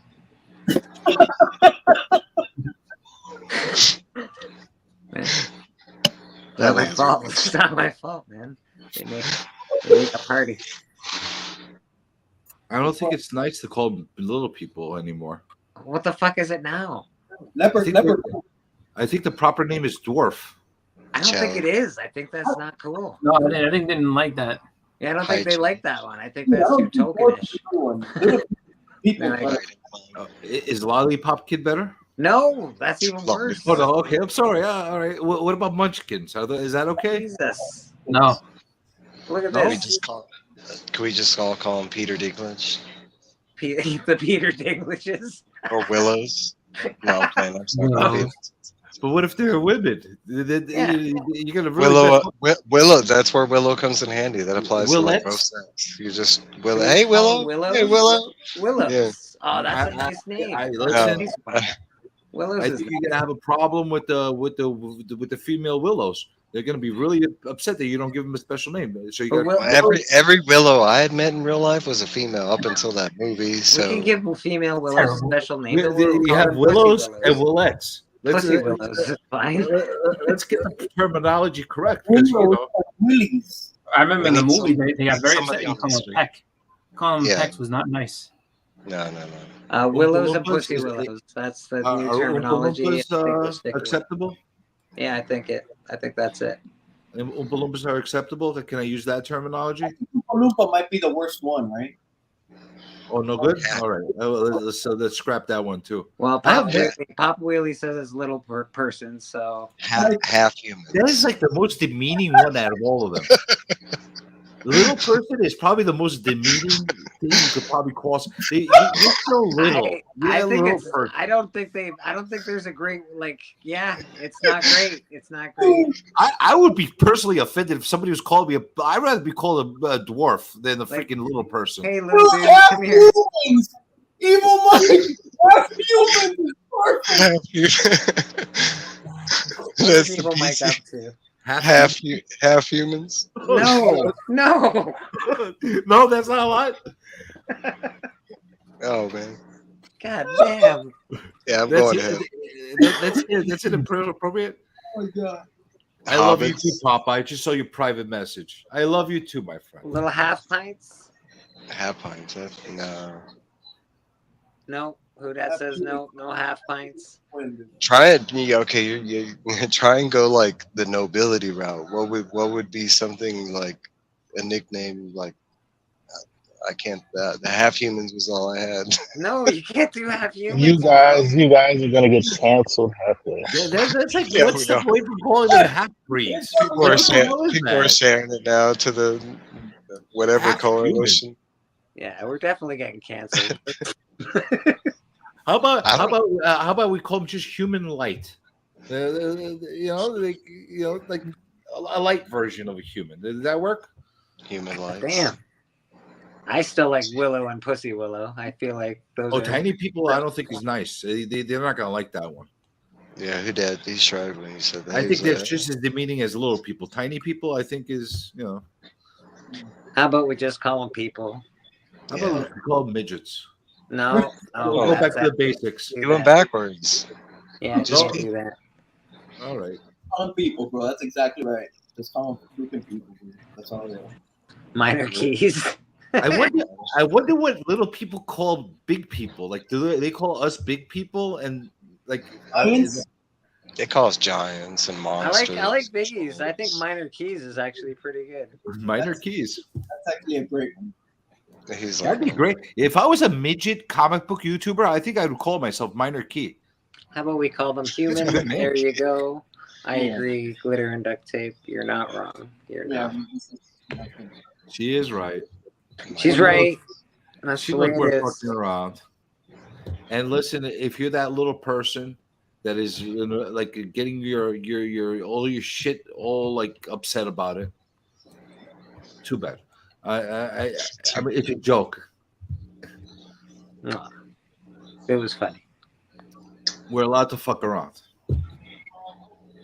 You could call me big person. My buddy did get called a sizist once. A sizist? Yeah, he bumped into a little person, and he offered to buy them a drink, and they were like, "Blah blah blah, you're a sizist," and I didn't even know that was a thing until that happened.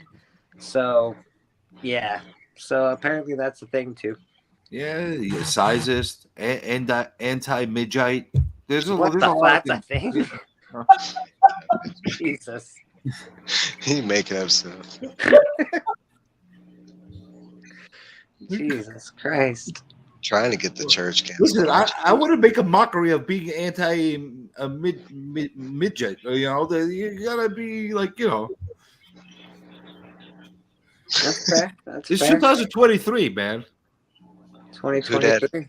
Udad definitely has us muted. He's in public. Oh yeah, he's like, fuck he's these like, guys. I don't have. Look how he's fucking enjoying that thing, man. He's just like gobbling it up. Like, what the fuck is he eating? It looks good. Let's check it out. Blue Hawaiian.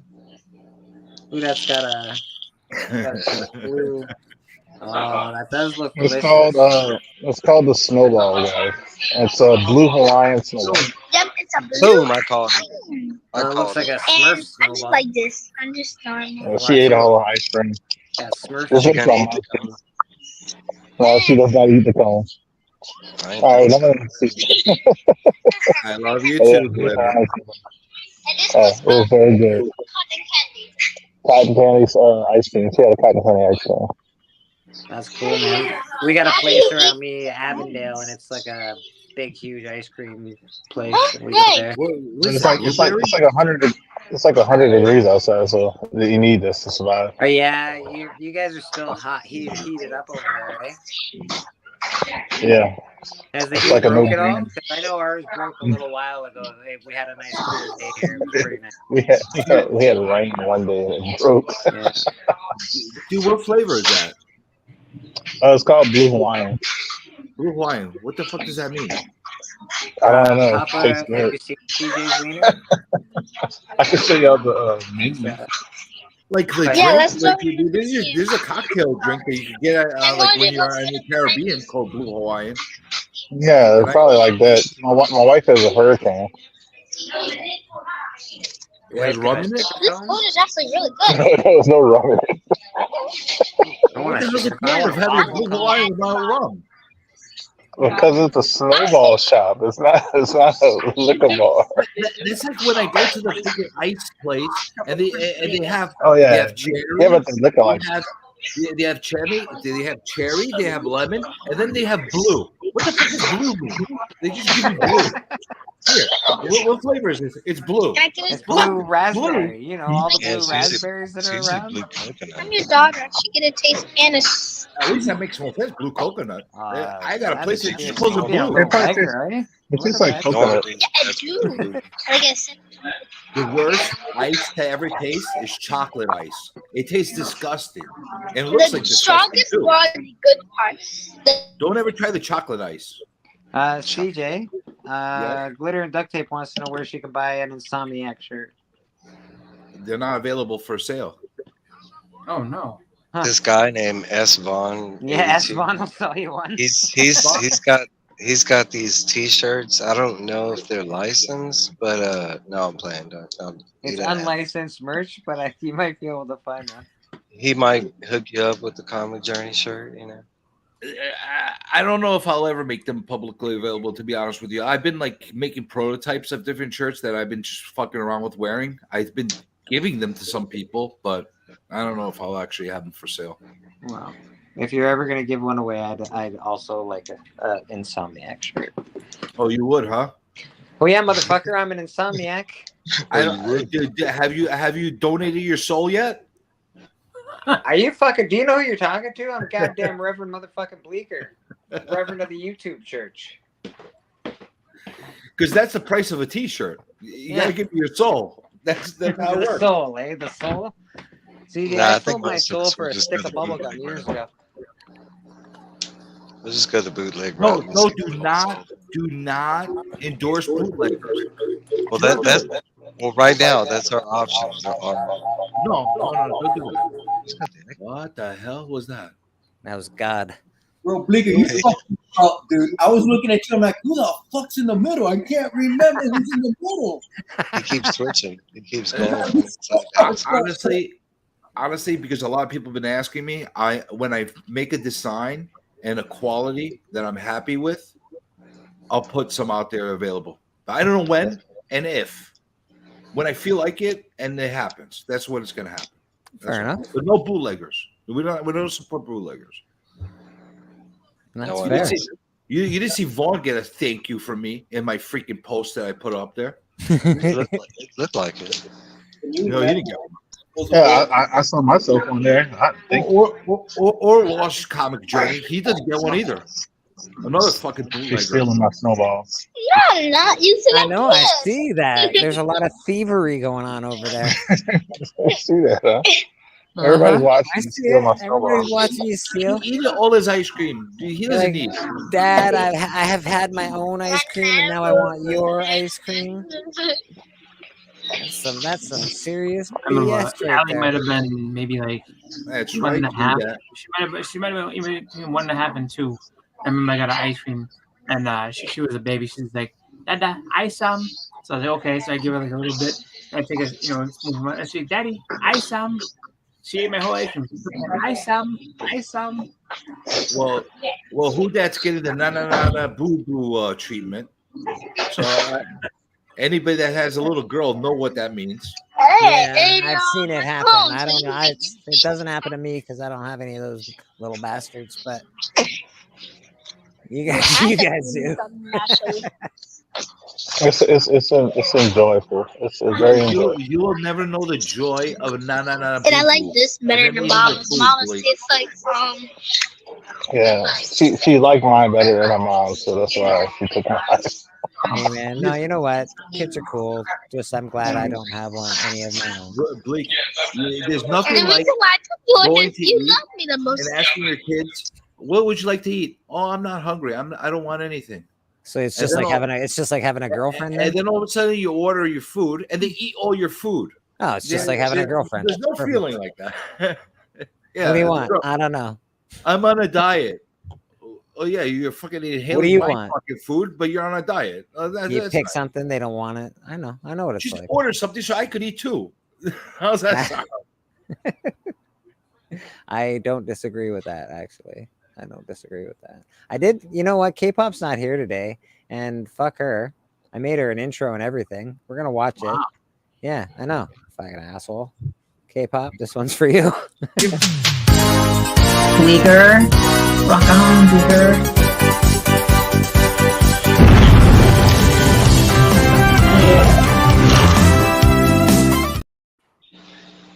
We're gonna watch it again because I didn't. Bleeker, rock on, Bleeker.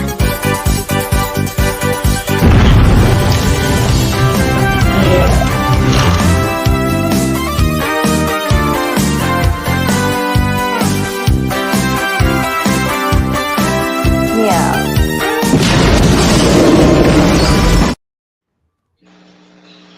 Sounds it really sounds very much like an 80s sitcom. Yeah, that's sort of right. Anime, That's what I was going for. Sounds like I play a Konami game. That's what it sounds like. Sailor Moon and shit. Are we playing Contra? Powers activate. Is backstage. Mr. Mastodon Comics, eh? Boom. What's up, Mastodon? Here you go. You only got boy. Freaking K-pop. Oh. I know. She ate all my snowboard, guys. I make her a whole thing, and she doesn't even bother to show up today. Oh, she said she was in a little bit talking earlier. I know. She was in the chat. She got the link. Don't worry. She chose her fate. My tongue is blue. Listen, I think you got a blue tongue. with all the little people talk. Your hair is wet. He's just sweaty. He's a sweaty man. And a blue tongue. You know, if your daughter was there, I'd say something way worse to that. Way worse. Just so you know. What about your blue tongue? That's all right. I had a whole bunch of Smurfs today. That's exactly. It's exactly. That's where I was going. Someone's been doing weird things with. Oh, you need a durian. Wait. She just ate all my snowballs, though, man. Yeah, nobody approves of that. Nobody approves. No one is approving. And like, I ordered a small too. You know, that was just for myself. If I would have known she was eat it, I would have ordered a large. No way. She needs to go run around. She's got way too much sugar in that body now. You see that? You see that? Yeah, she's freaking out. Freaking out. I have ice cream. Then I have Too much sugar. Too much sugar. No, Oh, speaking of sugar, Sugar Sean O'Malley. Boom, boom, Oh yeah, I saw that. Saw that. Yeah, I can't believe he beat Aljamain. I can't believe he beat Aljamain. Another one. I can't believe that. I couldn't believe they stopped the fight though, because he was still like moving and trying, and then he twisted like kind of lock his leg and he stopped it. Yeah, And I was like, you gotta keep it going, Raf. You gotta keep it going. It was a decent stoppage, but I think they could have let it go a little longer, just because. Oh yeah. Yeah, I think because you know there's always gonna have some controversy now. But if he had let it like that what was the other ref? I like the other ref better. The guy with the dreads, the black guy. He's really good. Herb Dean. He should. Yeah, he should have been. He should have been doing that one. Cause he wouldn't have stopped it. Cause if you remember when what's his name got knocked out, he was about to stop, and then you see him get up, and then he knocks out the other guy. I forgot the Beast or whatever his name is. The Beast. Some people get different treatment, right? Because they're known to be like get beat up and then come back. Like Nate Diaz, some of his fights should be stopped before he gets fucking killed. But they let him go. I don't know. It's a hard call. I think they did the right decision. I think the second fight's probably going to make a lot of money. So I dig Sugar Sean, so that's cool.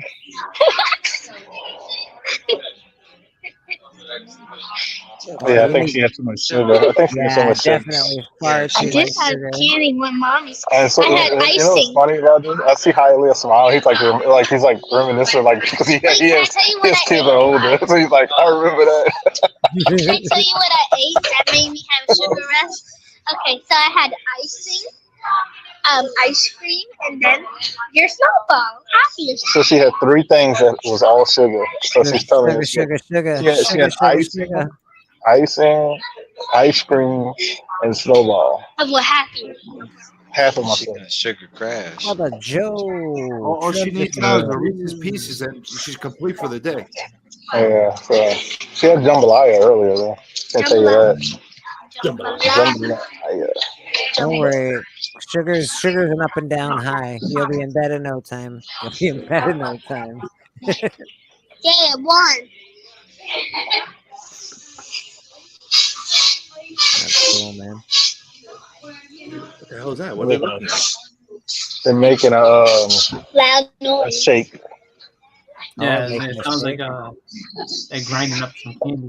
I wish I had a shake right now. I love milkshake. One of my favorite things. Yeah, they got 3 types of shakes. Yeah, cookies and cream. Coming back, Mastodon? Wait, let me go share them. Mastodon, is your music show coming back in September?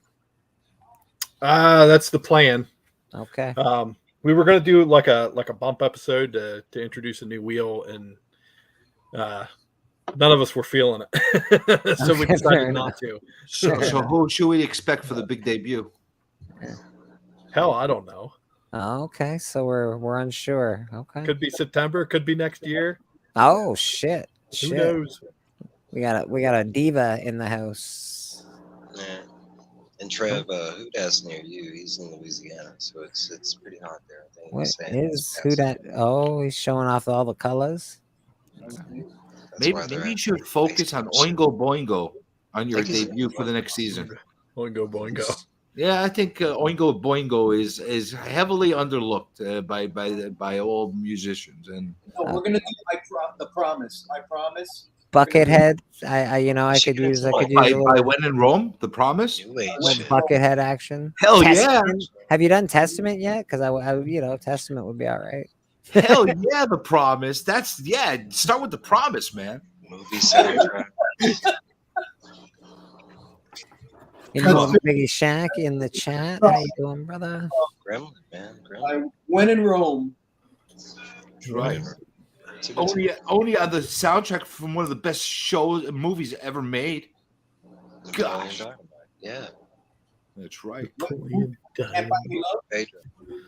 No, man. Food, Dina. Napoleon Dynamite. Oh. Tater tot, bro. Of course you're bad. You like the song, The Captain of Her Heart? Captain of whose heart? Captain of Her Heart. You know that song? I like that song. No, if I heard it, maybe. Yeah, I'm trying to think of what that sounds like. No, it's something I think you would like. Well, now I gotta look it up. Now you gotta look it up, bro. I bet you know it. Captain of Her Heart. Listen, I know a lot of weird shit, so maybe I do. Totally 80s. Yeah, it totally sounds very 80s. I probably know it. I know that song. You know that song, Journey. I probably know it. The Captain of Her Heart. I probably know it. By Double? Ain't that song like Is it better than Oingo Boingo? No, I don't know about that. Walk like an Egyptian, man. Dude, Bengals were kicked ass, dude. Don't mess with the Bengals. They were the freaking hot chick band. What about the Go-Go's? Yeah, not as hot as the Bengals. Hey, what's the signature Oingo Boingo song? I don't know. I just like saying Oingo Boingo. Oh, big tic-tac-toe game. Tic-tac-toe.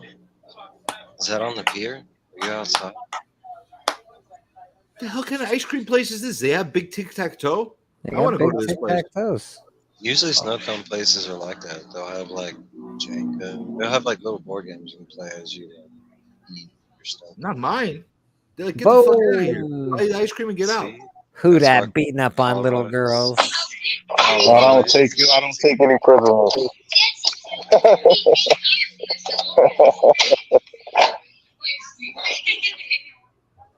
Wait, let me think. Oingo Boingo. So there's one specific. They're one hit wonder. What the hell was it? You kind of almost said it now. You over here guessing? I think I know the song. Let me look at it right now. I forgot what the one song is. There's one song they always bring Oingo Boingo. Papa wants the Jackson 5, so you know. Jackson 5. Little is in the title, I believe. ABC. Let me see. 1, 2, 3. I like it. I recognize that piano. Oh, from the song? You looked it up? Ding, ding, ding, ding, ding, ding, ding. Yeah, I do recognize that. That's the only Oingo Boingo song I know. Little Afro Man. All right. With science movie. It's another one. There's another one that they're big for. What the fuck was the name of it? Mastodon, what's your favorite band, Mastodon? Iron Maiden. Iron Maiden. Is it really? Can't go wrong with Iron Maiden. Good choice. Good choice. I could listen to Who's Iron your Maiden. favorite singer? I don't think they're my favorite. They have my favorite designs and T-shirts ever. Oh yeah, big time. Their covers are fucking. They're dope. a super solid band, but I can't put them in my favorite list. I can't put. All them right, in let's make you big, sir. Hold on one second. That's from the album. There he is. There he is. That's fucking awesome. This was an AOK. Weird Science. That was their song. Yeah. From Steve Whiting and Hialeah. That's fucking cool as fuck, man. Yeah. It's got like the cannon on it. That's dope, dude. I think the only other band that has good T-shirt designs like them are probably Cannibal Corpse. Would be another one that I think. Ice Earth. Meatloaf had badass concert. Kiss had some good T-shirts as well. Yeah, Kiss. Molly Hatchet. 9 Inch Nails. Nails. Yeah, they're not up to Cannibal Corpse level T-shirts, man. But I don't think anybody's at their level. Yeah, that's fair. Iron Maiden shirts are iconic. You don't have to have Iron Man on it, and you know that's an Iron Maiden shirt. Yep. Yeah. Cannibal Derek Corpse was just rude. They were beautiful. No, listen. Run to the hills. I'm with you. I like Iron Maiden when it comes to that, but I can't put them ahead of Black Sabbath. No, I can't. No. I don't put any of those bands ahead of their influences. Either or Black Sabbath with the Ozzy or Dio.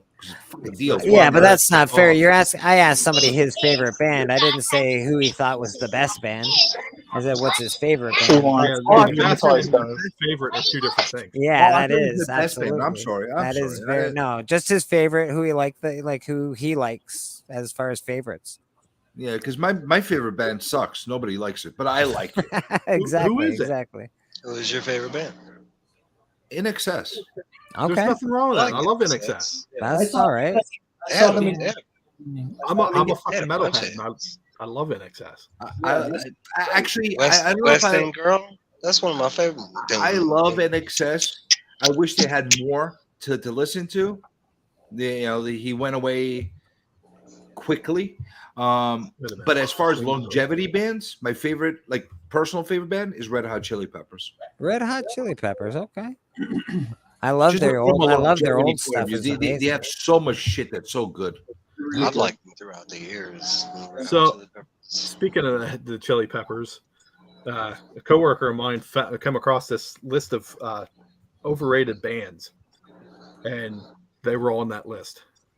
A lot of people say that. See y'all guys later. Bye. Cheers, brother. I was gonna say, subscribe to Bleeker. Subscribe to Bleeker and give him a what?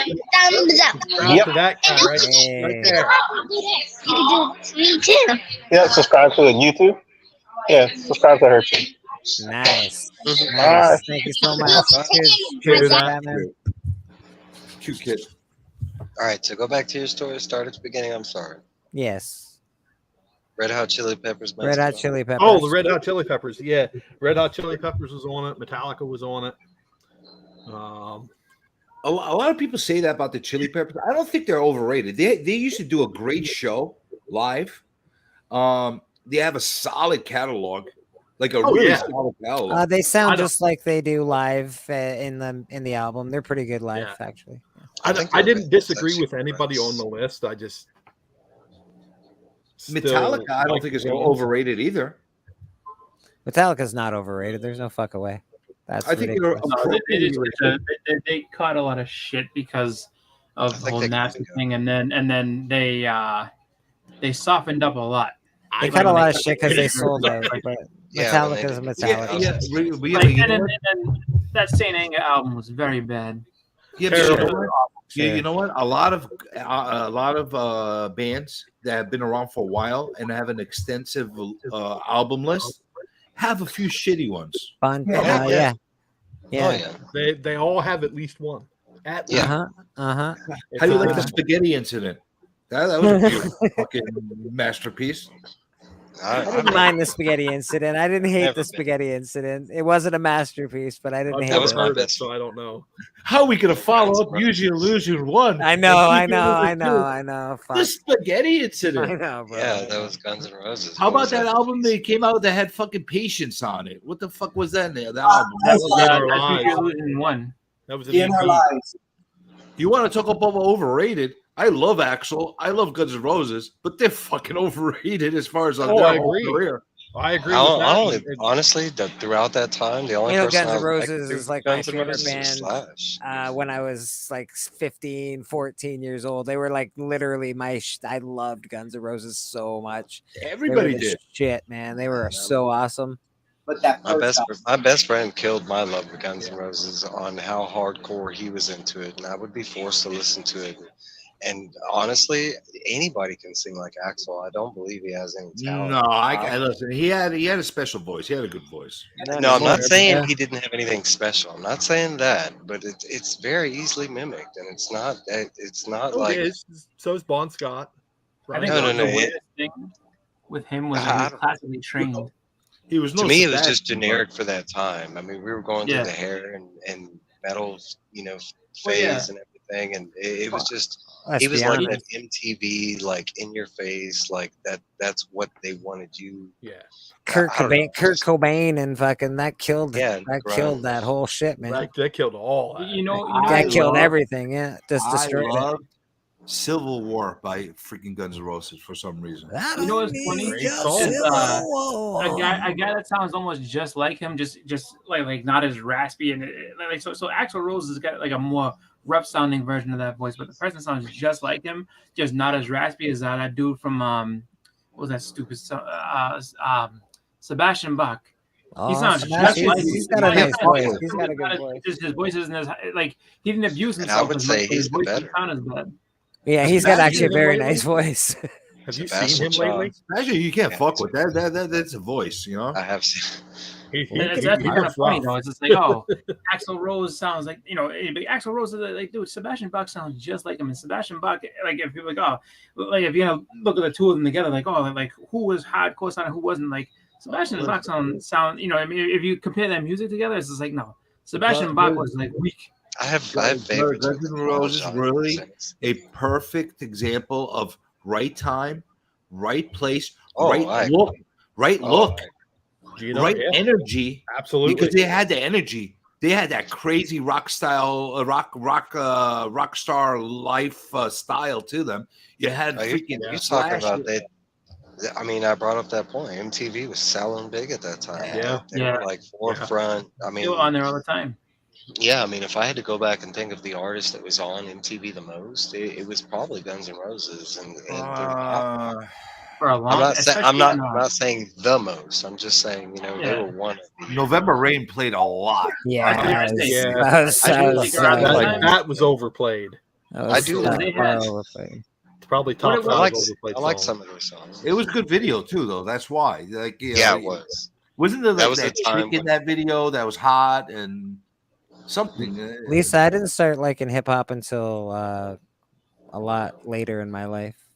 That was crazy because, like, if you look at that whole, like, they had just off that one album, they had what's it called? They had November Rain, then they had what's it called? You Could Be Mine, which is tied in with Terminator. So it's like that was the Terminator fucking 2 that blew that shit fucking so up. Knocking on Heaven's Door, the remake, which was really good. Like he did a good job with remakes. That was one of the better remakes done. There's only been a few that I've enjoyed, and that's one of them. That's a great remake. Live and Let Die. Live and Let Die. Civil War. They had so much that was on MTV all the time. It's like that was a powerful double album.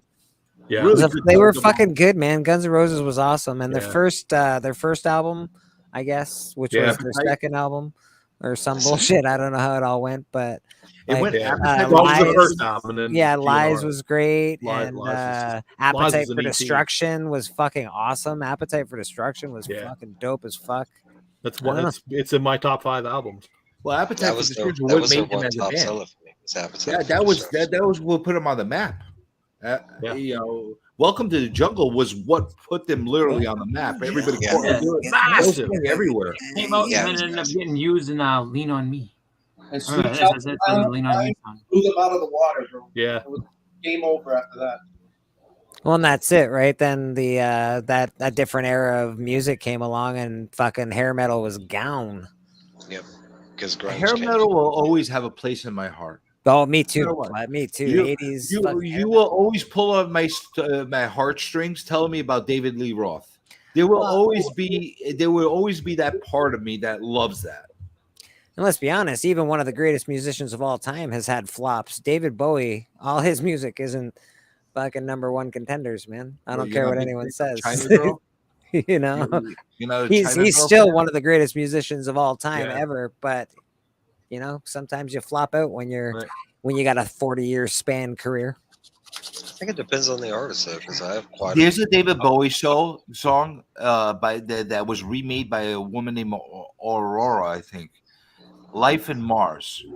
If you guys hear that version of her Life in Mars, will fucking blow you away. It's like the most chilling version of that song you could ever hear. It makes your hair stand up when you hear it. Bauhaus redid Ziggy Stardust, and I think Bauhaus, they did a better job at it. Actually, I like the way he sings it better than David Bowie. I guess maybe I like the music better. I would call those renditions. I wouldn't say because there's a lot of good renditions. Cover. Out there. It's called cover. Yeah, I call it a remake, but it's cover.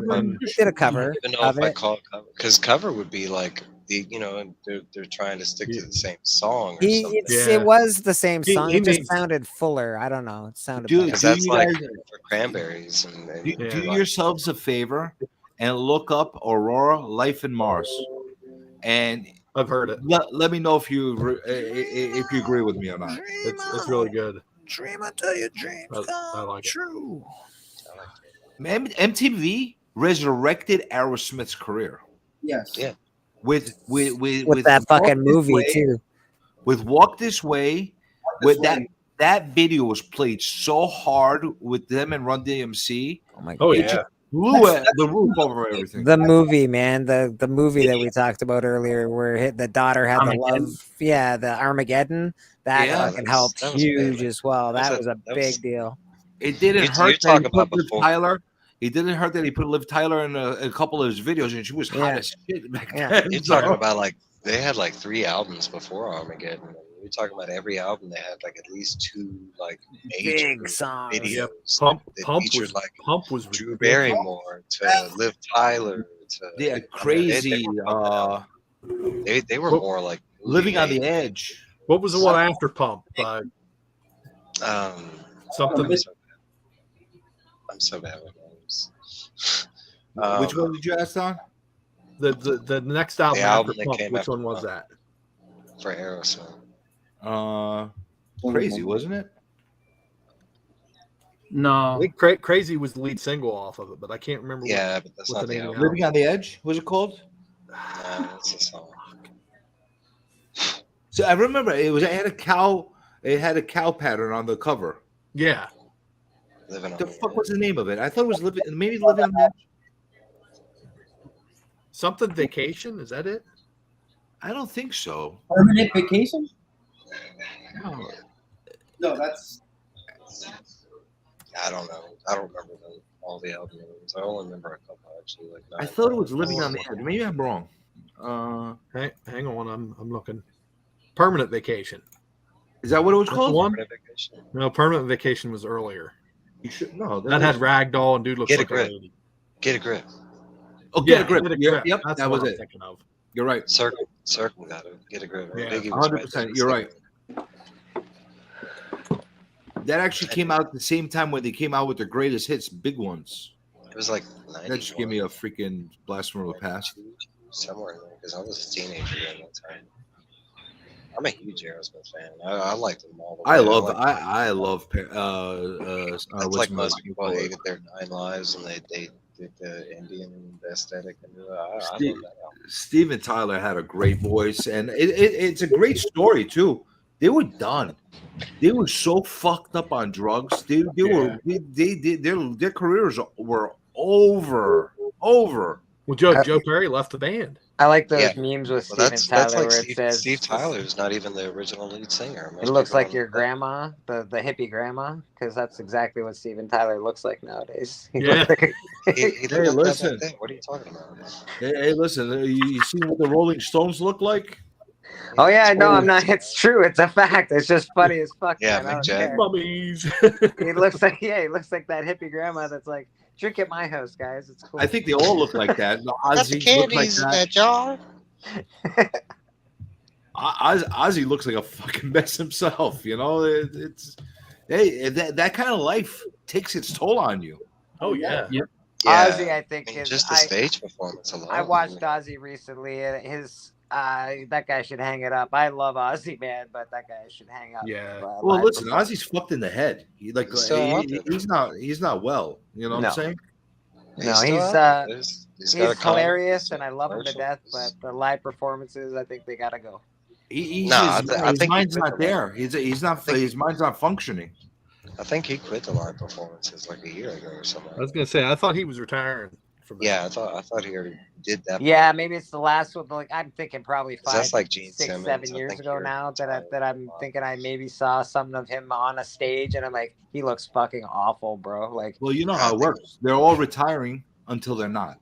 Yeah, that's true. Well, yeah, Kiss has been retiring for 25 years. Yeah, I think at a certain ask the Who next time they retire. How long did Motley Crue take to retire? They've retired for years too. They've been retiring forever. Well, the Who is retiring. Oh, you're talking about they tried retiring like 10 years after they started. Did they ever really try to retire? Did they try? Did they really try, or was it always a gimmick? I almost feel like it was a gimmick.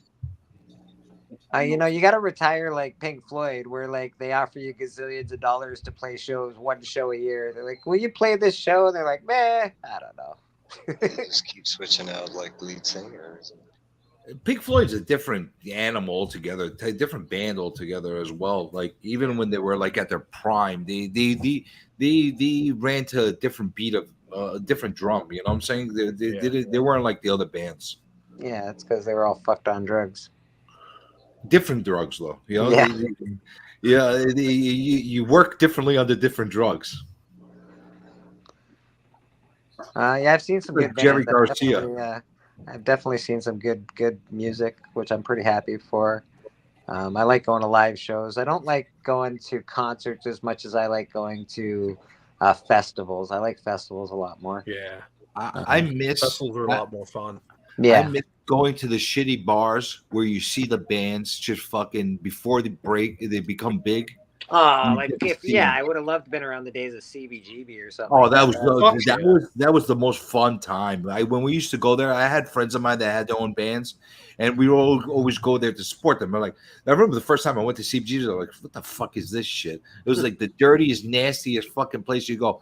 But once you go there once, twice, and you see all the other people performing and stuff like that, and all of a sudden you see people that you just saw like 6 months ago play here and now have an album out and they're like in the top 100. You're like, what the fuck just happened? You know? Yeah, man. Yeah. It was a cool vibe. It was a cool experience back then. Well, New York is notorious for that shit, right? That's what's that? They said it in a movie, and I quote it once in a while. If I lived in ancient times, I'd want to live in the center of the earth, and the center of the earth is Rome. If I live in modern times, the center of the earth is New York City, right? Yeah. Sort of the way that works. I remember Flea came in out of nowhere one time, unannounced, out of nowhere. And he comes in there, and there was like a little local band playing, and he comes in there and starts jamming with them. You get to see some crazy shit sometimes there. It was a good experience altogether. That's neat when that happens. If you go to a bar and see a band and like somebody famous walks in and just starts playing, I think that's pretty cool. I haven't experienced that yet. Like I've experienced cool shit on stage where like you're watching a band and then somebody famous comes out. Like you're watching Pearl Jam and all of a sudden they bring out Axl Rose or something stupid like that. Yeah, I've seen that shit happen, but I've never seen it just in a bar setting. But you can Look at this fucking guy, dude. I've been quiet. I've been nice to you the whole fucking stream, and now you're calling me a flea. I know he's just being a jerk because it's his birthday. Savage, He's dude. allowed. It's your birthday too. I can't even yell at you the way I normally like to. I'm gonna save it all for you for tomorrow. You can see what I'm gonna fucking tell you, you fucker, tomorrow. I'm gonna be nice. Happy birthday. Yeah, like New York is the center of the earth for that kind of stuff, for music and fashion and all that kind of shit. Nah, it's just a different vibe altogether. Like Hollywood's got its own vibe too of different stuff. It does, but New York's still, I think, the hub for that, man. Like even people from Hollywood, they usually live in New York and Hollywood. You know what the thing is? You got like Hollywood-like people in New York walking around, normal people. You don't get the diva type of feel that you do in Hollywood. Yeah, I get that. Where like they tend, like some actor that's an A-list actor could be walking down the street and nobody could give a fuck about it. Okay, yeah, New York City is pretty famous. Keep moving, dude. You're blocking the road. That kind of thing. You know what I'm saying?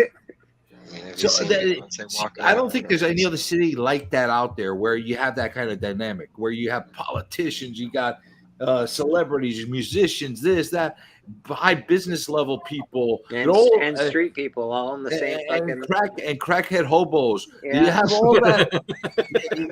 You have that all in the same place, and they're all just like, dude, get out of my way. We got to get here. We got to get. There's a different electricity. There's a different vibe in here. The melting pot of the melting pot. Somewhat, something like that. It's just a weird dynamic, and like unless you live here and you like. You're dealing with it on a daily basis, you don't understand that. Like I hear a lot of like times from people that are from out of state, they're like, oh wow, you got to see this person. Yeah, I got to see this person. This guy hit my fucking car from behind. He's like this kind of stuff you deal with in New York. It's a very different experience. Lisa says she saw Sarah Jessica Parker. That's pretty cool. That horse face lady. Well, yeah, she actually gave a different.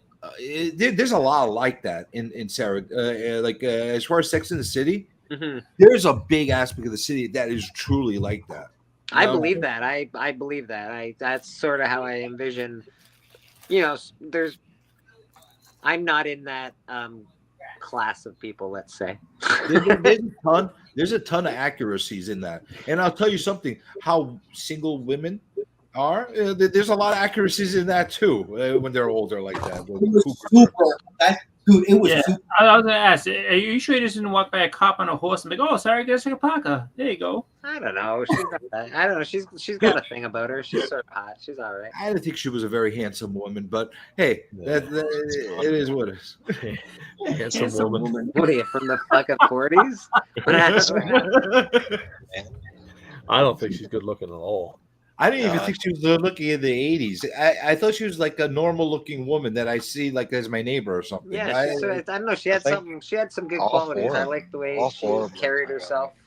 You don't have to be like a fucking supermodel to be hot. To me, I like her slutty friend. She's hot. Yeah, exactly. Exactly. She just seemed like she was a cool chick. I would like to hang out with her. Her slutty friend was really hot. I don't think that anybody else was hot in that show, but they were all like average looking women. They had the one slutty friend, and they were great. You know. Lisa says she loves her, and she was sexy in the First Wives Club. So Papa Wheelie, stop saying Jessica Parker's not pretty. So there you go. I don't think she was ugly. I don't think she was pretty. Ugly. I think she was like a normal looking woman. That's the way I look at her.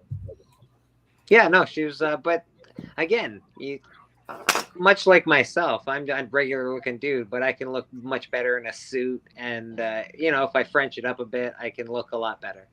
Now listen, if I was 70 years old and I had her, and the way she looked, that was perfect for me. 70 and you had her? Shut up. She was good. She would be great for me. Now, if I was 30, I'd be happy at 38, and she was 38. I'd be pretty happy with her. If I was 30 at the peak of my hotness and my masculinity and machismo, no way. Shut up! You're such a loser. I would have to go 70. Matthew Broderick, isn't she? Or she was? I think she was. I think she still is.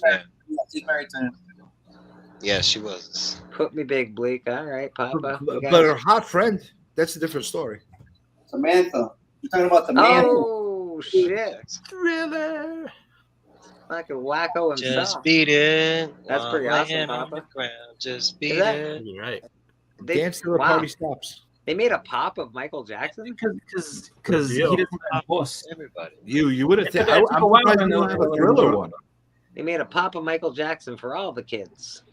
Bro, Matthew Broderick looks like a mole, but it took a while for him to get to be mole looking.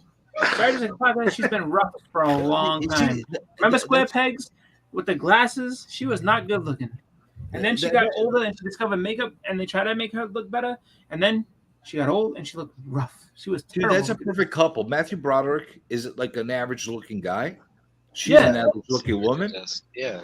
They make a good looking couple together. It equals out. Hey, she got Matthew Broderick like this fucking Brad Pitt. He ain't, trust me. Well, and you guys are talking like superstar. You're talking about like back in his Ferris Bueller days. Like, all right, good shit. But like he was hanging out with Leah Sarah at that point. Even in his Ferris Bueller days, he was not George Clooney. He's no good looking guy. He's not good. No, but you know what? He's an average looking guy. He's not ugly. He's not a hideous human being. She's not either.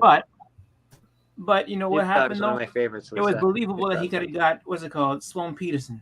Like nobody was like, oh, like he ain't good enough to get that girl. Who the hell is Sloane Peterson? Snoop Dogg has just a way.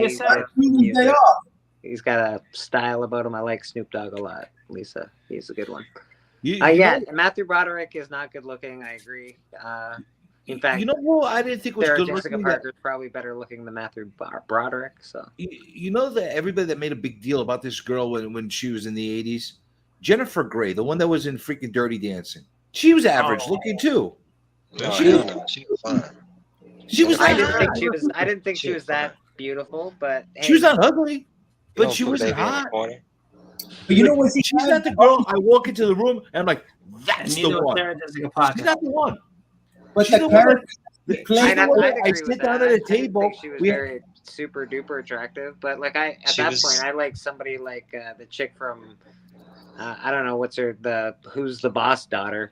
I was pretty hot. She was hot. She was cute. Alyssa Milano. She was very attractive. Amazing. Yeah. But here's the thing. Jennifer Grey was the kind of girl that I go to a wedding and sit at a table and have a nice conversation with her, and then they're like, hey, she's kind of pretty. Can you like maybe I should ask her out or something like that. That's the kind of girl she is. She's not the one that, yeah. She's not the one that I walk into a room and I'm like, that's the one I'm going home with tonight. She's not the one that I'm doing that with. But I think what's her name is super attractive. The one with the big mouth. I think she's really attractive, and that people say this or that about her. Sarah Jessica Parker. No, the other one with the big mouth. The runaway bride and shit.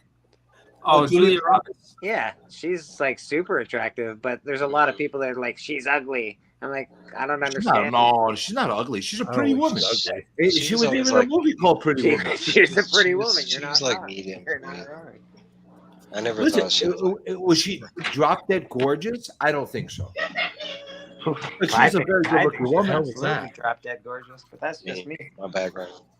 Like, she wouldn't intimidate me going to talk to her.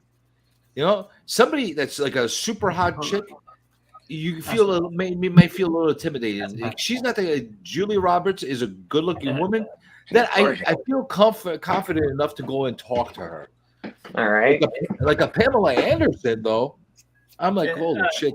I don't think Pamela Anderson's that attractive. I wouldn't even waste my time with her. Bleeker, when you get back, go ahead and DM me when you get back, just because. Married with Children. All right, I'll be right Christina back. Applegate. Yeah, Christina Applegate, man. Oh, she's very.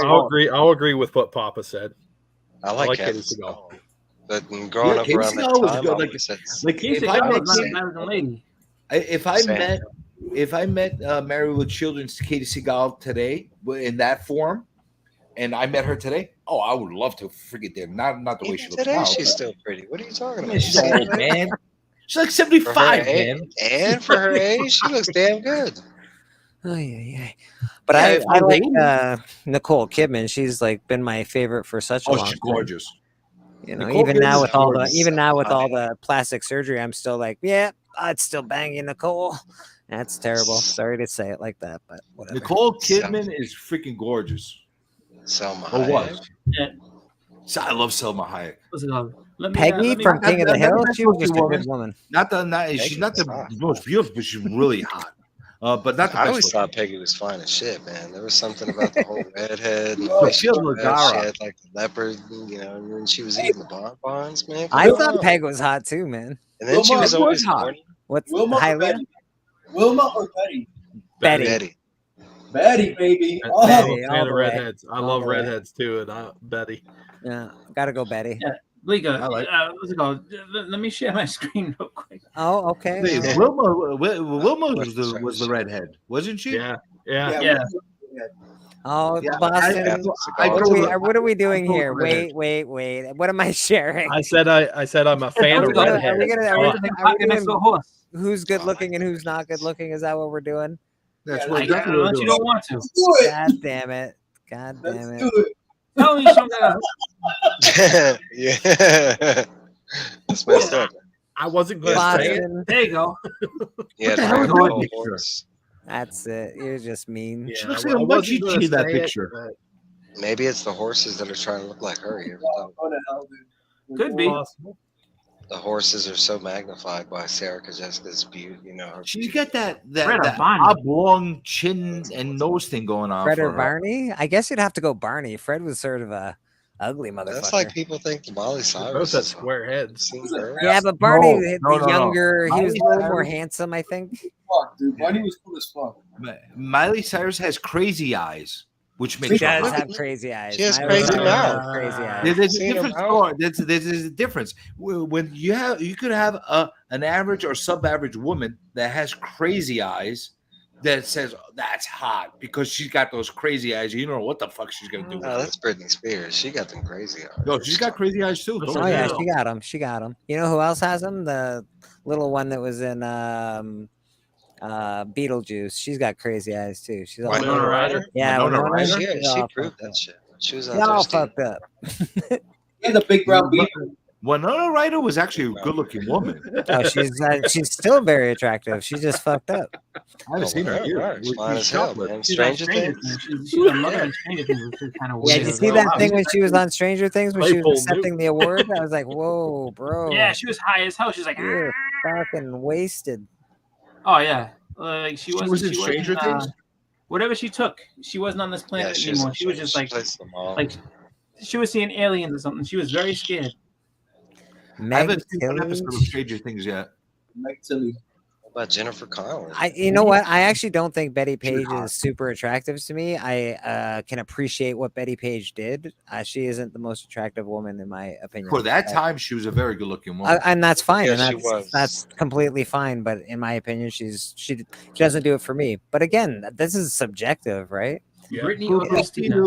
That kind of shit's very subjective. Like, listen, even in modern days. I'm not good looking. Chris isn't good looking. We're not. None of us. We're all ugly. Listen, even in modern days, I would boop boopy doop with Betty Page anytime. Even in modern days. That's like Marilyn Monroe. Let's see our classic hot chicks. You know, Monroe's. Everybody, which one's your favorite? Which one's my favorite? What? The classics. The classics. Yeah. Oh, Rosemary's Baby. Who was in that? Because that's probably my favorite for that era. Oh no, really? Oh, I forget her name. She's got a famous name too. I forget what it was. Like, was married to Woody Harrelson? Lily Allen? No. You're thinking of Sissy Spacek. That's not her. That's Sissy Spacek was with the M, Mia Farrow. Yeah, Mia Farrow maybe. Yeah. Mia Farrow. That's her name. Yeah, probably really? Mia Farrow. Yeah. You thought she was classic hot? She was really hot. Yeah. Breakfast at Tiffany's. That chick. Oh yeah. I think she's like Audrey Hepburn. She was Audrey Hepburn. I think she's like if that. I have to pick a classic look, a classic look woman that I could take and put her in any decade and she'll still be hot, Raquel Welch. She's my number one, dude. Raquel Welch, eh? You take her and put her in any fucking era, any decade, and she's still hot. That's the chick that was on Andy's Cell, wasn't it? She's amazing. You could be on anybody's cell. Andy Dufresne. She was hot. Yes, Andy Dufresne. Yeah. Was it Raquel Welch? He had two. He had Rita Hayworth first, and then I think he had Raquel Welch. Yeah. But like you got Dorothy Danbridge. Okay, Dorothy Danbridge. You got really hot women, good-looking women, but not all of them. You could put them in any decade and say, "Oh, they're hot for that decade." They're hot. Raquel Welch, you could literally stick her in any single decade, and she'll still look hot. Twiggy was hot as fuck, man. Twiggy was not hot as fuck, dude. She was a twig. Dude, you're putting out Mia Farrows and Twiggies. What the fuck, man? What the fuck, dude? These are like little paper thin women, dude. Who's Twiggy? At least call a Farrah Fawcett or something. Freaking Twiggy. Sophia Loren's a great one too. I think he said just hey, he gets so angry and keep yelling Twiggy at people. Actress. Sophia Loren was look. Papa actually said something smart. Sophia Loren was a very good-looking woman. She was the actress that played I Dream of Jeannie. I think she's still alive. She was a beautiful woman. Gorgeous. I don't know. I really like Avril Lavigne now. Avril Lavigne and what's her name that I just said? Sticks. I like weird teeth too. I like weird teeth. I can't help it. If you got a fucked up smile, I probably like. I like Amy Winehouse. Like what the hell, man? Yeah, you have to have some meat on their bones, man, dude. A little bit of like. Gotta be some meat, bro. Jennifer Connelly was beautiful. Yes. Yeah. She's a little bit of chunky. She can't have only bones. It hurts. The bones hurt. She was gorgeous. She was always good looking. Yeah, she was. Twiggy was a model. Okay.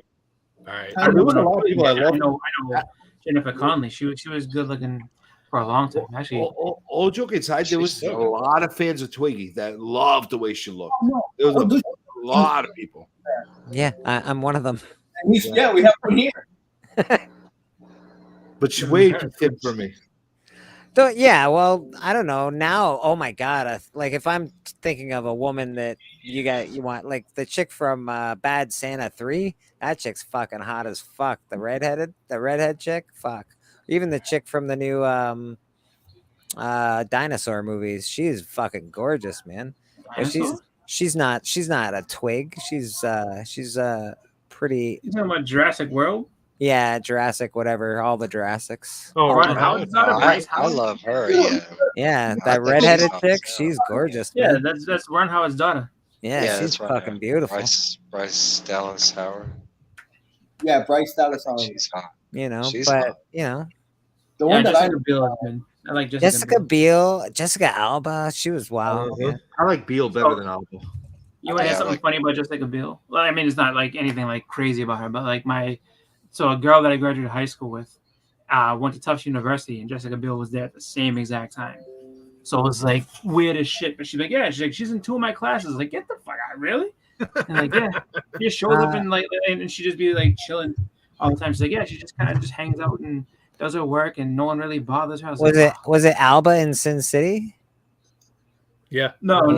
Or was it who was? Oh, in no, Sin yeah, City? Jessica Alba was in Sin City. Yeah. Wasn't it Rose McGowan in? No, she was in a different one. Because Jessica Alba as Captain, what was it? As Miss Invisible, I didn't think she was that great. Yeah, no, because they changed it. The first time I remember seeing her was in Idle Hands.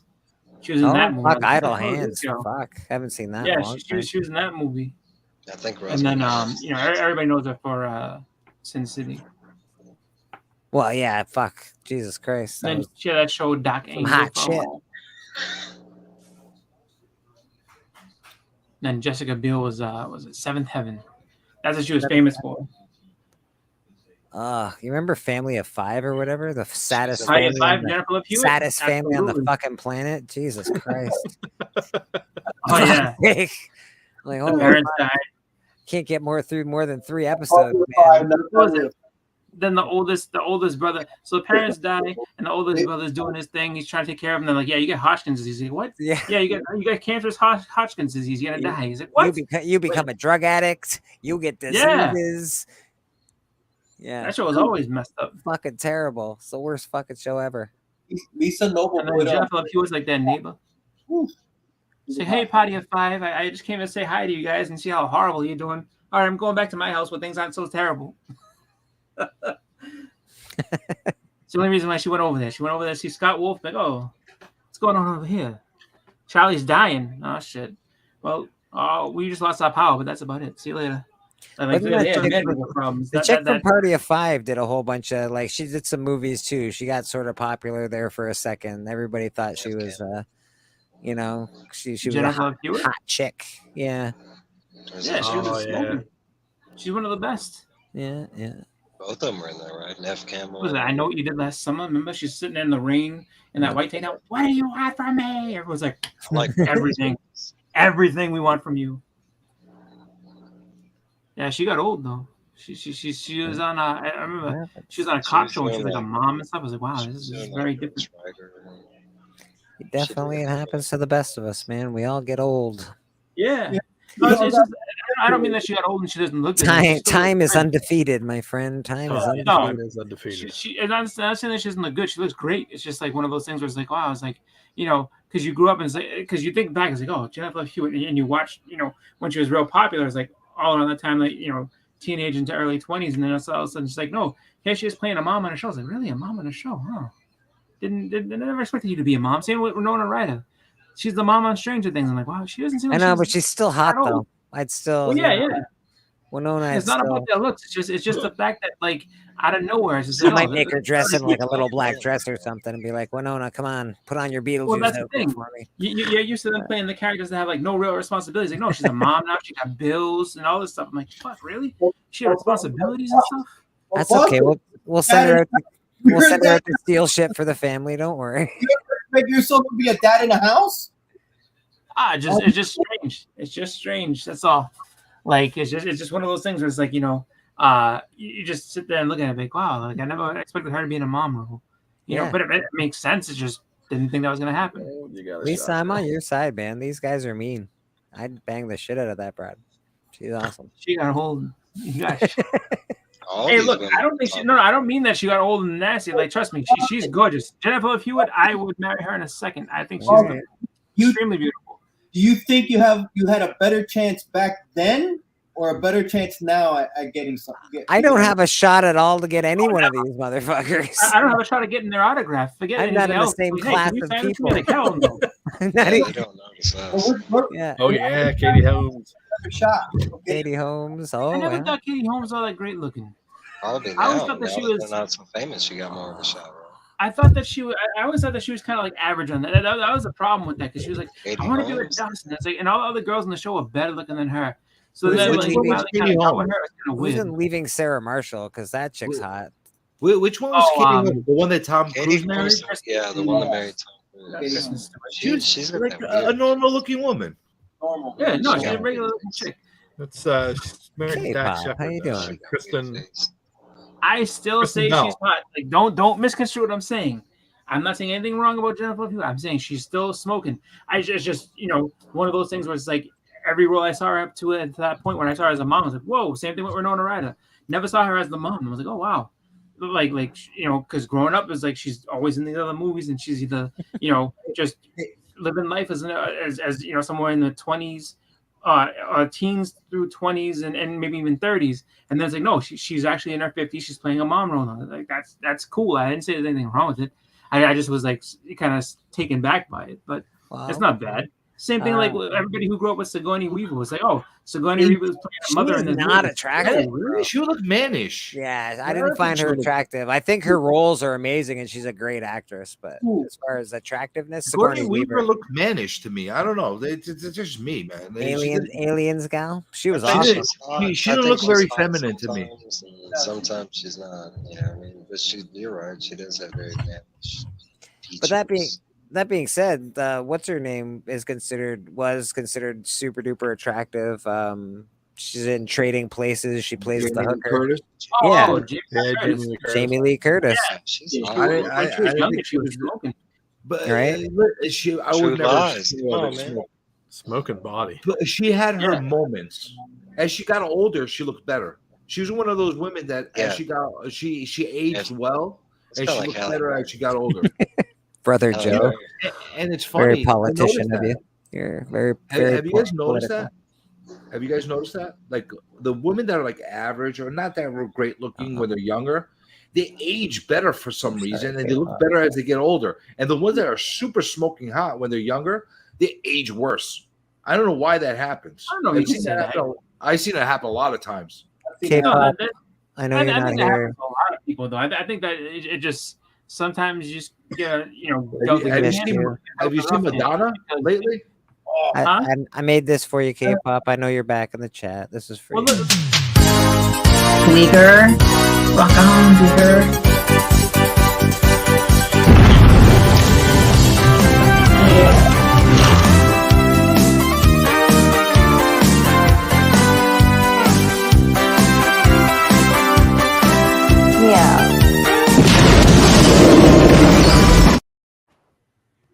That's 100% like 1980s like sitcom. It's so cool.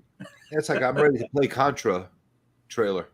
K-pop. I love that. I love the music. Lisa Bonet, very great. She what's it called? She was one that like has looked good all throughout. Oh, Lisa Bonet, she never looked bad. Yeah, she was a pretty woman. I don't know what she looks like. David Fox didn't look bad all throughout. She looked good the whole way through. Like she's just a good looking lady.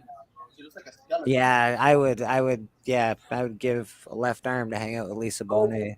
I wonder what Vanessa Williams looks like these days. Beautiful. She was as a former Miss America, Vanessa Williams, right? Yeah, she was smoking, but you know who else? No one mentioned her. Tiffany Amber Thiessen was always gorgeous. Tiffany. So I mean, from Saved by the Bell, she had a bobblehead. Yeah, oh yeah. Kelly Kapowski was a good looking chick. Pretty, but she had a bobblehead. She you saw how big her head is. She didn't have no bobblehead. She had a great looking head on a great looking body. Why don't you talk about her head? Who was the black girl on that show? I always found her really attractive. Lac Voorhees. Now Lac Voorhees, she had a hard bout with like vitiligo, like her. So it was I want to say a little bit after like mid 2000s. She like her skin started changing color and it was rough for her. So I felt bad for her for a while. Vanessa. But she was really good looking. I remember Saved by the Bell and then all the way up through, and then she was in How High with Method Man and Redman. Right. She was really good looking in that movie. Yeah, I always found her very attractive. She was a little thin though. She's a little thin. I was about to say she was a little squirrely looking. Yeah. Remember Screech was like, I'm gonna get Lisa's my woman. It's like, no, you're batting way too high, pal. But I think she only looked thin because of the kind of clothing she wore, though, CJ. I think like she wore those really high waisted pants and a lot of a suspender pants and stuff like that. So yeah, it was kind of weird, like the way they had to do it. But listen, Kelly Kapowski was good looking. Listen, as a teenage boy, you looking at her, you're like, oh, she's hot. If you look at her after though in the 90210 days, you realize how much of a bobblehead she was. She was not that. She had a big head.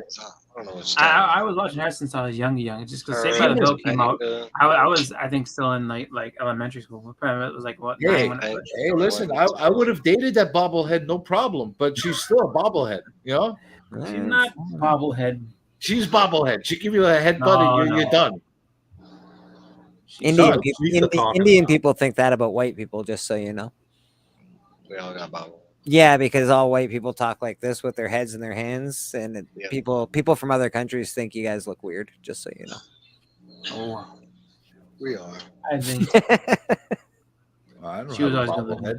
Actually, you know who's still very pretty, and is really really short. Topanga from Boy Meets World. I saw her at Fan Expo a couple of years ago. Like I didn't get a picture with her or nothing like that, but I like walked by the celebrity area. She is smoking. So I was like, oh my god! I used to dig her a lot, like in her early days when I was younger too. And then I think she's got to have like some kind of thyroid problem or something. Like her whole body swelled up all of a sudden, and not like I got fat and I overate or something like that. It just swelled up all over the place. Like it just didn't look right. She doesn't like. She's not like, you know, like how people get fat and they're like fat people. She doesn't have like fat people look. She's got like I got swelled up because I took medicine look. You know that she got a weird look. She got a weird swelled up look. She's short though. I think she's only like 5'2" or something like that. She's really short chick. I was like, wow. Like I didn't expect her to be as short as she was. Yeah, when I saw her like a couple years ago, she was fine as hell. Like she was short, but she was real pretty. Then. Yeah, lady arms. You know who's actually really good looking too is Nebula, Karen Gillan. Like in person, like I saw her same show, not the same exact year though. She's really pretty. I was like, wow, and it was funny because I had never heard of it. Like I saw the first Guardians and I never like, oh, that's the girl who plays Nebula, and I was like, her. I was like, wait a minute. I was like, oh, it's, I'm used to what I saw on the screen. I was like, and everyone's like, oh, she was in all these other movies. Like, I never Nebula seen can come crush my head. She's more than welcome to come crush. Very pretty. You know who had about a 20-year stint of being super gorgeous looking? Stallone's wife, his ex-wife. Oh, like the German chick or whatever. The one that was Drago's wife in Yeah. Yeah, she was a supermodel, right? Brigitte Nielsen. Yeah. She had like a good 20-year run where like she was like she didn't do really anything with it. Like she wasn't have to? I guess. Well, she was in a couple movies and that was it. Yeah. But, like she was Red Sonja. Yeah, she was Red Sonja. She was Red Sonja. She was in Cobra. I love that movie, Cobra, by the way. She was in Cobra. That's right. She was in Cobra. Cobra's great. She and that's only because Stallone made her. Yeah. Like, do you think because her face looked kind of weird? So do you think it was like too much plastic surgery that did it to her? Or? I don't know. Like age did not do well for her, and I think she probably like did plastic surgeries and probably like hard life, like rocking hard in her life because she looks like she's been around the block a few times with that face right now that she's got. Like a lot of cigarettes and alcohol. I don't know. Like I don't know what it's been. Again, she dated time always wins that battle, people. Time always wins. Yeah. I remember her and Flavor Flav had that show where they were dating. Flavor Yeah. Flavor of Love. Yeah. No, right. Flavor of Love. I don't know if that was. I don't know if that's what it was, but I remember because they were on the Surreal Life together. And then they started dating on the show, and then they had that like reality show where they were together, and then they kind of split up. That was the worst fucking show I ever seen in my whole life. I was like, and I thought I'd seen worse shows than that, and then I watched. Wasn't Canseco in that house too? Yeah, I think so. It's like what the fuck? Yeah. Those shows that are was so man. Those awful. steroids did Canseco a lot of good. You see how well he's holding up for his age right now? I want them all to do steroids. They mummified him real good. Those Mike, those bye, steroids. buddy. I want them all to do steroids, man. Everybody, get out the steroids, put them all in you. This is the way it's gonna go. I don't give a shit. All in you. Yeah, get that shit in you, bro. Get it all in you, and let's fucking go. Rebecca Romijn. Is it in you? Yeah, is it in you yet? Let's go. If they're asking if it's in them, it's not big enough. Actually, you know who else was at Terrificon? So Rebecca Romijn was at Terrificon. I remember Otto got to meet her. Who else was there? And who was an absolute, just stunningly beautiful woman is Mary Marvel from Shazam. That girl, I forget her name, but she is just top-notch gorgeous. She is very, very pretty. I think Stallone's wife was in Playboy, wasn't she? Was she not in Playboy? Probably. She seems like a chick that would be in Playboy. No, she was a model. She was like a regular model. I'll say not all of them. I know what's her name. I think Tiffany Amber Thiessen did. A few did. Kelly Kapowski did Playboy? Yeah. I don't know. I'm pretty sure, yeah. Did she really, eh? Okay. Wow. Yeah.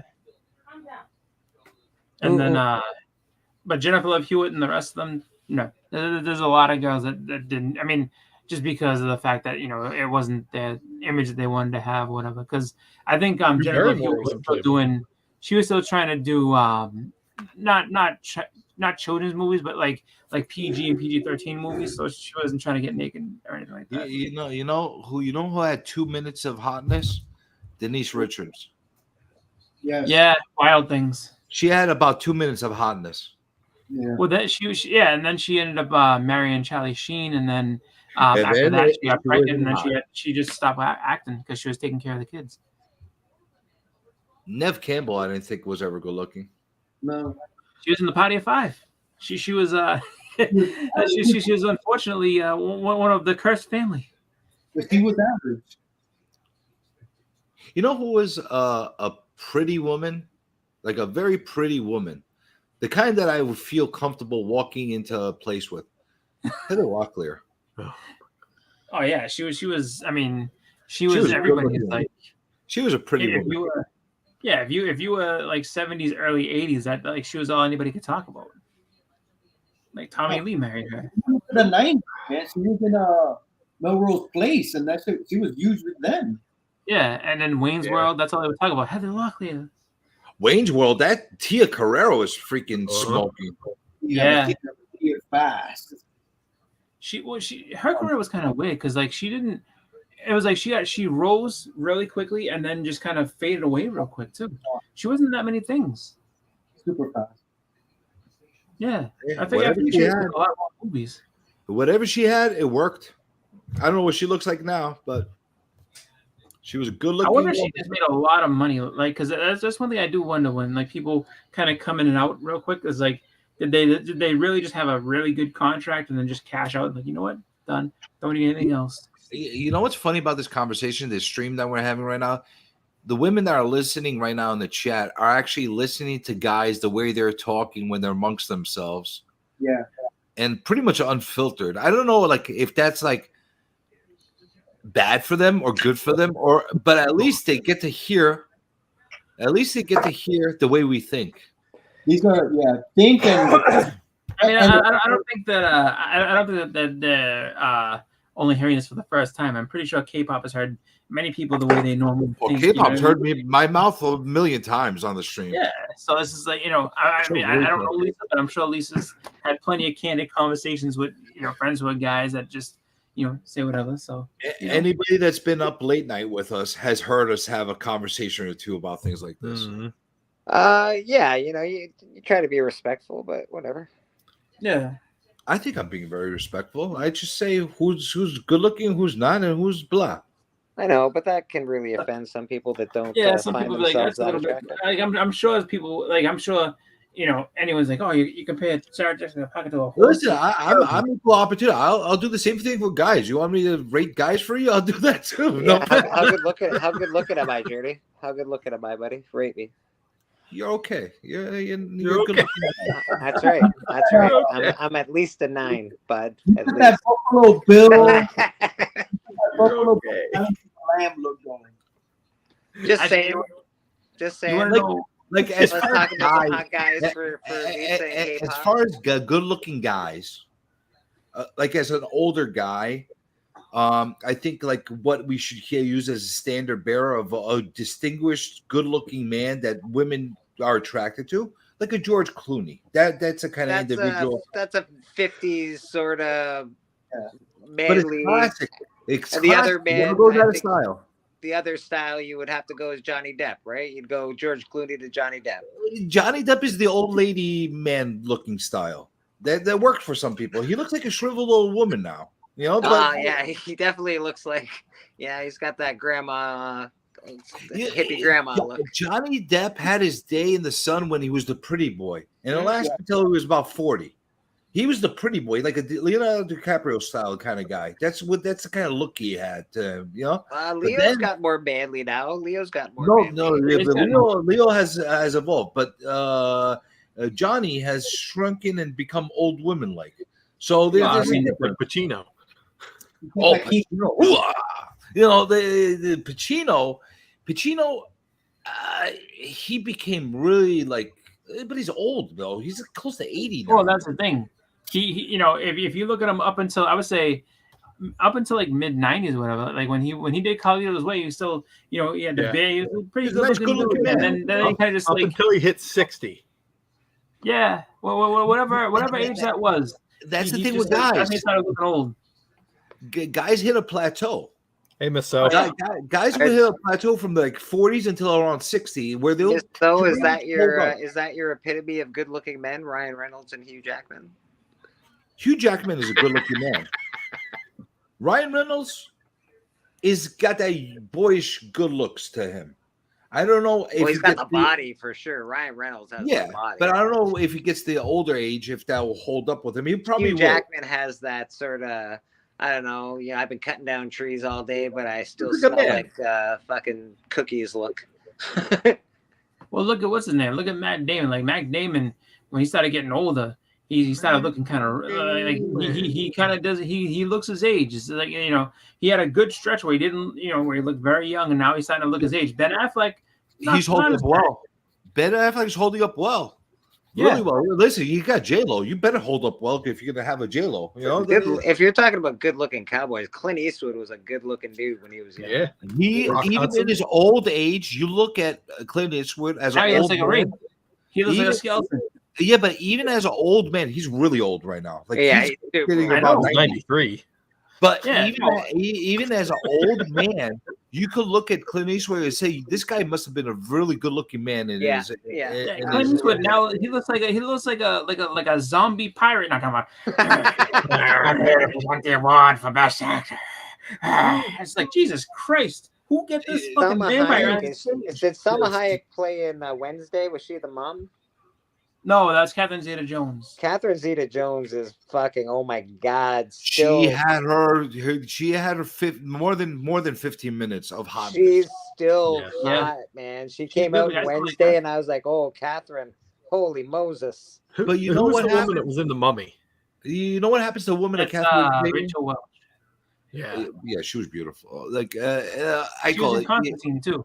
You know what happens to a woman like Catherine Zeta-Jones? She marries a Michael Douglas that's like 30 years older than her, and she gets older looking because she's by association. Now she's like older and not as good looking as she was just because she's like downgraded herself by when you look at a couple and one's like really old and one's really young, the younger one starts to look a lot older, and the younger and the older one starts looking a lot younger. You ever notice that? Well, Michael was supposed to die of throat cancer years ago, which would have left her with like just in the nick of time to be still young looking, but didn't happen. Yeah. He sort of inherited his dad's longevity. He's got good genetics. What was it? He's not falling down anytime soon. Nope. I don't think he is either, man. The guy is he's money. I don't know. He's gonna live forever. Get that reference. Oh, a friend of mine actually, so Salma Hayek. I think they were on vacation, and then Salma Hayek, I guess, was in the same area, and she walked by him. He goes, first of all, she's tiny. My friend's, I think he's like 6'6", so he's like, she's so tiny. He's like, but she passed by, and her hair smelled so heavenly. He's like, she was so gorgeous, and it was funny because his wife is like, that's like his celebrity crush. So his wife, she's like, don't make a scene and don't freak out. She's like, but look right over there. She's like, if you stay still, she's gonna walk right by you. And he's like, what? And he goes, Salma Hayek. And he goes, and then so like she walked by. He's like, He's like, I literally floated away. Is Antonio Banderas still good looking? I don't know. If Ryan Reynolds really is 46 right now, he is actually holding up really well for his age. Like really, he's got longevity. Scarlett Johansson, Megan Fox in Transformers all day long. Yes, please. Destroyed her face with plastic surgery. I know. I don't even understand that. You're the prettiest girl on the planet, and I'm gonna go get plastic surgery. What the fuck? Doesn't even make sense. She Botox herself into the ground. Antonio Banderas goes into the George Clooney category. Okay, he's like for Latinos, he's like a handsome man. Then is what you're telling me. Yeah, he's a handsome man. Okay. You know who's a horrible looking man? Bardome from Old Country. That's on the whole other side of the spectrum. That guy. Oh, Danny DeVito. He was never, applauded for his looks. Like he was never like, oh, like look at this gorgeous man. He was applauded for the fact that he's a really good actor and he can play. Who did you just say? The guy that the Wednesday's dad was really ugly. Whoever that guy is. Oh, Luis Guzman. He was never a good looking guy though. Listen, Cheech Marin wasn't exactly the most studly man on earth either. No. You know who was good looking? Lucy's husband was good looking. He was all right for his. Desi Arnaz, yeah. He was good for his era. He was good looking for his era. Lucy was a good looking woman back in the day. She held up really well for her life. Lucille Ball was a very distinguished looking old woman. She like you would look at her as an old woman and say, you must have been a pretty lady when you were younger. Like she's definitely. She doesn't get the love, dude. She was beautiful. It's because she was a comedian. So like when you're like one of these comedy type of individuals, you looked at it in a different way. They don't look at her for her beauty. They were looking at her comedic chops. And she was also like one of these actors that they threw her body into a lot of stuff. It wasn't like just like jokes. Yeah. So they never looked at her as a sex icon or like a pretty woman. They looked at her as more as a funny sitcom personality. You know what I'm saying? Well, like Betty White. I didn't think she was ever like gorgeous or anything. She was when she was really young. Well, 1927. Lansbury. Listen, I thought she was average looking throughout her life. Big's coming to give a shit. Who's the other one? What's it called? The other old English lady from that back in the day. What's her name? Harry Potter's the head witch there. Oh yeah. So she was looking back in her day, but she was like, but her day was in the early 40s. You're like, oh shit. Wow, fuck though. That's not fair though. What's her name? The chick from Sound of Music was really pretty most of her entire Julie life. Andrews? Yeah. She was pretty almost all the way to the guy. Like short hair, wafy look. I think we got to look that we know Bleeker's look. We got your look down, dog. You're done, dude. That's your type. That's your type, bro. I like I don't know, tall, thick, blonde women. No, you do not. She was skinny. I'm skinny, trust me. They're thicker than me. Huh? Speaking of the classic actresses, you know what I think is I bet you now you're saying this. I bet you that Bleeker was in love with Talia Shire at one point or another. I'm only saying that because Rocky 2 was on, and I'm like, you know what? He was an Adrian fan, but not when she took the glasses. She had to have the glasses, that weirdo hat. Like he was on until Rocky was in. Adrian was not a good-looking woman. She was not a good-looking woman. Donnie, what were you gonna say, Donnie? Yeah. I'm going to throw these two names out. Angie Dickinson and Claudia Cardinale. Okay. Who was in all those spaghetti westerns back in the day. Yeah. I don't know either one of them. Cardinale, I'm with you 100%. Yeah. Classic look woman. Mm-hmm. Yeah, I know the one you're talking about, too. I can see her with her stupid shirt and thing, and she's saying, come on in, like she's by the fucking door. Shit. Yeah. She's definitely a class. She's a good-looking woman. I gotta think for Italian women though, the way they look. So Monica Bellucci. Yeah, she was good-looking. Yeah, she's very good-looking. I'm trying to think. She was the one that was in the Matrix, right? Trust me, Ally McBeal was second too Matrix, thin. I think. Ally McBeal, that's another one. She was Oh my considered God, Ally attractive, McBeal? and she married No, like a thank you. 90-year-old. I don't think she's that attractive, no. But Ally she's a McBeal, little too no thin. way. But she married fucking Han Solo. Ally For fuck's sake. McBeal. That's who you're gonna bring up, Ally McBeal. She's not the woman I would consider to be in this conversation. No, me neither. I'm just talking about somebody that married an older dude. I haven't seen her in a while. I wonder if she looks old. Calista Flockhart, that's her real name. The princess from Braveheart. I don't know who the hell she was, but she was a good-looking woman, like a really good-looking woman. The French chick? Yeah, the French chick. Yeah. Braveheart. Bleak. Yeah. Sally Field. You think she's hot? Sally Field. Sally Field was it Carrie Fisher? When she died, I can't think of what she looks like off the top of my head. I know what you're talking about. I just can't picture her. Sally Fields goes into the Shelley Long category. Yes. Yes. And she was gidget too at one time. Oh, Sally Field. She's in the Smokey and the Bandit, isn't she? Yeah. She's a I don't find her super attractive, no. Oh, stop, bro. You just want to stop the cycle, bro. You know you like her. Stop. No, I can't. Sophia Marceau was the girl from Braveheart. I think you stop the cycle because she's a brunette.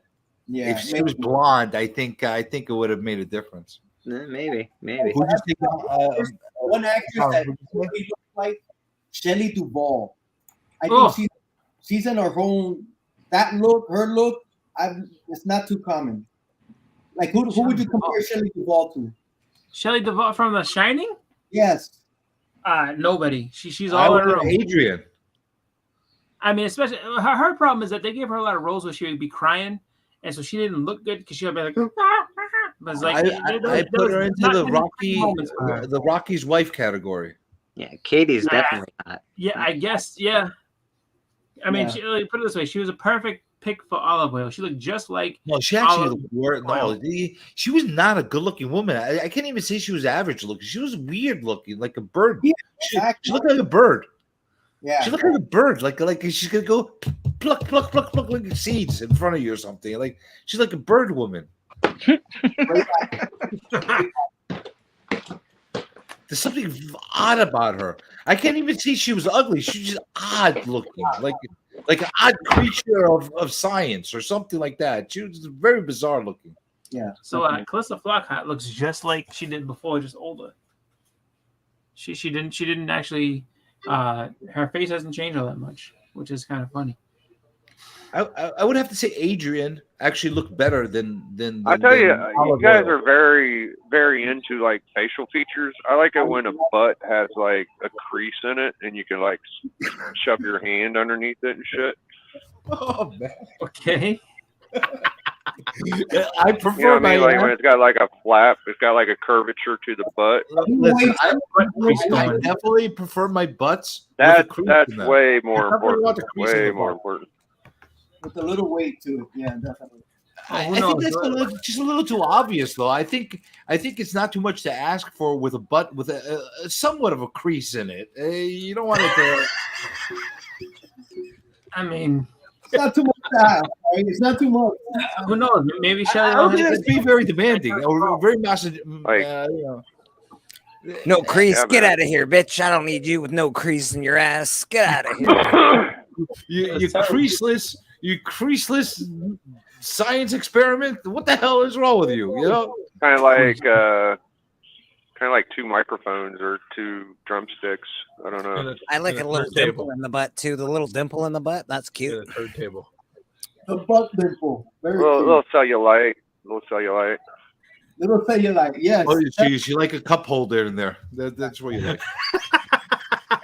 Beckerman, I have no idea. It's like we're talking about looks, and all of a sudden, Big's like, "Yeah, I need a butt crease." I also have no idea, Beckerman, but here we are. Yeah, you know what you walked into. Cellulite is important as well, dude. Yeah, I'm actually not picky about looks. Okay? Miss So's actually not picky about looks at all. Sense of humor is my turn on with women. So she likes comedians. All right. So we got to all understand exactly what's happening over here. We need to have that crease. There should be some ripples and some cellulite going on there. A little dimple, a little butt dimple. I tell you, the other fucking thing is you can look at a girl and be like, oh, okay, that's pretty, but like what it really comes down to is like once you see their pussy and their titty nipples, then you know.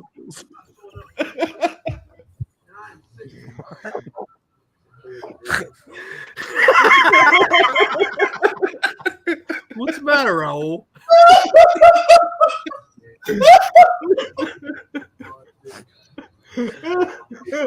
Titty nipple.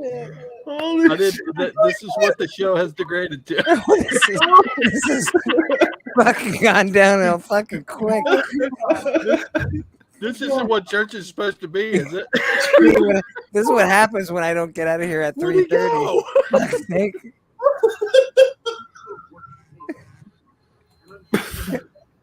Jesus Christ. You know what I really like? Just like Eddie was gone. You know what I really like? A nice deep pussy. It's not I like a pussy. Jesus Christ. Yeah, I love you, bro. I love you. Don't ever change, dude. Yeah, you're the best. Don't ever bro. change, please. You're the best. I love this guy. Oh, shit.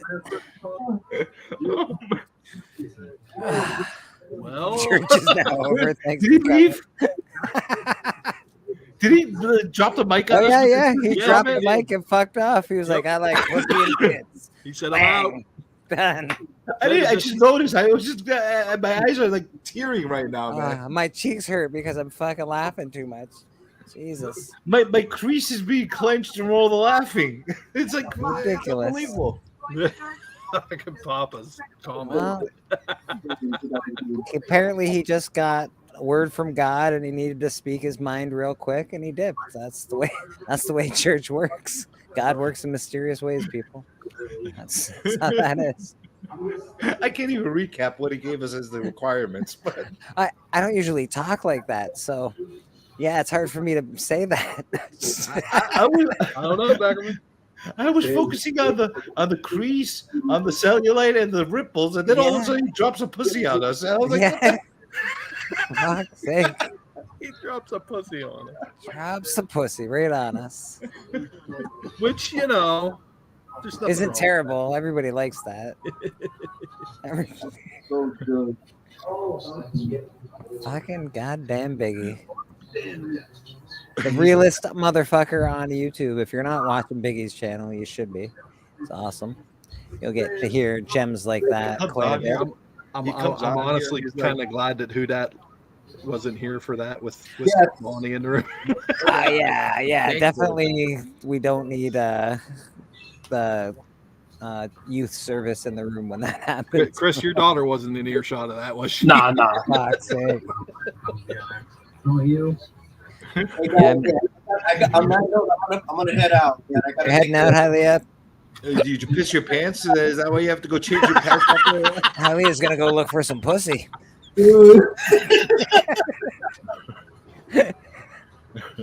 I know what you're up to. That sounds fucking good. I'll see you guys later, bro. Be good. Cheers, Hialeah. Holy shit. You know what? On that note, I'm gonna hop off too. I gotta go find a perfect crease. So I'm gonna hop off. Just giving you guys the heads up. I'm probably gonna drop a live stream in an hour or two. Okay. And I'm gonna do a very important one. I'm gonna open up the next CGC box, and it has 4 books in there. Are you gonna take 8 years to do it? Yes, I will take about.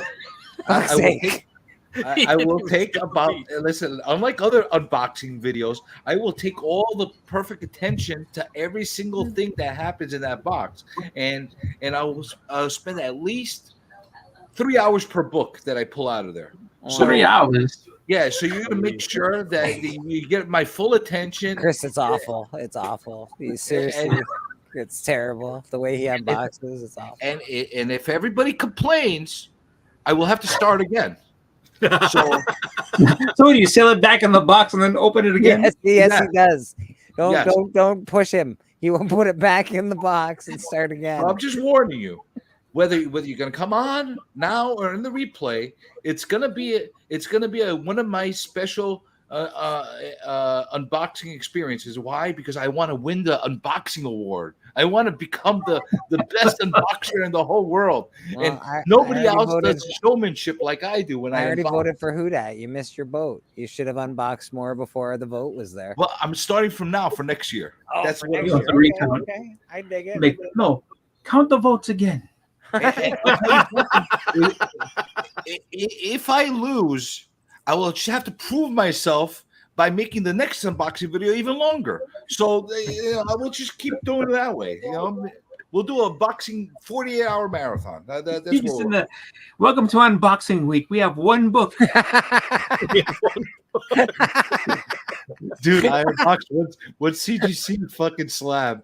It took a 3-hour video to do 3 it. fucking hours, motherfucker. I'm sitting here. I'm like, all right, CJ, I'm in the bathroom at work. Unbox. He's like, fuck. God damn it. I came back. I left. I came back. I said, okay, I'm hiding again. An hour later, still unboxing. Papa, what time is your birthday stream going to be? After your stream, apparently. Well, I just don't want to overlap with Papa. I want to make sure. Oh, you know what? Maybe I'll cross my stream into his, and I'll keep unboxing while he's eating cake. Maybe we'll you can open the friends while he's unboxing. Maybe I'll do that. Wow. Just tell me what time so I can be mindful of when I stream, man. Likely about 7 p.m. Pacific time, which is oh shit. That gives me only about 5 hours from now. Yeah, so I'm gonna have to start like almost immediately after I get off, in order to make sure that the whole box is packaged by the time Papa starts. So it might be a 2-part stream. Actually, it could be. Yeah. I might have to leave half of it for tomorrow. Do you talk about the quality of the box? Look at this box. Look what they give us. Of We're course. probably. I would imagine we're gonna get the fuck out of here too. What is it? 4:47. We started this stream at 10:30 or some bullshit. Oh my god! I know. We've been going for quite some time. It's been a 6-hour stream today, people, and I appreciate. I like it. I would have stayed on all day, but you guys are getting off. You want to go here. You want to go do that. Listen, I want to go and I want to eat something and I want to go poop and I want to go make and I want to go make myself. I'm just being honest, and then I want to go like get myself nice and pretty and everything. And then when I do, then I'm gonna come out for my unboxing. Okay, so that's my plan. What does CJ want? This is what CJ wants.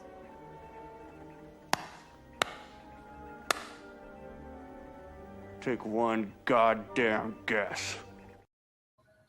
That's right. Take one time guess. All right. It's pooping time. Thank you very much for having me on. Poop, buddy. Thanks for coming on, brother. I appreciate it. Thank you very much. Have a good night, man. We'll talk to you in a minute. All right. Sounds good. Yeah. All right. I didn't leave. Okay. That's fair. You don't have to leave. You can stay there. I didn't leave yet. Don't say anything about me. You can stay there. So let's all not watch CJ's stream. Let's just say, his unboxings are terrible, so we're just not going to watch it. Hey, I heard that. Okay. Listen. Oh, I didn't see you there, CJ. Sorry about that. You thought I left. I didn't really. I tricked you. Careful what you say. You never know what the eyes are watching. That's true. Right? That's true. I messed up big time there. All right, I gotta go now. Yeah, cheers, brother. I appreciate you, man. There's a toilet bowl waiting for me. Okay, we'll watch your. You should stream. You should stream while you're on the toilet. I would if it was my OnlyFans, but I charge on that one. So. So I gotta head out. All right. I thank you for your hospitality and thank you for everything. And I gotta go. Thanks for being you, buddy. Thanks for being you. Yeah, man. Yeah, we'll probably go watch Journey stream in a bit, and I imagine we'll hang out with Papa tonight for his birthday. I don't know what else happens on Sundays. I don't know. I know Phil used to go on, so. CJ leaving the stream is painfully long. Yeah, you're not wrong. He's still there. Actually, he's probably still listening. I'm just giving you guys a precursor of my unboxing. I promise you more of this to come. There's so much more good stuff to come. It's gonna be extreme unboxing. You'll see. This just gives you a little taste. You know. Biggie is back here. Right. Oh, I gotta go. Biggie's here. Biggie is here. He might fish me in with his pussy again. That's fair. That's fair. I'm just here for the off stage hangout if there is one. Perfect. Trev is having a live at 9. That's cool. I got a thing with Dope at 7 o'clock. Me and Hialeah and Lady Fantastic. Right on, right on. I don't know. Dope. I think that K-pop's doing something at 10 with somebody. So, you know, there's always good shit to watch tonight. I heard that Night Tiger's giving away first Taskmaster on his channel tonight, so that's fun. You know, there's a lot of unboxing that has to happen. So you fucking still here, fuck's sake. I want everybody to make sure they understand that I might have to cross over everybody's streams, and you might lose the views because like everybody's gonna be stuck on watching my box being opened up. But you know. I'm just saying, okay? All right, I gotta go. All right, bye.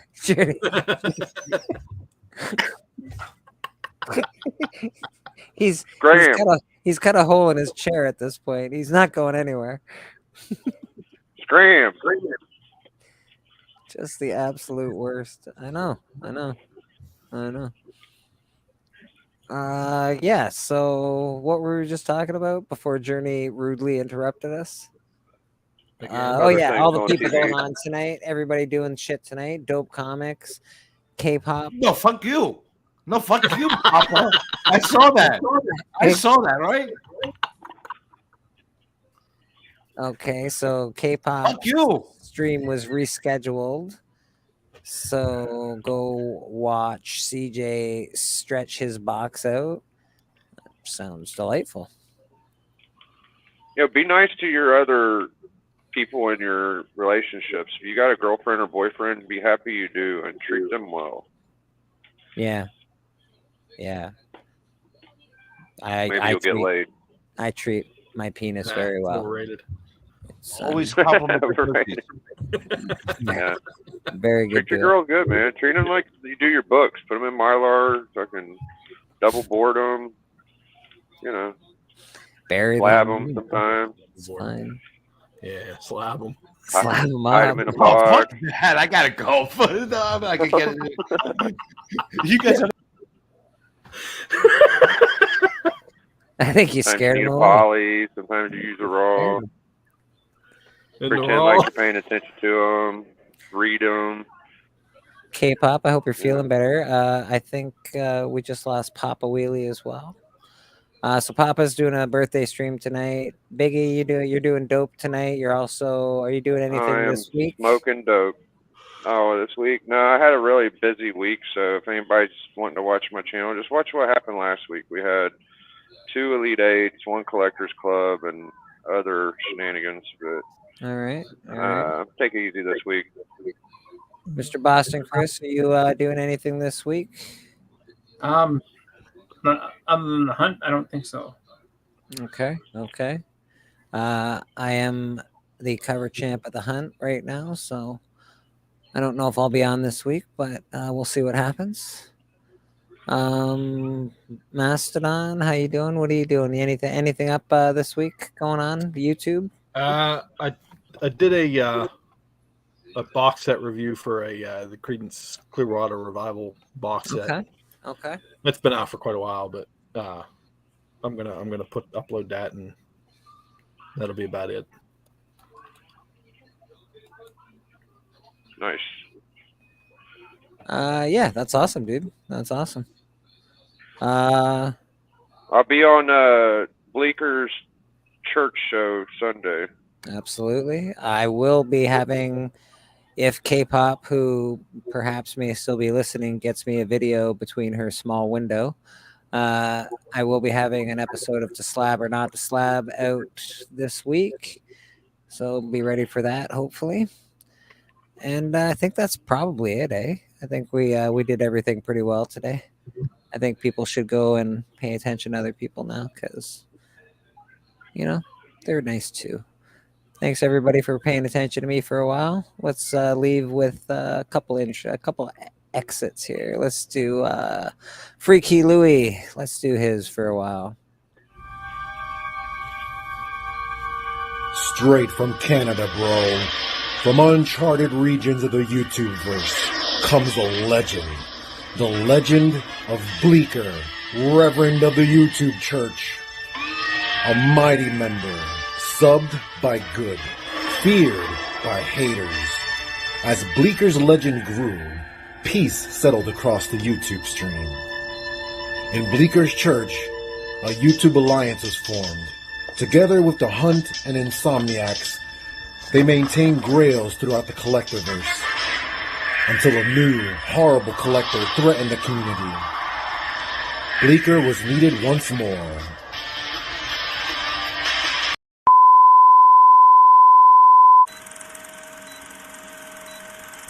You're all clear, kid. Now let's blow this thing and go home. Let me show you.